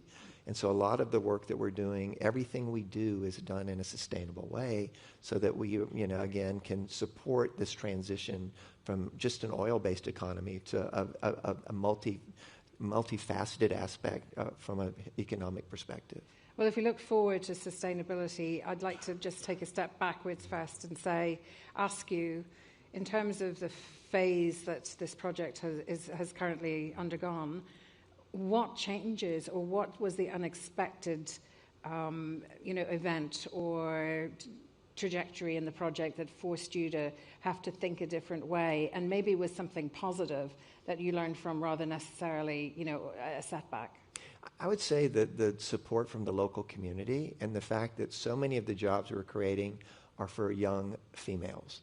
And so a lot of the businesses we have in Old Town, which is one of our heritage sites, are female-owned. We have a project called Madrasat Adira, which is a project that has 100 local women who are making arts and crafts, lovely jewelry, lovely weavings, lovely art that are being commissioned by major hotel companies and major department stores because they're so unique. All Saudi. Beyond Saudi. Beyond Saudi, globally. And they are, they're truly the artisans of Alula. And 100 of the 102 working in this program, 100 are women. And they're so proud to be able to showcase their skills and their arts and crafts and their product to global visitors who then come and buy this amazing product in Alula. And across the industry, women are in... 50% of the jobs, if not more, in Alula are held by women. In fact, the CEO of the Royal Commission for Alula is a young woman. She's in her early 40s. And so that's the thing that people don't realize is that there's been a massive transformation and transition in the country of Saudi Arabia. And, it's so different than what I thought it would be like when I was approached 7 years ago. And I can talk about it all day, but the best thing you can do is come see it for yourself. I promise you won't be disappointed, and you'll leave having learned something about a culture and a history that you probably knew nothing about. Just go back to the fact that it's 7,000 years old and you want to preserve it, presumably, for the foreseeable future and beyond into another 7,000. How do you balance that and continually balance that desire to be a business, to entice visitors, to keep the tradition, and importantly, to keep the community involved and engaged? Well, step one is you have to keep the community involved, because when visitors visit a destination, they want to engage with the locals. They don't want to, they want to feel like they're part of the local community, and so they want to be exposed to the markets and the experiences that the locals enjoy. So that's one thing. The other aspect of it is to make sure that as we go through this journey together, that everything we do is authentic and real and unique. It's not copy cutter. It's not Disneyland. It's not Dubai. We're the anti-Dubai. I mean, Dubai is great. But so if you're looking for that, don't come to Alula. If you're looking for authentic cultural heritage experience, if you're looking for a majestic setting, if you're looking for some of the most stunning scenery that you can imagine, then come to Alula and enjoy it. And people who come, they really take a deep breath and they sort of recharge, and we're putting a lot of emphasis on wellness as one of the next pillars we'll be developing. So in terms of development, I'm wondering, would it be possible to have developed this particular area without the support of UNESCO and international partners and the experience that international partners can bring to bear on this kind of tourism? No, international partners are key to our success, right? Now, you want it to be real and authentic, so we're engaging locals and a lot of the young Saudi men and women who've embraced the change happening. Put this in perspective, 75% of the country of Saudi Arabia is under the age of 35. So it's a young country, and so they're embracing these opportunities. And so we want to make these opportunities available to them. But at the same time, we need the support and expertise and the involvement of the international community because it's an international destination. And so we want to make sure that, when you come to Lula, you'll see signs in English and Chinese now. So we're really doing everything we can to be open to visitors from around the globe to ensure that they understand that, we value their business, we want them, but we're also looking for investments. So if anyone's interested in building a hotel or another visitor asset, come see us because we'd love to talk to you. Let me ask about the 7 years you've been there, building this not from scratch, but presumably working with partners. What do the next 7 years look like? And again, I'm kind of conscious of the sustainability balance. I think, we're going to see more development of the cultural assets. So we'll see the opening of the Museum of the Incense Road, the only one of its kind, because we were on the incense route from Yemen to Turkey, basically back in the day, thousands of years ago. And so we're going to have a museum dedicated to that. 40% of the artifacts have already been acquired. Asif Khan is the architect for that project. Then we have a contemporary art museum because we have a big investment in arts and culture. And so we have a huge acquisition, a partnership with the Pompidou that we are engaged with. And so we'll be opening a contemporary art museum that Lena Gottman is designing. So we have star architects designing some of our assets. And then we'll see more hotel development. We've announced the Six Senses, the Hyatt will open, the Autograph Collection will open, a couple of the Amman projects will open. And one of the most unique hotels in the world is a project being designed by the French architect Jean Nouvel, and he's carving the rooms into the rocks, just like the tombs used to be for the Nabateans back at 2,000 years ago. It's going to be one of the most stunning hotels in the world when it opens in 2030, 2031. And again, we'll have very unique offerings that can't be found anywhere else in the world. I mean, we talked about the local community's involvement, and we've talked about, partnership, international involvement. What about the domestic tourist industry, which we associate with largely being religious? Mm-hmm. Is this something that is attractive or appeals to the domestic traveler? And do you want to appeal to the domestic traveler? Definitely. I mean, because of what's happening geopolitically, a lot of the visitors coming to Lula today are from within the Kingdom of Saudi Arabia. Now, we're not a religious tourism destination. We'll take visitors who are here from Mecca or Medina, and if they want to experience Lula, they can. But that's not necessarily our core target market. Our core target market are the international markets, around United States, Europe, Asia, and then, the region. But again, these are people who are well-traveled, who have the disposable income to pay the rates that we have, and who want to experience and enjoy a destination that is very unique globally, and one that is sort of the crown jewel in the kingdom's tourism offerings, because we're sort of the benchmark for many of the other projects being developed in the kingdom. We'll leave it there. Thank you very much. Thank you so much. Thank you.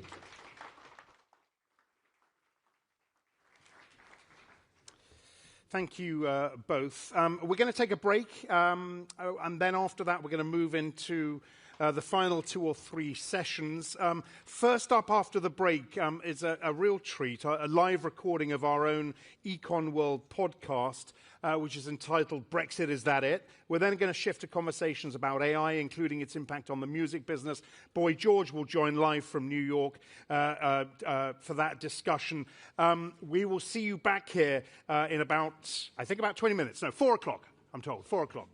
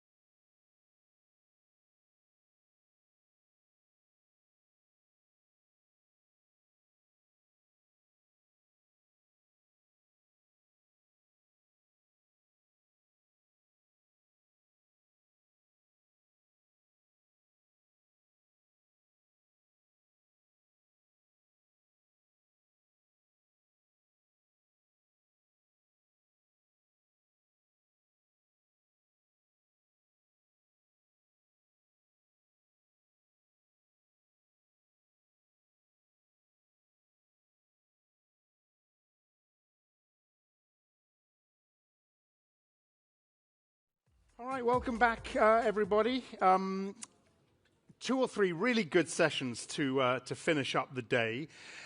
We've got a treat for you now. Please welcome Reuters Econ World host Carmel Crimmins. This will be a live recording of her and our Reuters most popular podcast. She will be talking with Europe editor Rachel Armstrong, who you saw earlier on the editor's briefing, and Reuters UK and Ireland bureau chief Kate Holcim about Brexit. Is that it? So Carmel and Rachel and Kate, come on out.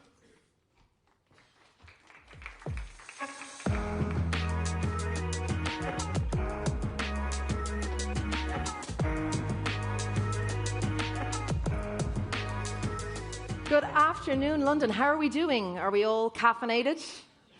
I'm glad to see there are some people who actually want to engage in a discussion about Brexit. I actually thought we were going to have to drag people off the street for this one because, let's be honest, this can be a triggering topic. So clearly we're all gluttons for punishment. Now, this session is being recorded for my podcast, Reuters Econ World, and most of the audience for that show are American. So when they think of British politics, they think of rowdy House of Commons sessions. They think of people shouting, "Order!" So if you feel like heckling us, or if you feel like agreeing with us and want to shout out, "Hear, hear," go for your lives. We're also going to get you to vote during this session. And I don't know if we can have the questions perhaps appear on the screen. Bear with us while we do this. We get the questions on the screen. I'm glad to see the lights are a little bit lighter in this room. Actually, earlier on, it was like a nightclub. I thought I was just going to see the whites of your eyes. So the questions are, the first one will be, will Britain rejoin the EU in the next 25 years? So that's the first question. And to vote, you just use your phone with this QR code. Second question, will Nigel Farage ever be Prime Minister? And then the third question, will England win the World Cup? So we're going to find out how you voted at the end of the session. And let's get into it. I'm delighted today to have 2 wonderful people on stage with me, 2 people who, for their sins, have been at the front seat of all the machinations of British politics over the last 10 years. And that is Kate Holcim, our UK bureau chief. Sigh from her. Rachel Armstrong, our Europe editor. So I've got to ask, guys, is this topic triggering for you? I was going to say it is a bit triggering. As people remember, it was incredibly emotive and febrile in the UK when this vote happened. And I can remember it was clearly that stage of life where I was at. I went to a wedding on the Friday after the Brexit vote and on the Saturday. And you just remember it dominated the conversation. Like these poor people's weddings dominated the conversations. Families were falling out, tables were arguing. So it brings back those memories. And then it just dominated all UK coverage that we did for the next 4 years. And I'd forgotten some of it, but I was trying to remember what was all those terms we were talking about. We were talking about hard Brexit, a soft Brexit, the backstop, the Northern Ireland Protocol. Yes. All of that. I had a look. I was saying to Kate earlier, you can look at the Brexit glossary on the House of Commons website, and there's 40 pages of very arcane terms which dominated our life for about 4 years. I'd say that page doesn't get a lot of hits somehow. Kate, you were kind of wincing over there as Rachel was mentioning some of those terms. This is a tough one for you. Have we got the support animal outside waiting for you after this? I met a new European diplomat who's just moved to London the other day, and he said, "I can't believe you're all still talking about this 10 years on." And it was Ouch. Like, welcome to London. Ouch. Well, on that note, I think we'd probably be talking about it this month because it's 10 years. But it does feel like it's back up on the agenda again. Is this all down to a potential leadership race in the Labour Party? So, it's 10 years, as you say, and one of the interesting things about Brexit is that when Britain eventually came to leave, it was very quickly followed by a pandemic and then the war in Ukraine, which had a huge impact on the economy. So in some ways, it's taken quite a long time for people to really be able to see what the impact of Brexit was, and so that's an element. But yes, the Labour Party, the Labour government is struggling. It needs to find some economic growth from somewhere, and it also wants to set itself apart from other parties, and so the one lever it has is saying it wants to be closer to Europe. On that kind of international backdrop, that's also important too, isn't it, Rachel? I mean, we've seen a lot change in the last 10 years. We've got, war in Europe, we've got kind of global trade kind of stuttering, and then tensions with the US. I mean, in a way, President Trump and President Putin are kind of advertisements for maybe finding friends in other quarters, right? I mean, I think, if you're Keir Starmer, you will look at Europe and think these are more reliable people to talk with. These are people who I can have, trustworthy conversations with. They're all at the G7 today. The European leaders will have conferred going into that.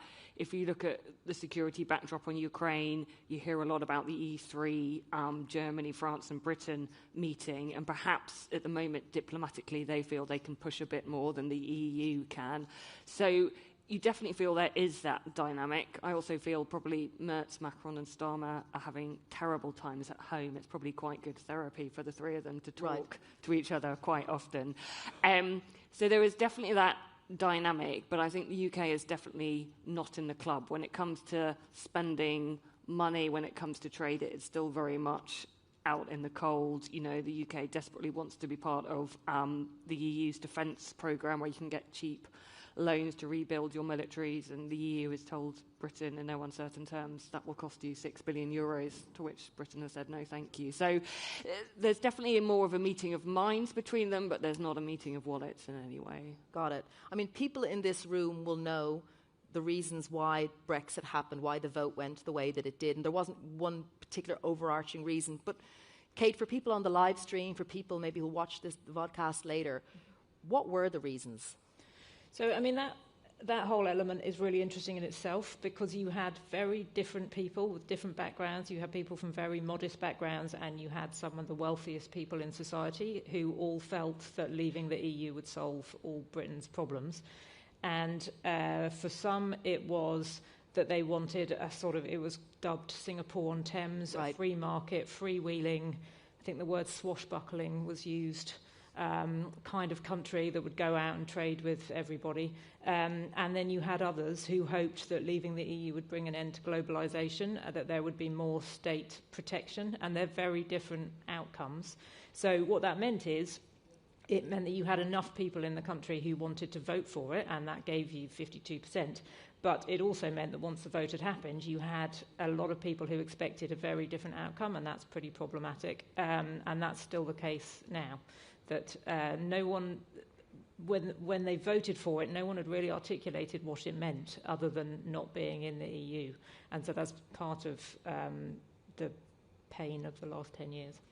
And how did that work out? I mean, is it fair to say the consensus is that Brexit was bad for the British economy? I mean, that seems to be the consensus, right? There was a big loss of economic output. I saw an estimate of between 6 and 8% of GDP. Yeah, well, I mean, like everything, it's contested, but I don't think anyone actually disputes that it's been a problem for the economy. So the official forecast by the government's official budget forecaster is it's 4% of productivity, but for sort of imports and exports, it's 15%. I mean, that's pretty enormous.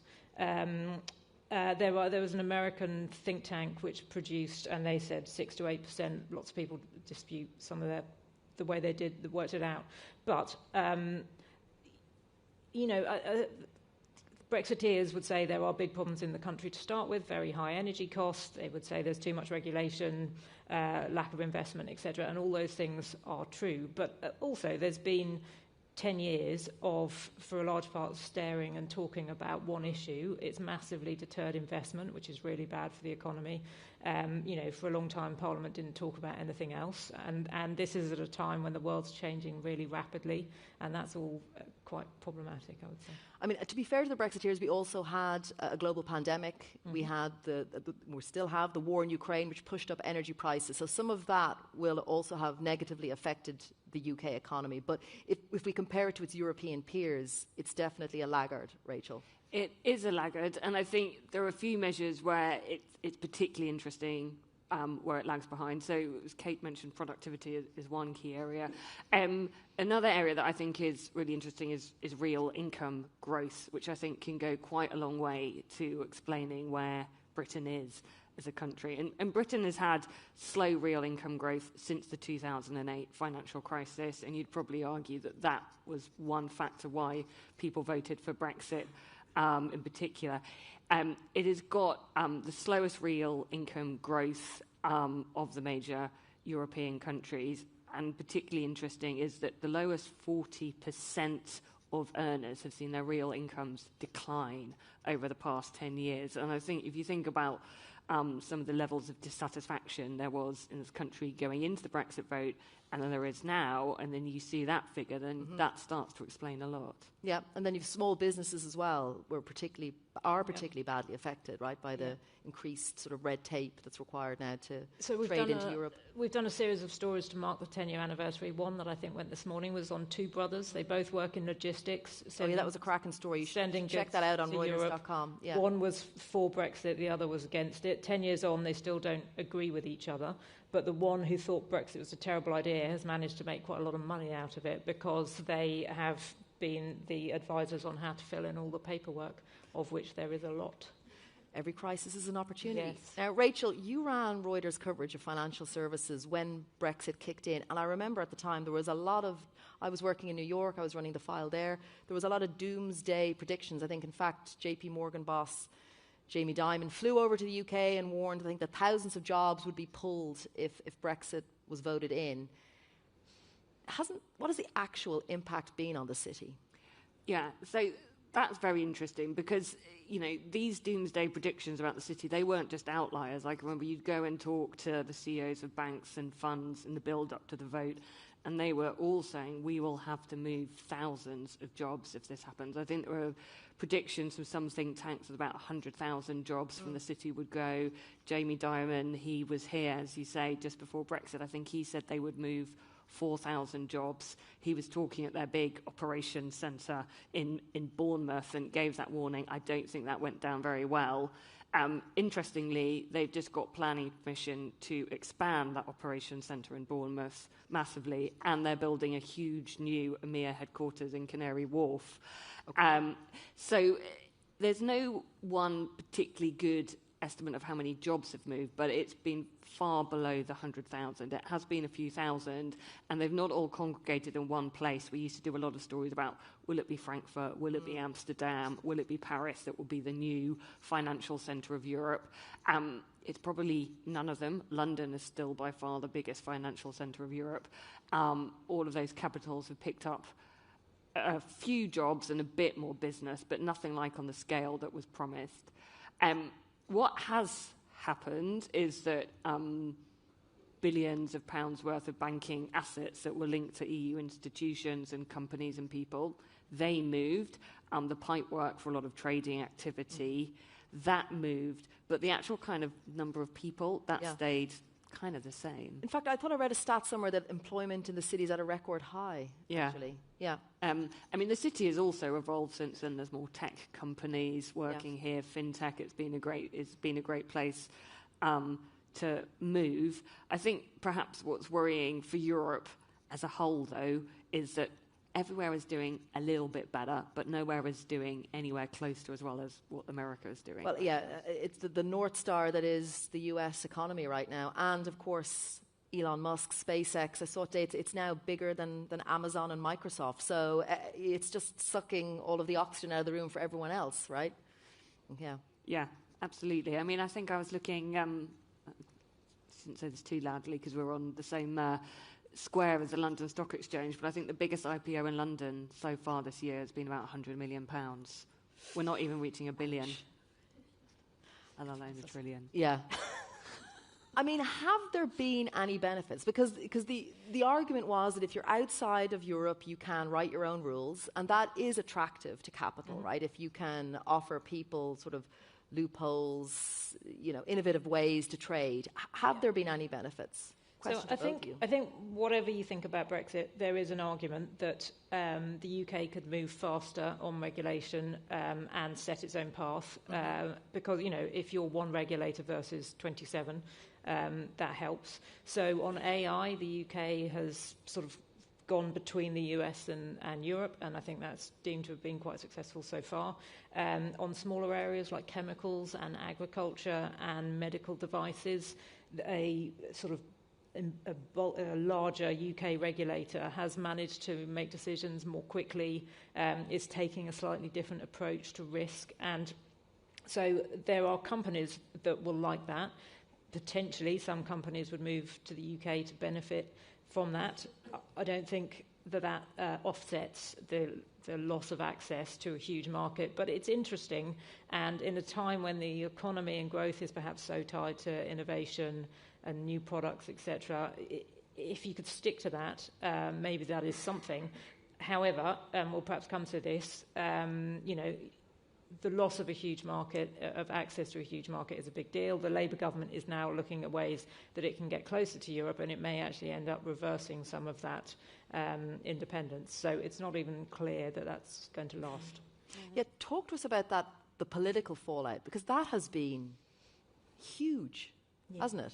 Yes. I mean, the instability is just... Yeah, I mean, it's 6 prime ministers since the vote. And I can't remember. Really, 6? 6, wow. And potentially 7 in a couple of weeks' time. Indeed. Indeed. We're all voting on that, by the way. I can't remember the stats, but if you think of the length of time that the likes of Blair and even Major and Margaret Thatcher were in power, it's a huge change. It goes back a long time since we had this level of instability.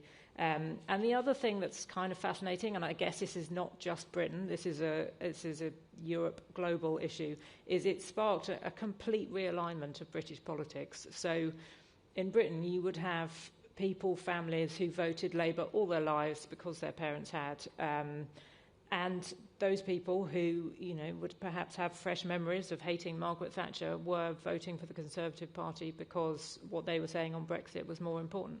And that shake-up there's no sign that is going to be undone. And that also, I think, means that politics becomes much more unpredictable. You potentially, at the moment, have 5 parties that can get a highest chunk of the vote. So that makes it really unpredictable to call who is going to win a next election. It's still, though, with the kind of first-past-the-post system, that 2 parties, it's still hard to break that stranglehold, isn't it, if I can put it like that, because of the nature of the vote, the way it goes in? It is. Or do you think that's... No, I think it's changing because you've now got you've got 4 or 5 parties who may get over 15% of the vote. So you saw Labour win a large majority, but actually the vote was not that high. I think the first past the post works when you've got 2 parties. It becomes, I think, much more unpredictable. It's a long-running thing that maybe opposition parties or certain opposition parties say we should change the British political voting system, and then the second they get elected, they say, no, it's fine, actually, don't worry, we quite like it. So I don't know how that changes or if it will, but there's certainly more talk about it. What about the kind of the rise of the far right? Has that also been? Could we trace that also back to Brexit, or does it go back further? I'm not entirely sure. I mean, so I'm not necessarily saying Reform is far right, but Nigel Farage's party has led the polls. He's led every poll for well over a year now, which is pretty striking. There are definitely, I think in some ways the issues have not changed, but Europe's involvement in that. So the conversations are still about immigration. The conversations are still about a political elite, etc. It's just now people aren't blaming Brussels for that. They're blaming stuff closer to home, possibly. And Rachel, we've seen that kind of that political instability have an impact on the markets. Like the bond vigilantes definitely have the UK in their sights, don't they? They sort of keep very much a watching brief on the plans of the government. Yeah, I mean, I don't know if you recall last year there was a moment when the Chancellor of the Exchequer, Rachel Reeves, was a bit upset. She clearly, like many of us do, had a bad day. She was seen in Parliament look upset, and gilt started selling off, which is kind of, an unheard of thing. And I think we were looking at that. There's no one single factor.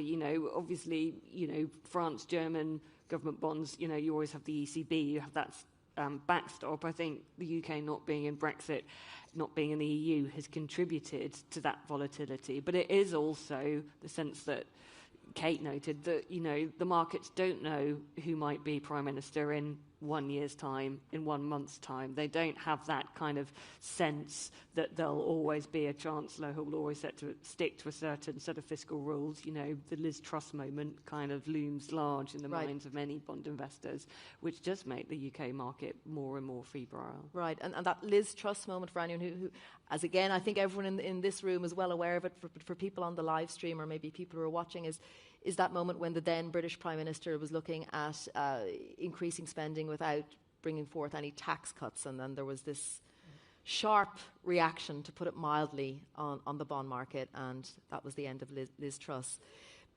A majority of voters, though, Kate, now believe Brexit was a bad idea and would like to rejoin. But how does that tally then with the support that we're seeing for reform? So reform doesn't talk about Brexit a huge amount. Like I say, it talks about the similar issues, but it doesn't particularly talk about Europe. I mean, if there's any... Why is that? I mean, if Labour talk about wanting to get closer, then they shout betrayal, and that is effective. But they've moved on. They want to talk about the current issues of the day. But what's interesting on the polling is, yes, a majority show that a majority of people think that Britain should rejoin the EU. But when you start to ask the question, do you want open access on immigration, and would you be willing to pay money to rejoin the support gets to about 30%, 35%. So, Labour can turn to Europe quite often as this is what we're here for. We offer closer ties to Europe. But the relationship between the UK and the EU was always really difficult, including when it was a member. There is a press here that likes to zero in on the amount of money that's spent, etc., etc. So you can talk about rejoining, but the reality is it will cost money. It would probably take a referendum. That's another 5 years of Britain talking to itself and not noticing that the world is changing. That's all kind of a bit dangerous. So I don't know. In some ways, everything's changed, and in some ways, nothing's changed. Right? So the sense is no one has an appetite for a rerun of the referendum in the UK? I don't think, not yet, no. What about in Europe, Rachel? Well, I think there's probably a few things. One is, you could see that there may be some people in Europe, they're looking at Trump, they were like, it would be much better if Britain was back in the club. They'd look at the Labour government, they think we may be able to start the negotiation, it would be long and painful, we could do it. But then they've got to think, well, hang on, Nigel Farage could be Prime Minister in 6 months' time. Do we want to begin negotiations which would continue with him? That would be madness. So I think, the political instability would make the EU a lot less willing.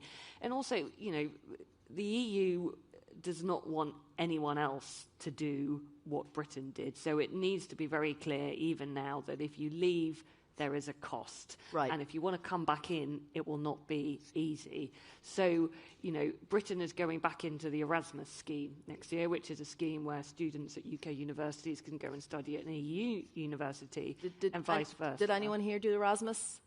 Show of hands? Okay. All right. Nice. Only 2.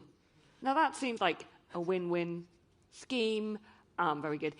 It will cost the UK for one academic year £500 million to be back in that scheme, and it used to cost between 200 and 300 million. So, and as I mentioned earlier, the UK wants to be part of the EU's defence spending subsidised loan plan, and the EU is setting a very high charge for that. So the EU at the moment, I think it is saying, if Britain wants bits and bobs of access to EU stuff, it can have that, but it is going to sell them at a very bespoke price. And I think if you start to add those up, the bill will suddenly become quite unpalatable. Is that because they don't want to set an example for others who might be tempted to leave? Yes, I think, in a word. Plus, what's the advantage of having the UK in? That they bring a lot of money.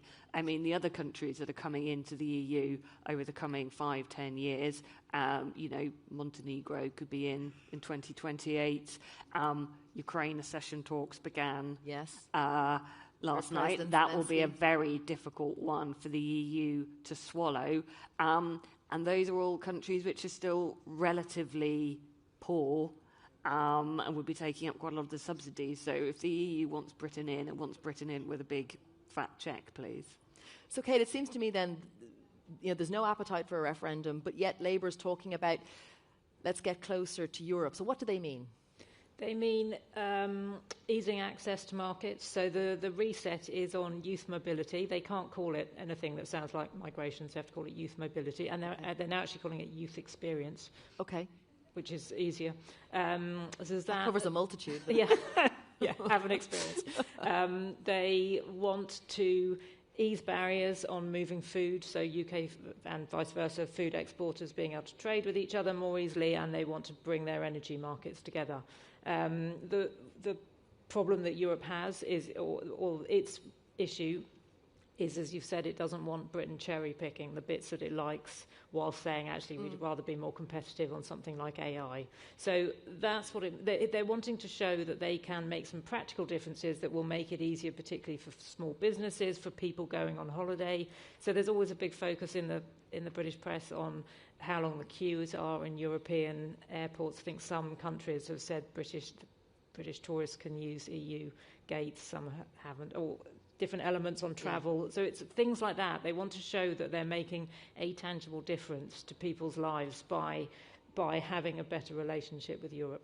But it takes quite a long time to get there. Does that mean, though, a customs union? Is that kind of what they're inching towards? I think, possibly in the long run, yeah. Customs union would mean sort of alignment on rules and regulations, particularly, but and it would cost money to do that. I think maybe over time you'll see a steady, unless Nigel Farage becomes Prime Minister, you will potentially see them get closer in different ways.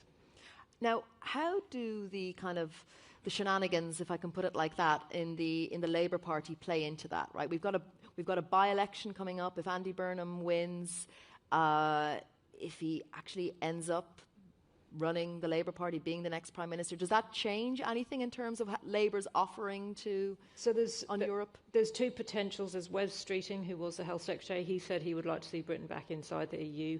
Burnham had said that previously, but he's running in a seat that I think is more pro-Brexit, so he's toned that down. But they will face the same challenges that Starmer has faced, which is you can talk about these things, but when you get to the reality of what it costs, what it looks like, what you have to give up in return, sometimes politicians think, well, I have to stand tough on this and can't be doing that. So where does this all leave us? Like, if I could maybe take that question, and we will find out how you guys voted, the idea that Britain would rejoin the EU in the next 25 years. Rachel, do you think it's possible? How would you vote on that? I think it's possible. I think if I had to vote one way or another, I would probably vote no, though, partly because of all the difficulties we've set out, and also because it's going to be a very rocky next few years for the EU. You could have the RN in power in France. You still have the AfD ahead in the polls in Germany. Now, interestingly, neither of those parties now are talking a lot about we would leave the EU. You don't hear about a Frexit or a Dexit anymore, but they are talking a lot more about we will reform the EU from within, and you do think it is going to become an even less collegial place, potentially, Brussels, over the next 10 years, if you have either or both of those parties in power in France and Germany. And I think against that backdrop, it might then actually mean that there'll be more people in Britain who actually don't fancy it, given all of that. Kate, how would you vote? In terms of whether I think it'll happen, I think I don't think it would unless the EU restructures and you somehow, there's sometimes talked about having an outer core of countries who don't particularly want to be there but like the benefits, are not going to commit to a currency, to all the rules. So if somehow it was restructured because it was to its benefit, then I could see Britain playing a role, but otherwise I'd probably think it's unlikely. So let's see how you guys voted. Maybe could we get the results up on the screen and see? Yes. Wow. Oh wow, 61%. Wow. There they go, still going. Oh, can I say it? You've convinced the ayes have it. That's as close as I'll ever get to be Speaker of the House. The ayes have it. Okay. All right. The second one. Can we get the second question, which was, will Nigel Farage ever be Prime Minister in the UK? How do we vote? Drum roll. Oh, quite close. Very close. Come on. Oh my God. What's going on? We need to get to 48-52. Yeah, there we go. Okay, stop the voting. Okay, 52% said. Someone's having a laugh. Okay, they're tied. I can't say either the eyes or the nose. Okay, final question. Will England win the World Cup this year? Honestly, I think they're a tidy-looking team. Go Harry Kane. Let's see. Oh, come on, London. Oh, thank you, everyone, for your time. Big round of applause for Rachel and Kate.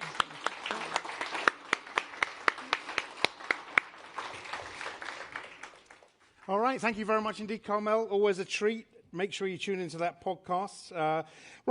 We've got two final sessions for the day, both focused on tech and AI. The second one includes Boy George, so please don't miss that one. This one is also extremely compelling. It's in partnership with LSEG. It's going to explore European competitiveness and AI, so sits well on the back of what we've just heard. Please welcome Arturo Briz, the director of the IMD World Competitiveness Center, and Arturo will introduce his panelists. Come on out.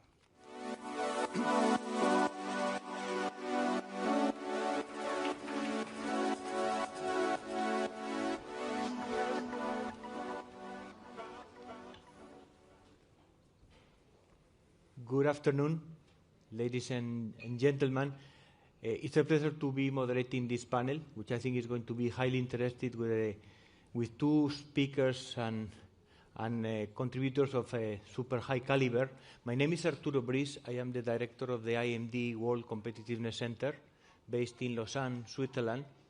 We're in an interesting period for the center because in 2 days we are announcing the World Competitiveness results, the ranking of the year, which basically establishes which economies are the most successful in the world, out of 70 economies. And I want to start with that for our discussion today, because obviously when we look at Europe, for many years, the top 20 most competitive economies of the world have included European economies, from the Netherlands to Austria, Switzerland, and even the UK. In the last years, this has been changing, and we have been losing the race in the prosperity journey, as, for example, Mario Draghi has introduced. And certainly, artificial intelligence may be at the root of it. Okay? To discuss the role of artificial intelligence in the sovereignty of Europe and the future of Europe and its prosperity, I'm going to introduce to our speakers Nesh Jalal. He's the group head of workflows at the London Stock Exchange. Thank you. And Kaveh Portneimour, who is the Chief Digital Information Officer at Rolls-Royce. And the discussion that I want to have with them is in the context of a European prospect. Okay? Let me start, Nesh, with you. Talking about the current mantra about Europe, we usually hear the US innovates, Europe regulates, and China copies. Okay?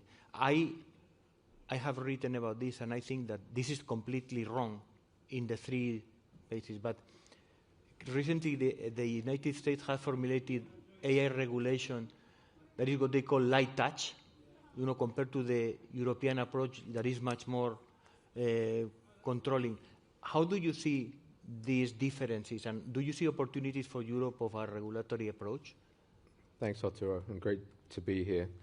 And so the context from my perspective is we serve financial professionals across various sectors in the form of banking, wealth management, traders, and these individuals, as this group appreciates, they manage risk and they take opportunities every day, and therefore trust is critical. And the irony about this particular framing is that it presents governance against innovation, but I would argue in financial services, governance unlocks innovation. And so for us, in practical terms, this means that by design, what we're thinking about is how we can demonstrate on a consistent basis the quality, the accuracy, the auditability of the insights that we serve our users to be able to take action. And a specific example of this is the transition of what we would historically describe as a terminal, a single destination super app with the tools, the content that financial professionals require, and a transition to agentic workflows that enable our users to do things like perform deep research in minutes that would historically take hours or sometimes days. So happy to elaborate on that, but that would be my starting position. Thank you. And somehow related to that, Gabi, your organization obviously is in a key industry, and then you need to embrace AI, but you need to also combine, implementation and experimentation. And how do you do that specifically at Rolls-Royce when it comes to implementing AI solutions? Well, thank you, Arthur, again for having me on this panel. For those who don't know, I guess, Rolls-Royce is in the business of power, whether it's powering airplanes, engines, or there's locomotives or data centers. We generate powers, and we are across different industries, from civil industry, aerospace industry, to defense industry, to nuclear industry. And as such, you're dealing with a very regulated industry. And introducing technologies like AI, you have to take care around how you introduce technologies that are at best very probabilistic. You're trying to apply it into a very exact technical environments.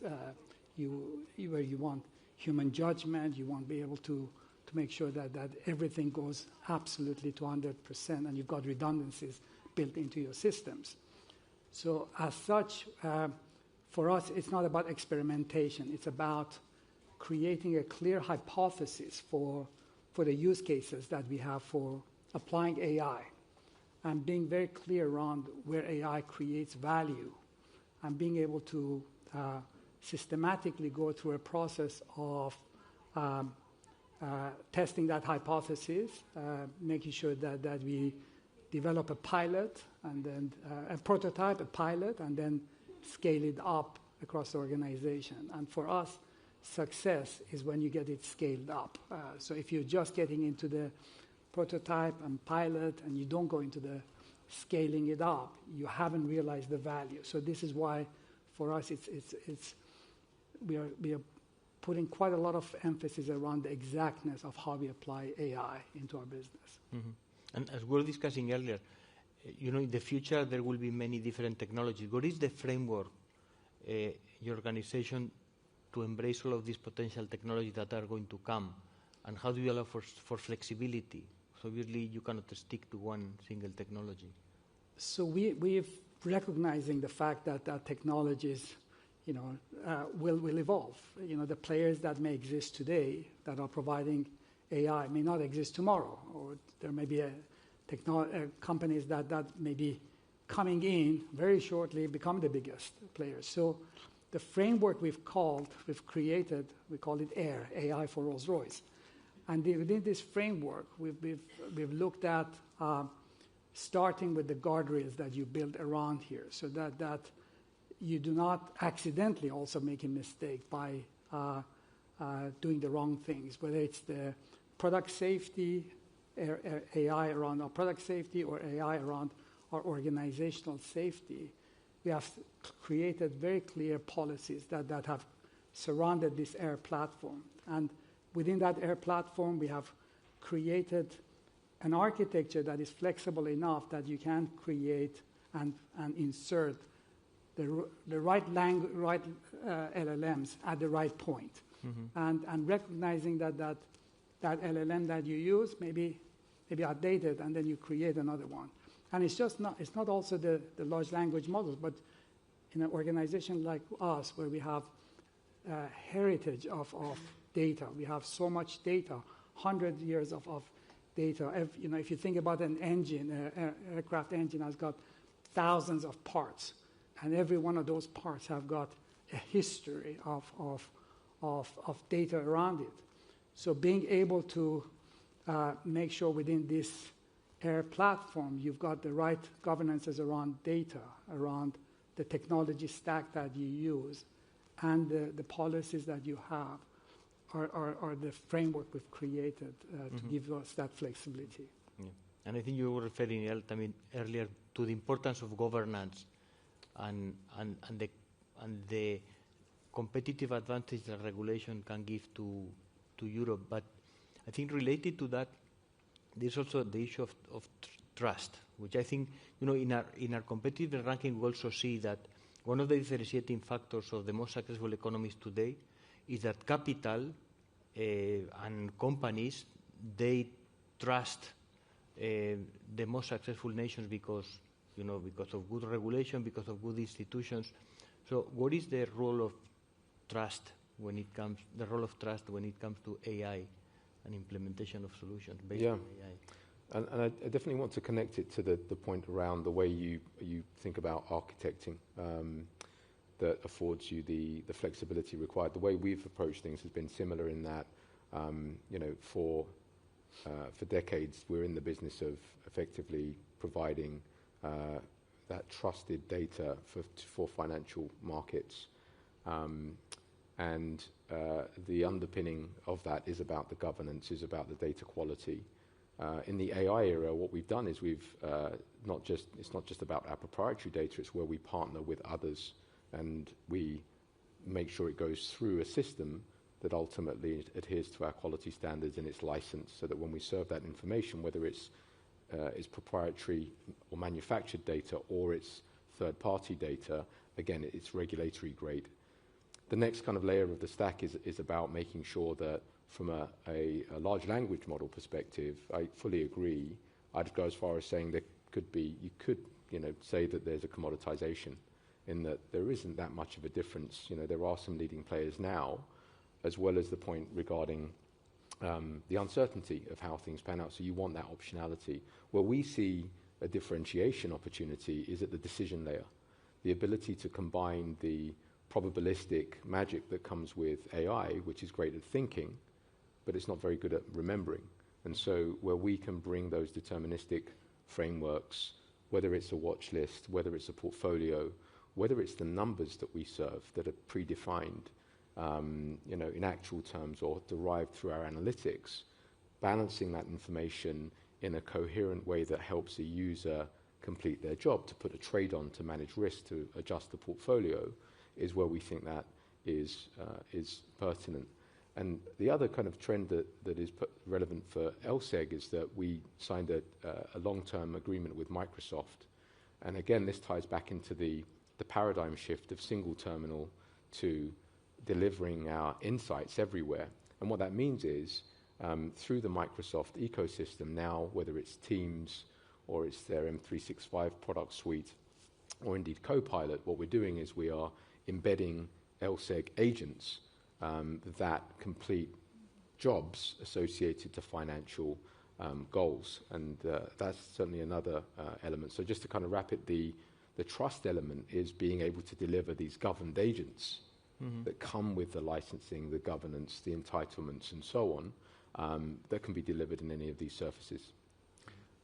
If I may also build on this concept of the trust, because it is quite an important element. There is obviously a school of thought out there that says, AI, you need to have a speed of delivery, get the AI agents, they're out there faster and faster and quicker.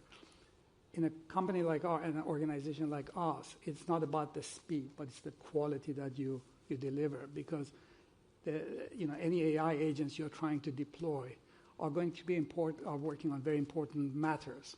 So you want it to be exact. So that's why the governance as you build, there's a lot of rigor of testing of these things. So there's not an element of let's just release it there for people to figure this out. You have to we test it a lot before we actually get it into the production, because that's the element of the trust, that if you are releasing a product that has got quality issues, you are eroding the trust of your employees, your customers, your suppliers, your partners, and that's where you don't want to get into. Perhaps I can just further kind of build with a couple of examples in that, and what's been it's intuitive and quite obvious, but it's also fascinating when you're seeing it in real time with financial professionals who just value the ability to look at an insight and then click a button that takes you through to the transcript. The underlying words in a document that was part of the fundamental insight, or the thinking process, the full transparency of how the model interpreted the question and then played back the answer. And so there's a user experience element that by design it's a critical juncture to ensure that we deliver on that trust. And speaking to different types of users, whether it's people on the desk or at the executive level, they need to be able to demonstrate that in order to make decisions on the back of it. But then in the back end, it's back to the evaluation process, the testing, and also it's about the accuracy of the response, but also ensuring that you're not answering questions that you're not supposed to. That's important too. I mean, to me, there are also two aspects of the trust issue. One is the trust in the technology and the faith that we can have in the solution that it gives us.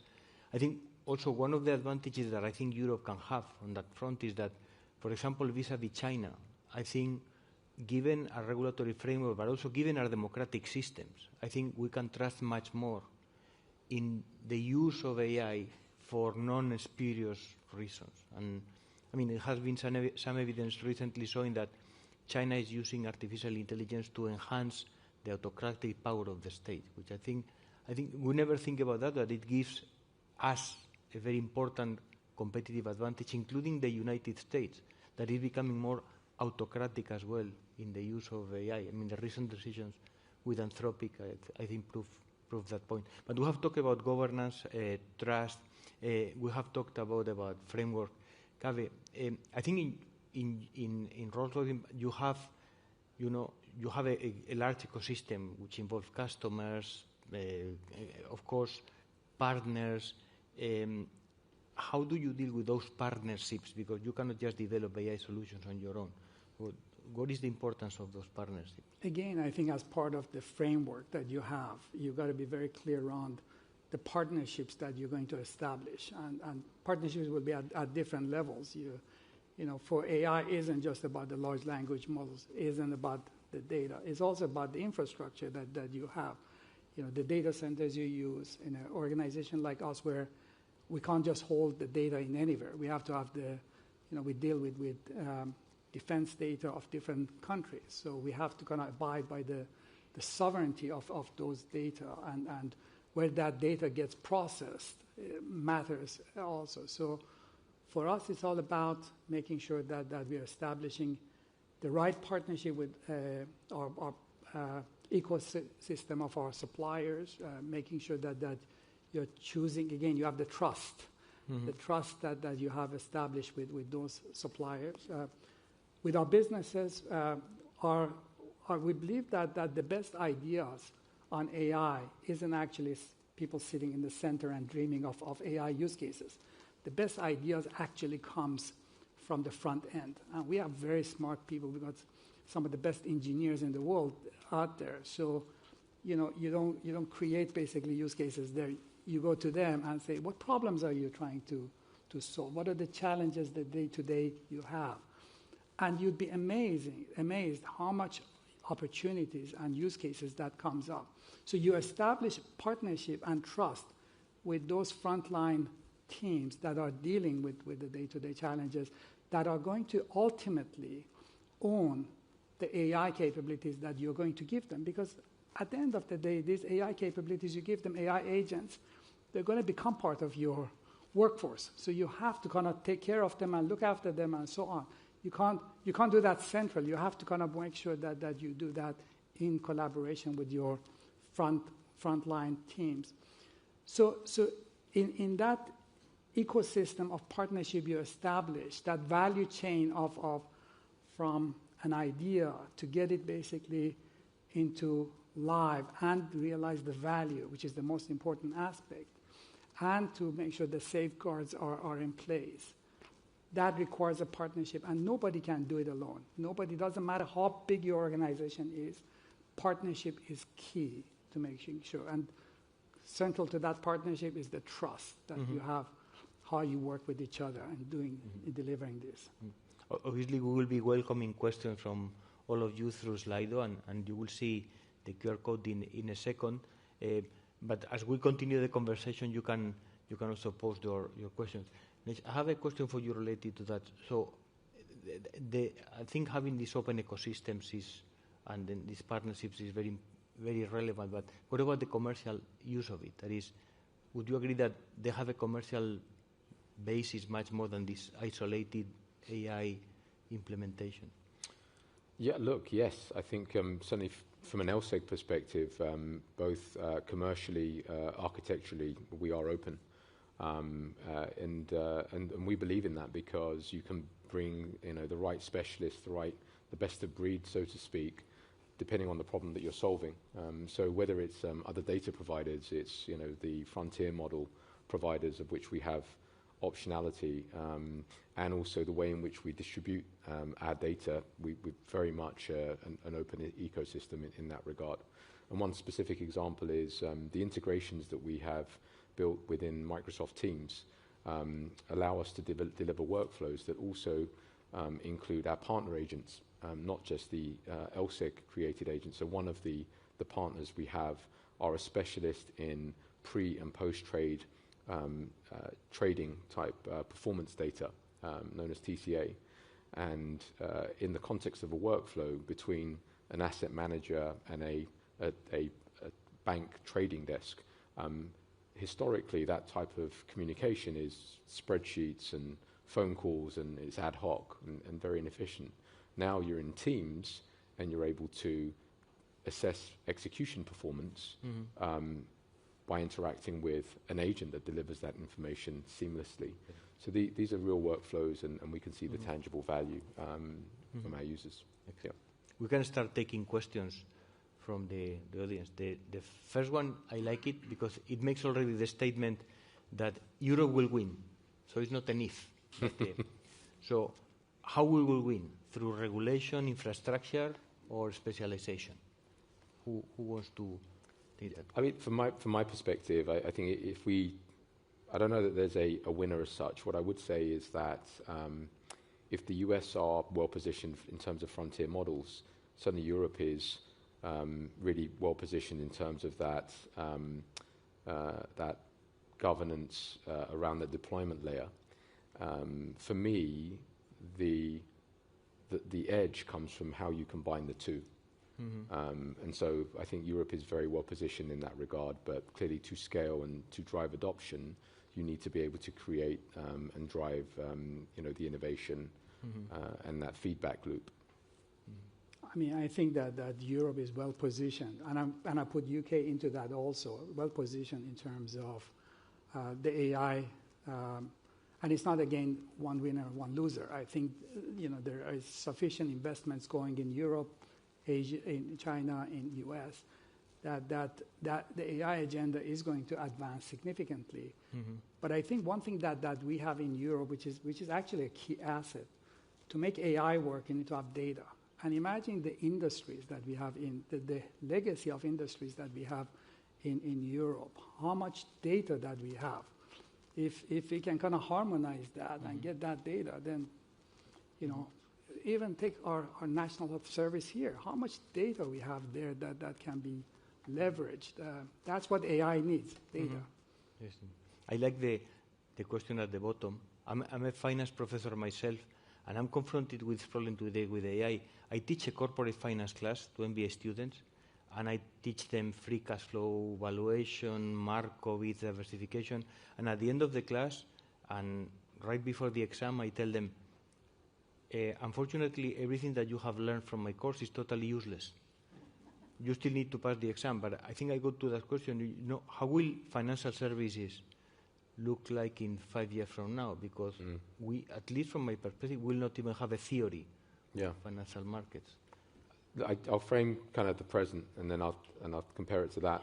From my perspective, the present is about a lot of these terminals that are click and point, and there's a race at the moment to clearly integrate how these AI capabilities to help with discoverability, with task automation, with portfolio level kind of analysis and summaries and so on. But the convention is very much based on apps, which by definition are kind of individual experiences that you search, and everybody's kind of familiar with that world. For us, the way in which we're moving is what I would describe as headless. So what I mean by that is we are really focusing on that intelligence layer. So think about the ability to deliver different types of agents, whether it's to search, it's for deep research, it's to perform company intelligence, and to be able to take the right insights, the right visualizations, but deliver that everywhere. That's the orchestration framework that we've built, and very much at the heart of the workflows that we see in the future. Thank you. And Kaveh, this one is for you. What is the biggest execution gap between ambition and reality? This, I guess, is also more of a leadership question as well. Yeah, I mean, there's plenty, but maybe if I take one, I think the sovereign cloud natures that we have in various parts in UK is still not there yet in terms of, I know that there's investments going on in establishing sovereign clouds that you can host your data in there. It's still not there. I think there's work that's going on. That's also across Europe is also being worked on. But that's one of the execution gaps that exist today, or capability gaps that exist today. Ines, you want to add something? Yeah, happy to kind of take another question here around capability and literacy across organizations. I think that it's documented that there seems to be kind of an increasing gap for those who are embracing the tools or have access to the tools versus those that don't. And I think this is real. And so I don't have a kind of a solution as such, but I would kind of want to acknowledge it and say that certainly from an LSEG perspective, this is of the utmost importance, and we've really prioritized the adoption of various tools. We're not prescribing one tool over the other. We're allowing it to play out, but we're kind of encouraging the use of these tools and the integration into our employees' workflows. If I may just pick this one also, for us, training was quite important and awareness was very important. But before actually going into anywhere close to teaching about the tool training, we actually started the training around the what you need to be aware of about, because the AI can be a good thing, but it can also be quite harmful also if it's not used correctly. So we put a lot of emphasis around that part that people understand the guardrails on using AI, and at the executive levels to the board levels to down grassroots levels, we are continuing to drive that education and literacy around not just AI but also data, the importance of data, how to look after the data. I come from a business school, and I saw that this was a problem at the beginning with AI, because in the same way that you don't discuss internet-driven business model starting with the TCP/IP protocol, in many of our AI classes at the beginning, we were focusing too much on the technology, how LLMs work, and this is irrelevant for executives. I think it's much more of the the second-order questions. How can you implement and which problems you can solve. Not how the technology works. Especially in a world that there's so much hype out there. There's so much hype about AI. To be able to decipher that for the organization to say what's reality, what is relevant to us, that in itself requires a bit of an education itself. Also, a connected behavior is over-trusting the answer to the extent that you're not validating it to the extent you would ordinarily. In the spirit of just over a minute to go, I'm happy to kind of do You're a fantastic moderator. You moderate questions. Better than there was a question on when wouldn't you want to answer. I think that the underpinning of trust and credibility is to ensure that you stick to your domain. If you start asking questions about something else, nefarious or otherwise, then you're not sticking to the scope. So that was what I meant by that. And there was another question on when does regulation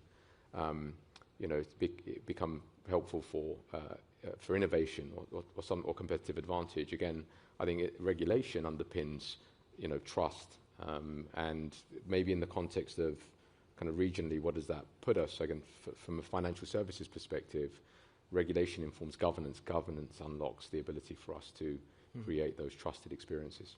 Okay. Because we have 30 seconds left, and in the best Swiss spirit, let me ask you a yes or no question. So currently 75% of the computing power in AI comes from the United States. Do you believe that in the next 2 generations we can catch up with the US in Europe in terms of computing power, data centers, AI applications?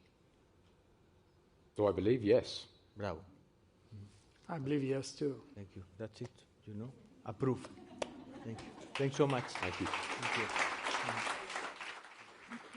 Thank you all very much indeed. Right, we come to our final session of the day. The use of AI, hotly debated, of course, everywhere from schools to the workplace, perhaps no more so than in the creative industries, film, music, art. In fact, just last week at the AI Summit here in London, I listened to the creators of the first full-length feature film. I think it was a 95-minute film that premiered in Cannes. It was produced entirely by AI in 2 weeks by 15 people at a cost of $500,000. There was a mix of a depressed audience and an elated, excited audience there. To discuss the role of AI in creating and disseminating music, please welcome Reuters correspondent Andy Bruce, and he will introduce this final panel of the day. Come on out.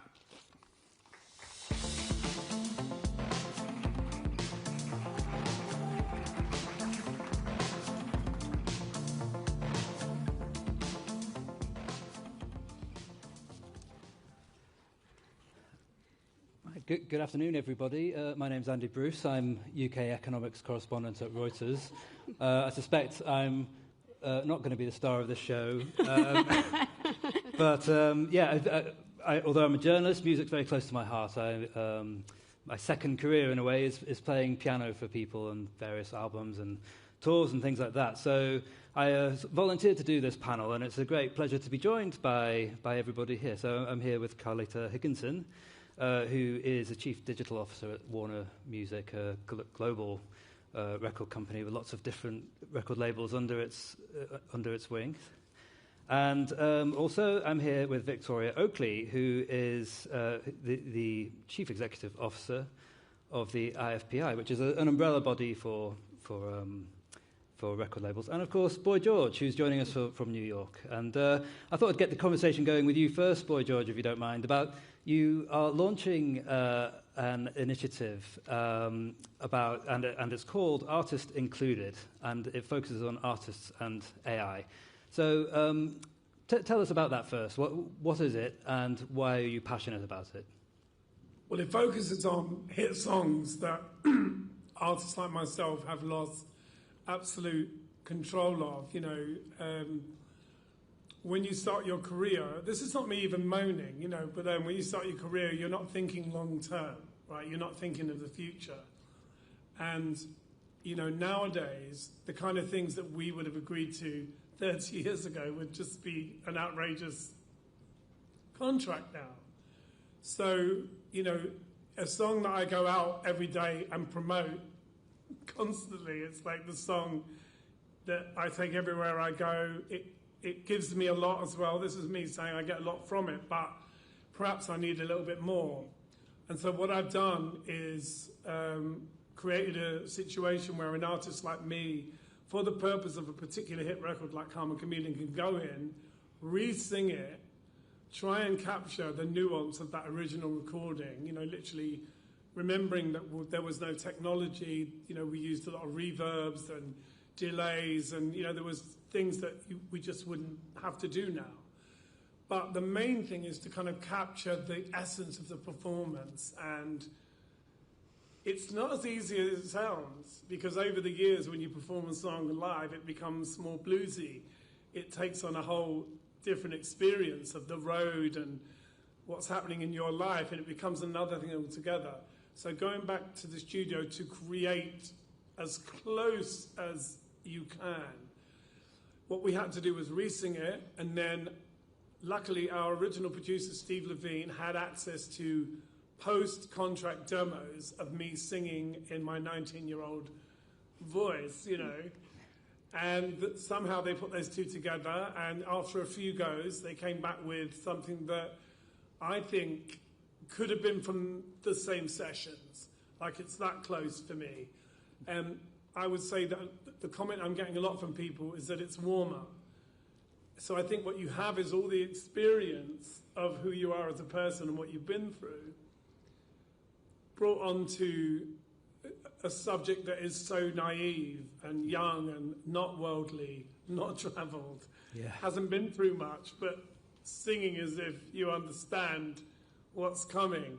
So I think there's such a massive human aspect to it, which I think is the great twist, is that the technology is making the moment possible, but the moment wouldn't exist without the human experiences. And I think everything that you do as an artist is about context.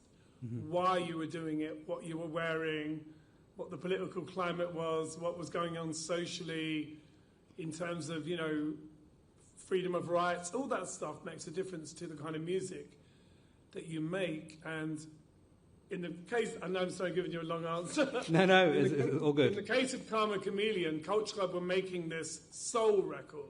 They're making this beautiful soul record that was a tribute to, you know, all the American soul artists that we loved. And I come in with Karma Chameleon, which was a total spanner in the works. A very Gemini thing to do, go, let's do a country track. And I had to literally fight with the rest of the guys to get this track on the album. It was the last thing to go on. And I was convinced that this was the #1 record, having maybe had 2 minor hits. I actually had my first #1, but I became an authority, as all artists do. And I was like, this is a surefire winner. And look where we are. You know, we're still talking about that song.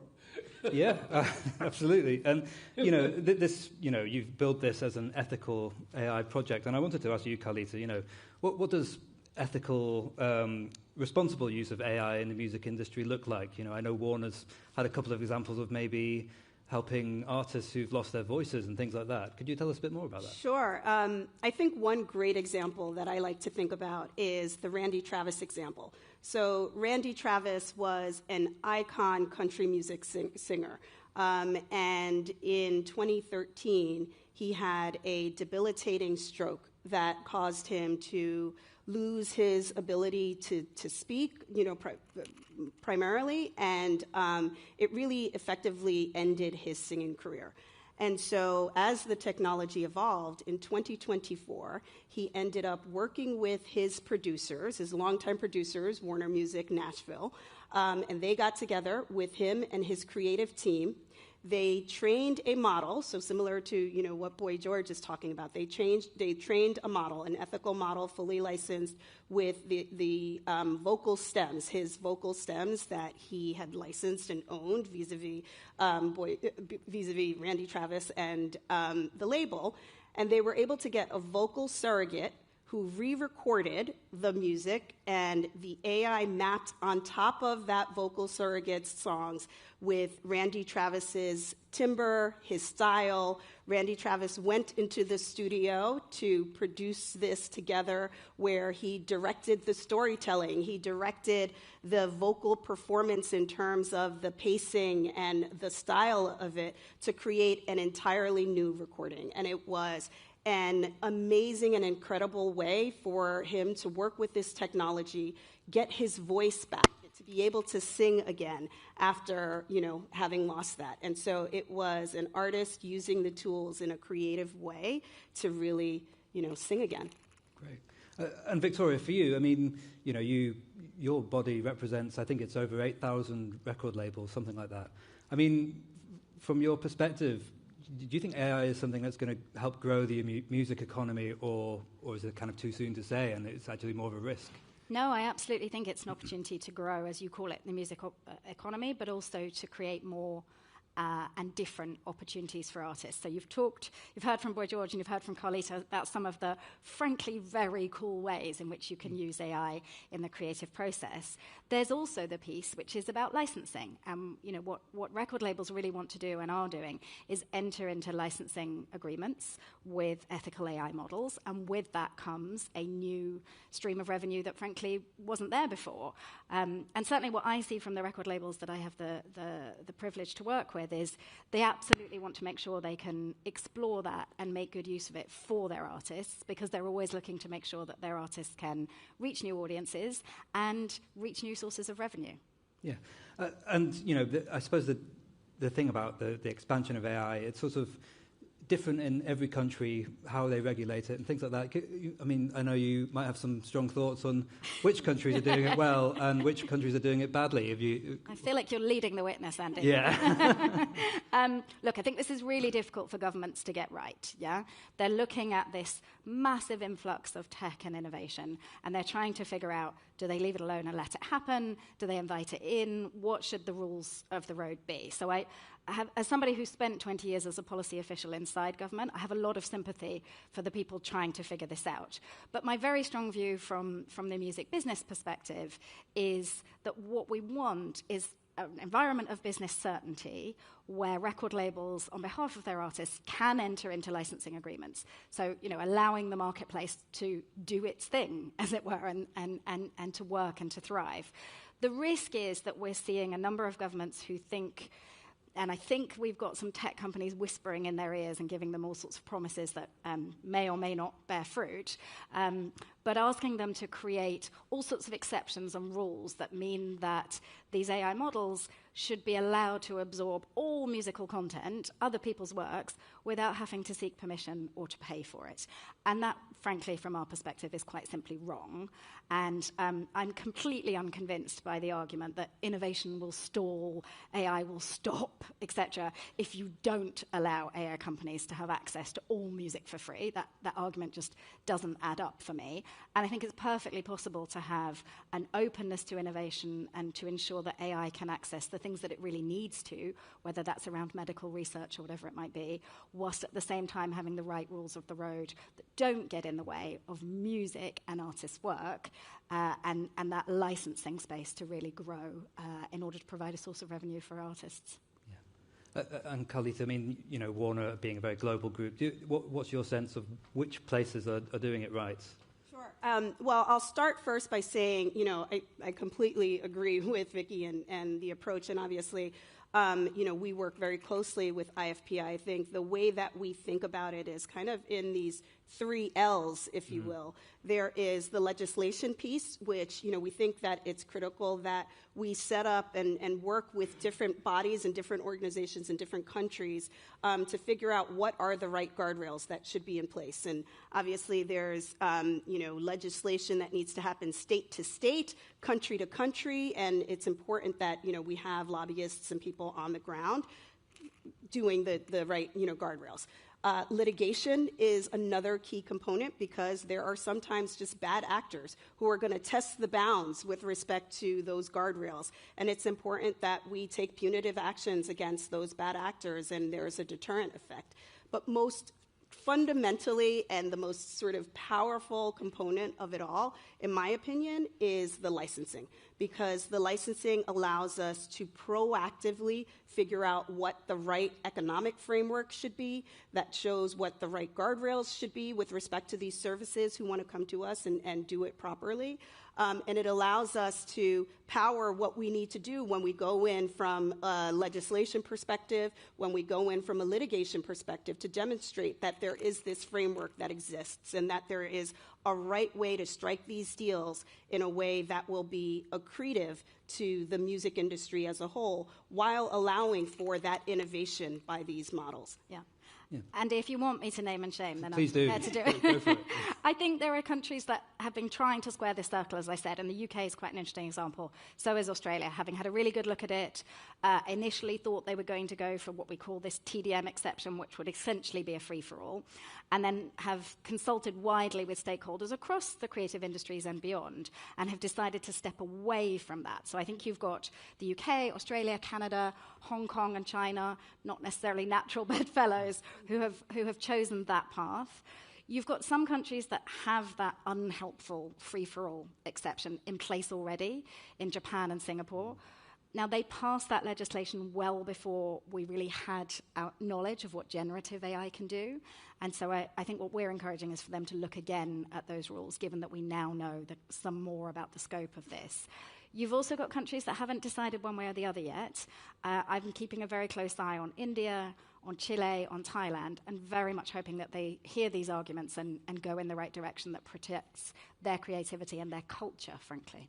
Yeah, I mean, in terms of like what the public think, I saw an Ipsos survey, and it found that 80% of the public want to see music that's used AI labelled as such, on the streaming platforms and things.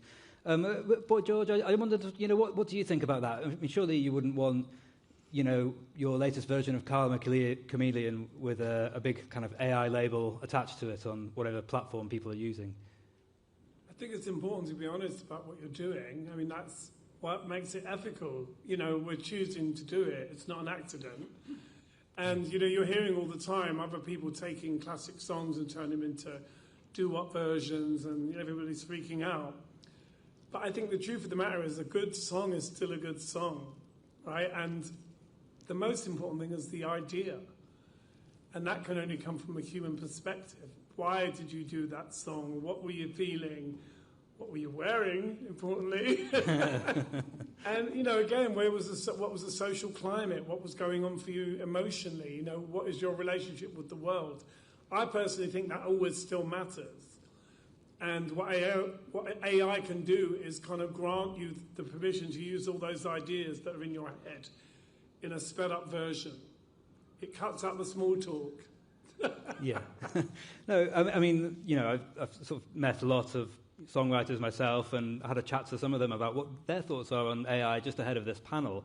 And, they're kind of, most of them that I spoke to agree with you, George, and kind of, it doesn't they're not worried about it in a creative sense. It might even be helpful in some circumstances, using it as a little songwriting tool, but they do worry about, their songs just being fed into a big machine and then regurgitated in a different way and not getting kind of any money back for it, basically. I mean, and that's already happened to a large degree. I mean, is there a meaningful remedy for that, Carlito, or was that ship sailed completely now? I definitely do not think that ship has sailed. And in fact, if you look at some of the deals that we've done, Suno being a good example of that, where they had been, out there infringing. We had sued them ourselves, along with Universal and Sony had sued them.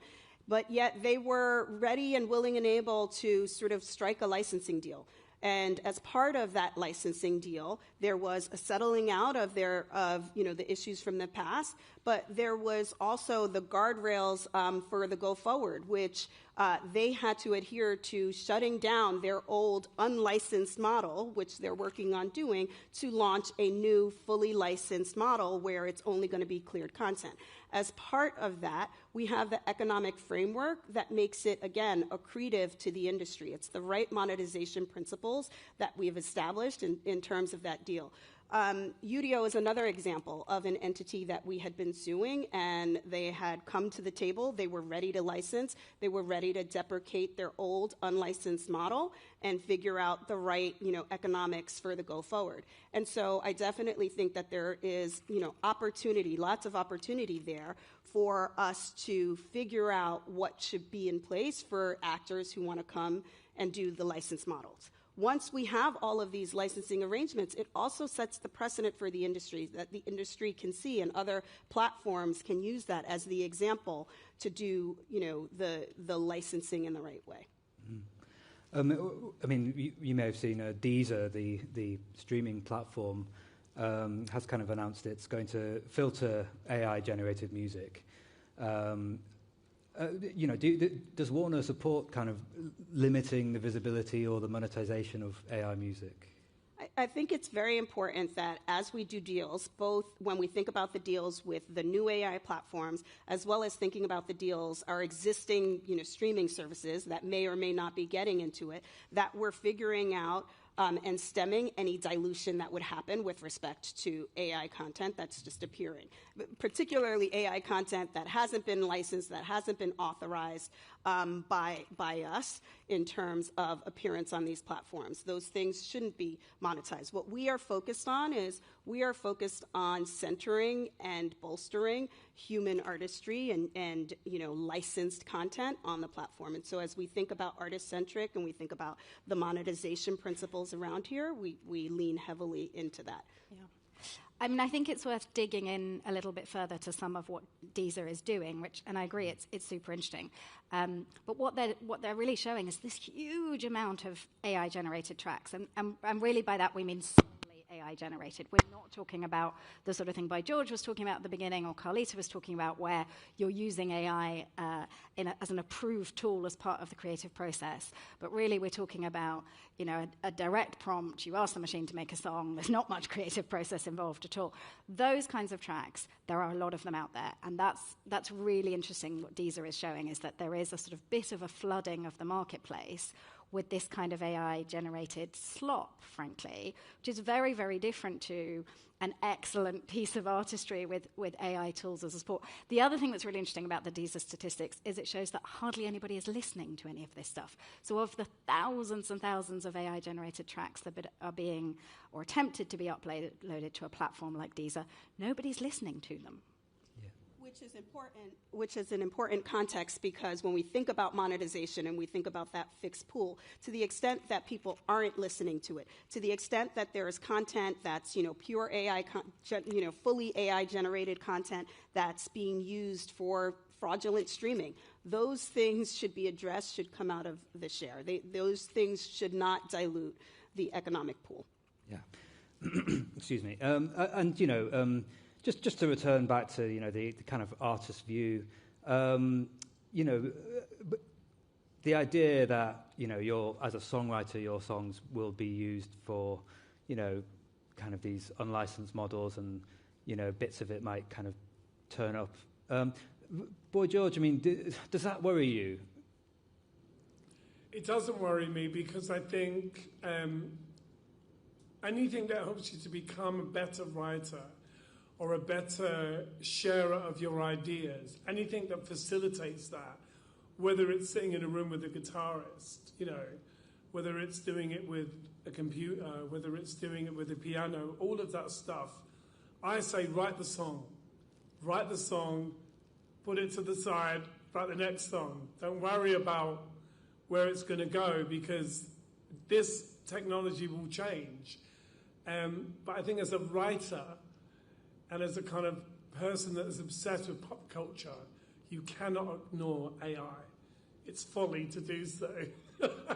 Yeah. So you have to kind of try and grab hold of it and see where it can take you.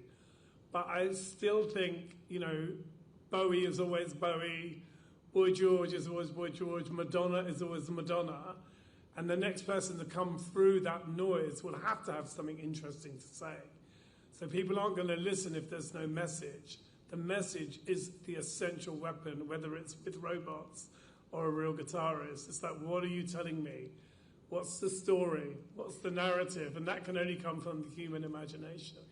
Yeah. I mean, there's already been a couple of examples of, artists who've heard an album ostensibly by them that AI has written. I mean, if someone had written a Boy George album and completely through AI, I mean, what would you think? My favourite thing, actually, and over the past few years, there have been a lot of people that have come up to me and said, I wrote a song in your style using this app. And they play it to me, and I'm like, I would never write a song like that. I mean, first of all, the context and the subject matter will always be very personal. The way I look at love, the way I look at life, it is very individual. So, and the lucky thing for me is that I'm able to use jazz music, folk music, piano, jazz, anything. That's always been available to me. as a writer. I don't feel restricted. And I think what AI does is it kind of gets you to the point you want to make quicker. So it's time used in a positive way.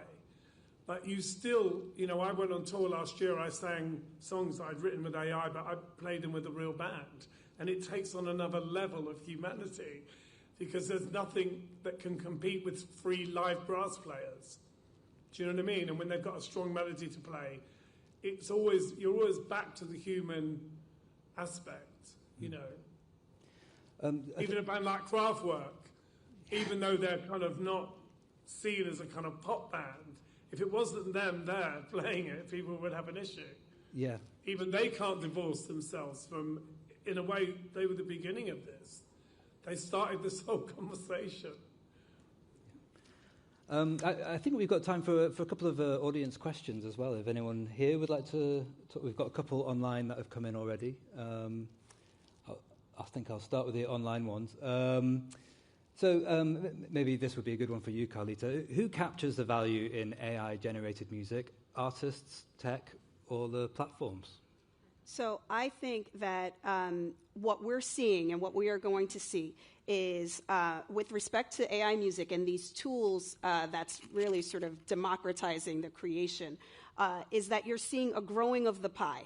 So in terms of the capturing of the value will happen with respect to all of those stakeholders, right? The way that we think about it in terms of the deals that we're doing is we are only doing deals that reflect the proper value of music, and that proper value of music is really being driven towards something where we're looking at incremental revenue based on higher subscriber tiers that we're putting these tools will be behind paywalls that grow that ultimate pie, both from a revenue that's happening on that subscription platform, but also revenue that's flowing back to our artists and our songwriters. And so, I think the important thing is that this is not substitutional or dilutive. It's providing a new and different way to engage with content for which we are charging more. We're having users charge more to pay for the privilege of being able to do, this creativity. And it'll also lead to more consumption of content in terms of the growth of that pie that we're talking about. Yeah. I think in my role as scaremonger in chief, however, the concern I would have is that there is a worrying answer to that question, which is that tech can capture the value of AI-generated music if we don't get the rules of the road out there correctly. And so again, to go back to my worry and the argument that we're making to governments is they mustn't allow this sort of free-for-all where any new AI tech invention can use anybody's music for free to generate new music that then indeed competes with the original music. That is a world in which there is a wrong answer to this question, but I think in the places where we're getting it right, we will absolutely see the growing of the pie and the appropriate sharing across different players. And that is why it is fundamental for us to have a seat at the licensing table and really structure the deals that become the basis and the framework for that incrementality that I'm talking about. Yeah. And one for you, Boy George. Would AI have been able to create Karma Chameleon, do you think? Yes and no. I mean, if you take the view that all words exist, all possible melodies exist, all rhythms exist, of course it could be created, but as a song on its own, without me and my dramas, I'm not sure if it would have the gravitas. It's about, again, we're back to the human story. David Bowie, yes, could be created by default, but without the essence of that person. And this is something that I'm sure Bowie would have jumped all over because he was ahead of everything. And, I use them always as my kind of go-to. Whenever I'm doing anything, I always think, what would Bowie do? What would his position be on this artistically? And I use a lot of those processes anyway. But I think that AI is, when I play it to my musician friends, they look scared. Yeah. They go white. Whereas for me, I'm beaming because I'm like, oh my God, this is so exciting. But again, playing it with real people is so fun as well. It's all about the song. And I would say any way you get the song, a bit like when you're making art, there's no logic to art. All art is absurd, because if you take the view that technology is only giving you what you already know is out there, when you sit with a guitarist, you're going to say, oh, make it a bit bluesy. Are you stealing from someone when you start suggesting that? Or, you say maybe a bit more 70s. And we use literal references in bands, make it more Bowie, do a bit of Smiths, but add a bit of Fleetwood Mac, because all music, as all style, is interchangeable. And what AI has given you is this big, massive pantry of these ideas that you can now choose to put together. I'm not sure if it's easy now for anyone to create something that is unusual, and possibly it will be an AI-only pop star or an AI-only band that they don't want any human interaction with. I hope I write that song. Yeah. Well, I know it was your birthday the other day, and I had this idea, perhaps a rousing happy birthday to you from all these executives in the room might be a slightly weird way to end the day, but I'm going to chicken out of that. So I'll just finish with the last question. When's your next album coming out? I'm actually working on an album called Fear of an AI Planet, which is something I've been working on for the last few months. And again, it's full of different types of music that I have tampered with in the past, but then, as an artist, you get stuck in a groove sometimes. And I've been using the AI to kind of question, what would I have done had I had absolute artistic freedom? What would I have said as a gay man if I didn't have free semi-straight people saying, might be a bit too gay, So I think that in terms of, guiding where you want to go spiritually and emotionally and intellectually, there is a freedom in this that you don't have someone looking over your shoulder, putting sometimes their point of view could be really helpful. Two angry men in a rock band, there's nothing better than that, Oasis. You can't recreate that. But, if you've got enough love for music, you're always going to draw on the classics. Yeah. And they already exist. There's no soul song you can write that, you can only write about it in a modern context. Sort of deconstructing what was there before, but also respecting. You're always, jazz is jazz, right? It's always jazz, and there's always got to be a story. And without the feeling, rock and roll isn't rock and roll. You have to have that anxiety and that animosity and indifference. Yeah. And the question is, can you get that from technology? This is where it'll get interesting. I think you can write it with technology, but you can't. You can only feel it in a human experience. Well, thus far. That's great. Well, thank you very much. We are out of time. Just one last very quick question. Do you fear the AI planet? Kalita? I do not fear the AI planet. I think, when I think about AI and what it can look like and what it can look like in the future, it's what Boy George is talking about in many ways, right? There is this tool that allows us to deepen our own human creativity that people can use, that deepens and enhances fan engagement with respect to content and being able to go deeper in content. And then, this tool that, again, provides the opportunity for a creative revenue streams and incremental revenue across the music industry as a whole. And I think that's a very exciting place to be when I think about AI and the AI planet. And a quick yes or no from you, Victoria. I don't fear it. I embrace it as long as we get the right rules in place. Brilliant. Oh, that's a very fitting end. And thank you to everybody. Copyrighted that title. Yeah. It's too late. It's out there now. Yeah. All right. Thanks again, everybody. And thanks, everybody, for a really interesting day's discussion. I believe there's some networking drinks, and Axel's going to tell you more about that. Yeah, I will. What a really refreshing way to end the day. Thanks so much, everyone. Listen, I'm going to do this really, really quickly. That's it for the inaugural Reuters Next here in London. Thanks really to all of you here in person, online as well. We've had about 3.5, 4 million live stream views, 9 million impressions. It's been really superb, the support that we've got online. I just took a quick look at the Reuters wire. If exclusive breaking news is anything to go by, we did a really, really good job today. Of course, it isn't all about making headlines, though. This is about compelling, organic conversations like the one we just heard that get us thinking and that spark debate. So I think as AI continues to be embedded in pretty much everything we do, in a year when we can safely say that we've made the jump from experimentation to execution, the conversations we have over coffee, the conversations we have over lunch on the back of these sessions are invaluable and mustn't lose that energy of human interaction and the sharing of ideas. So look, thank you for helping us create the buzz that makes these events so important and so memorable. And thank you for making the time to be with us today. Safe travels home. We'll see you at Next in London, Singapore, Abu Dhabi or New York, or indeed all four. Let's grab a drink.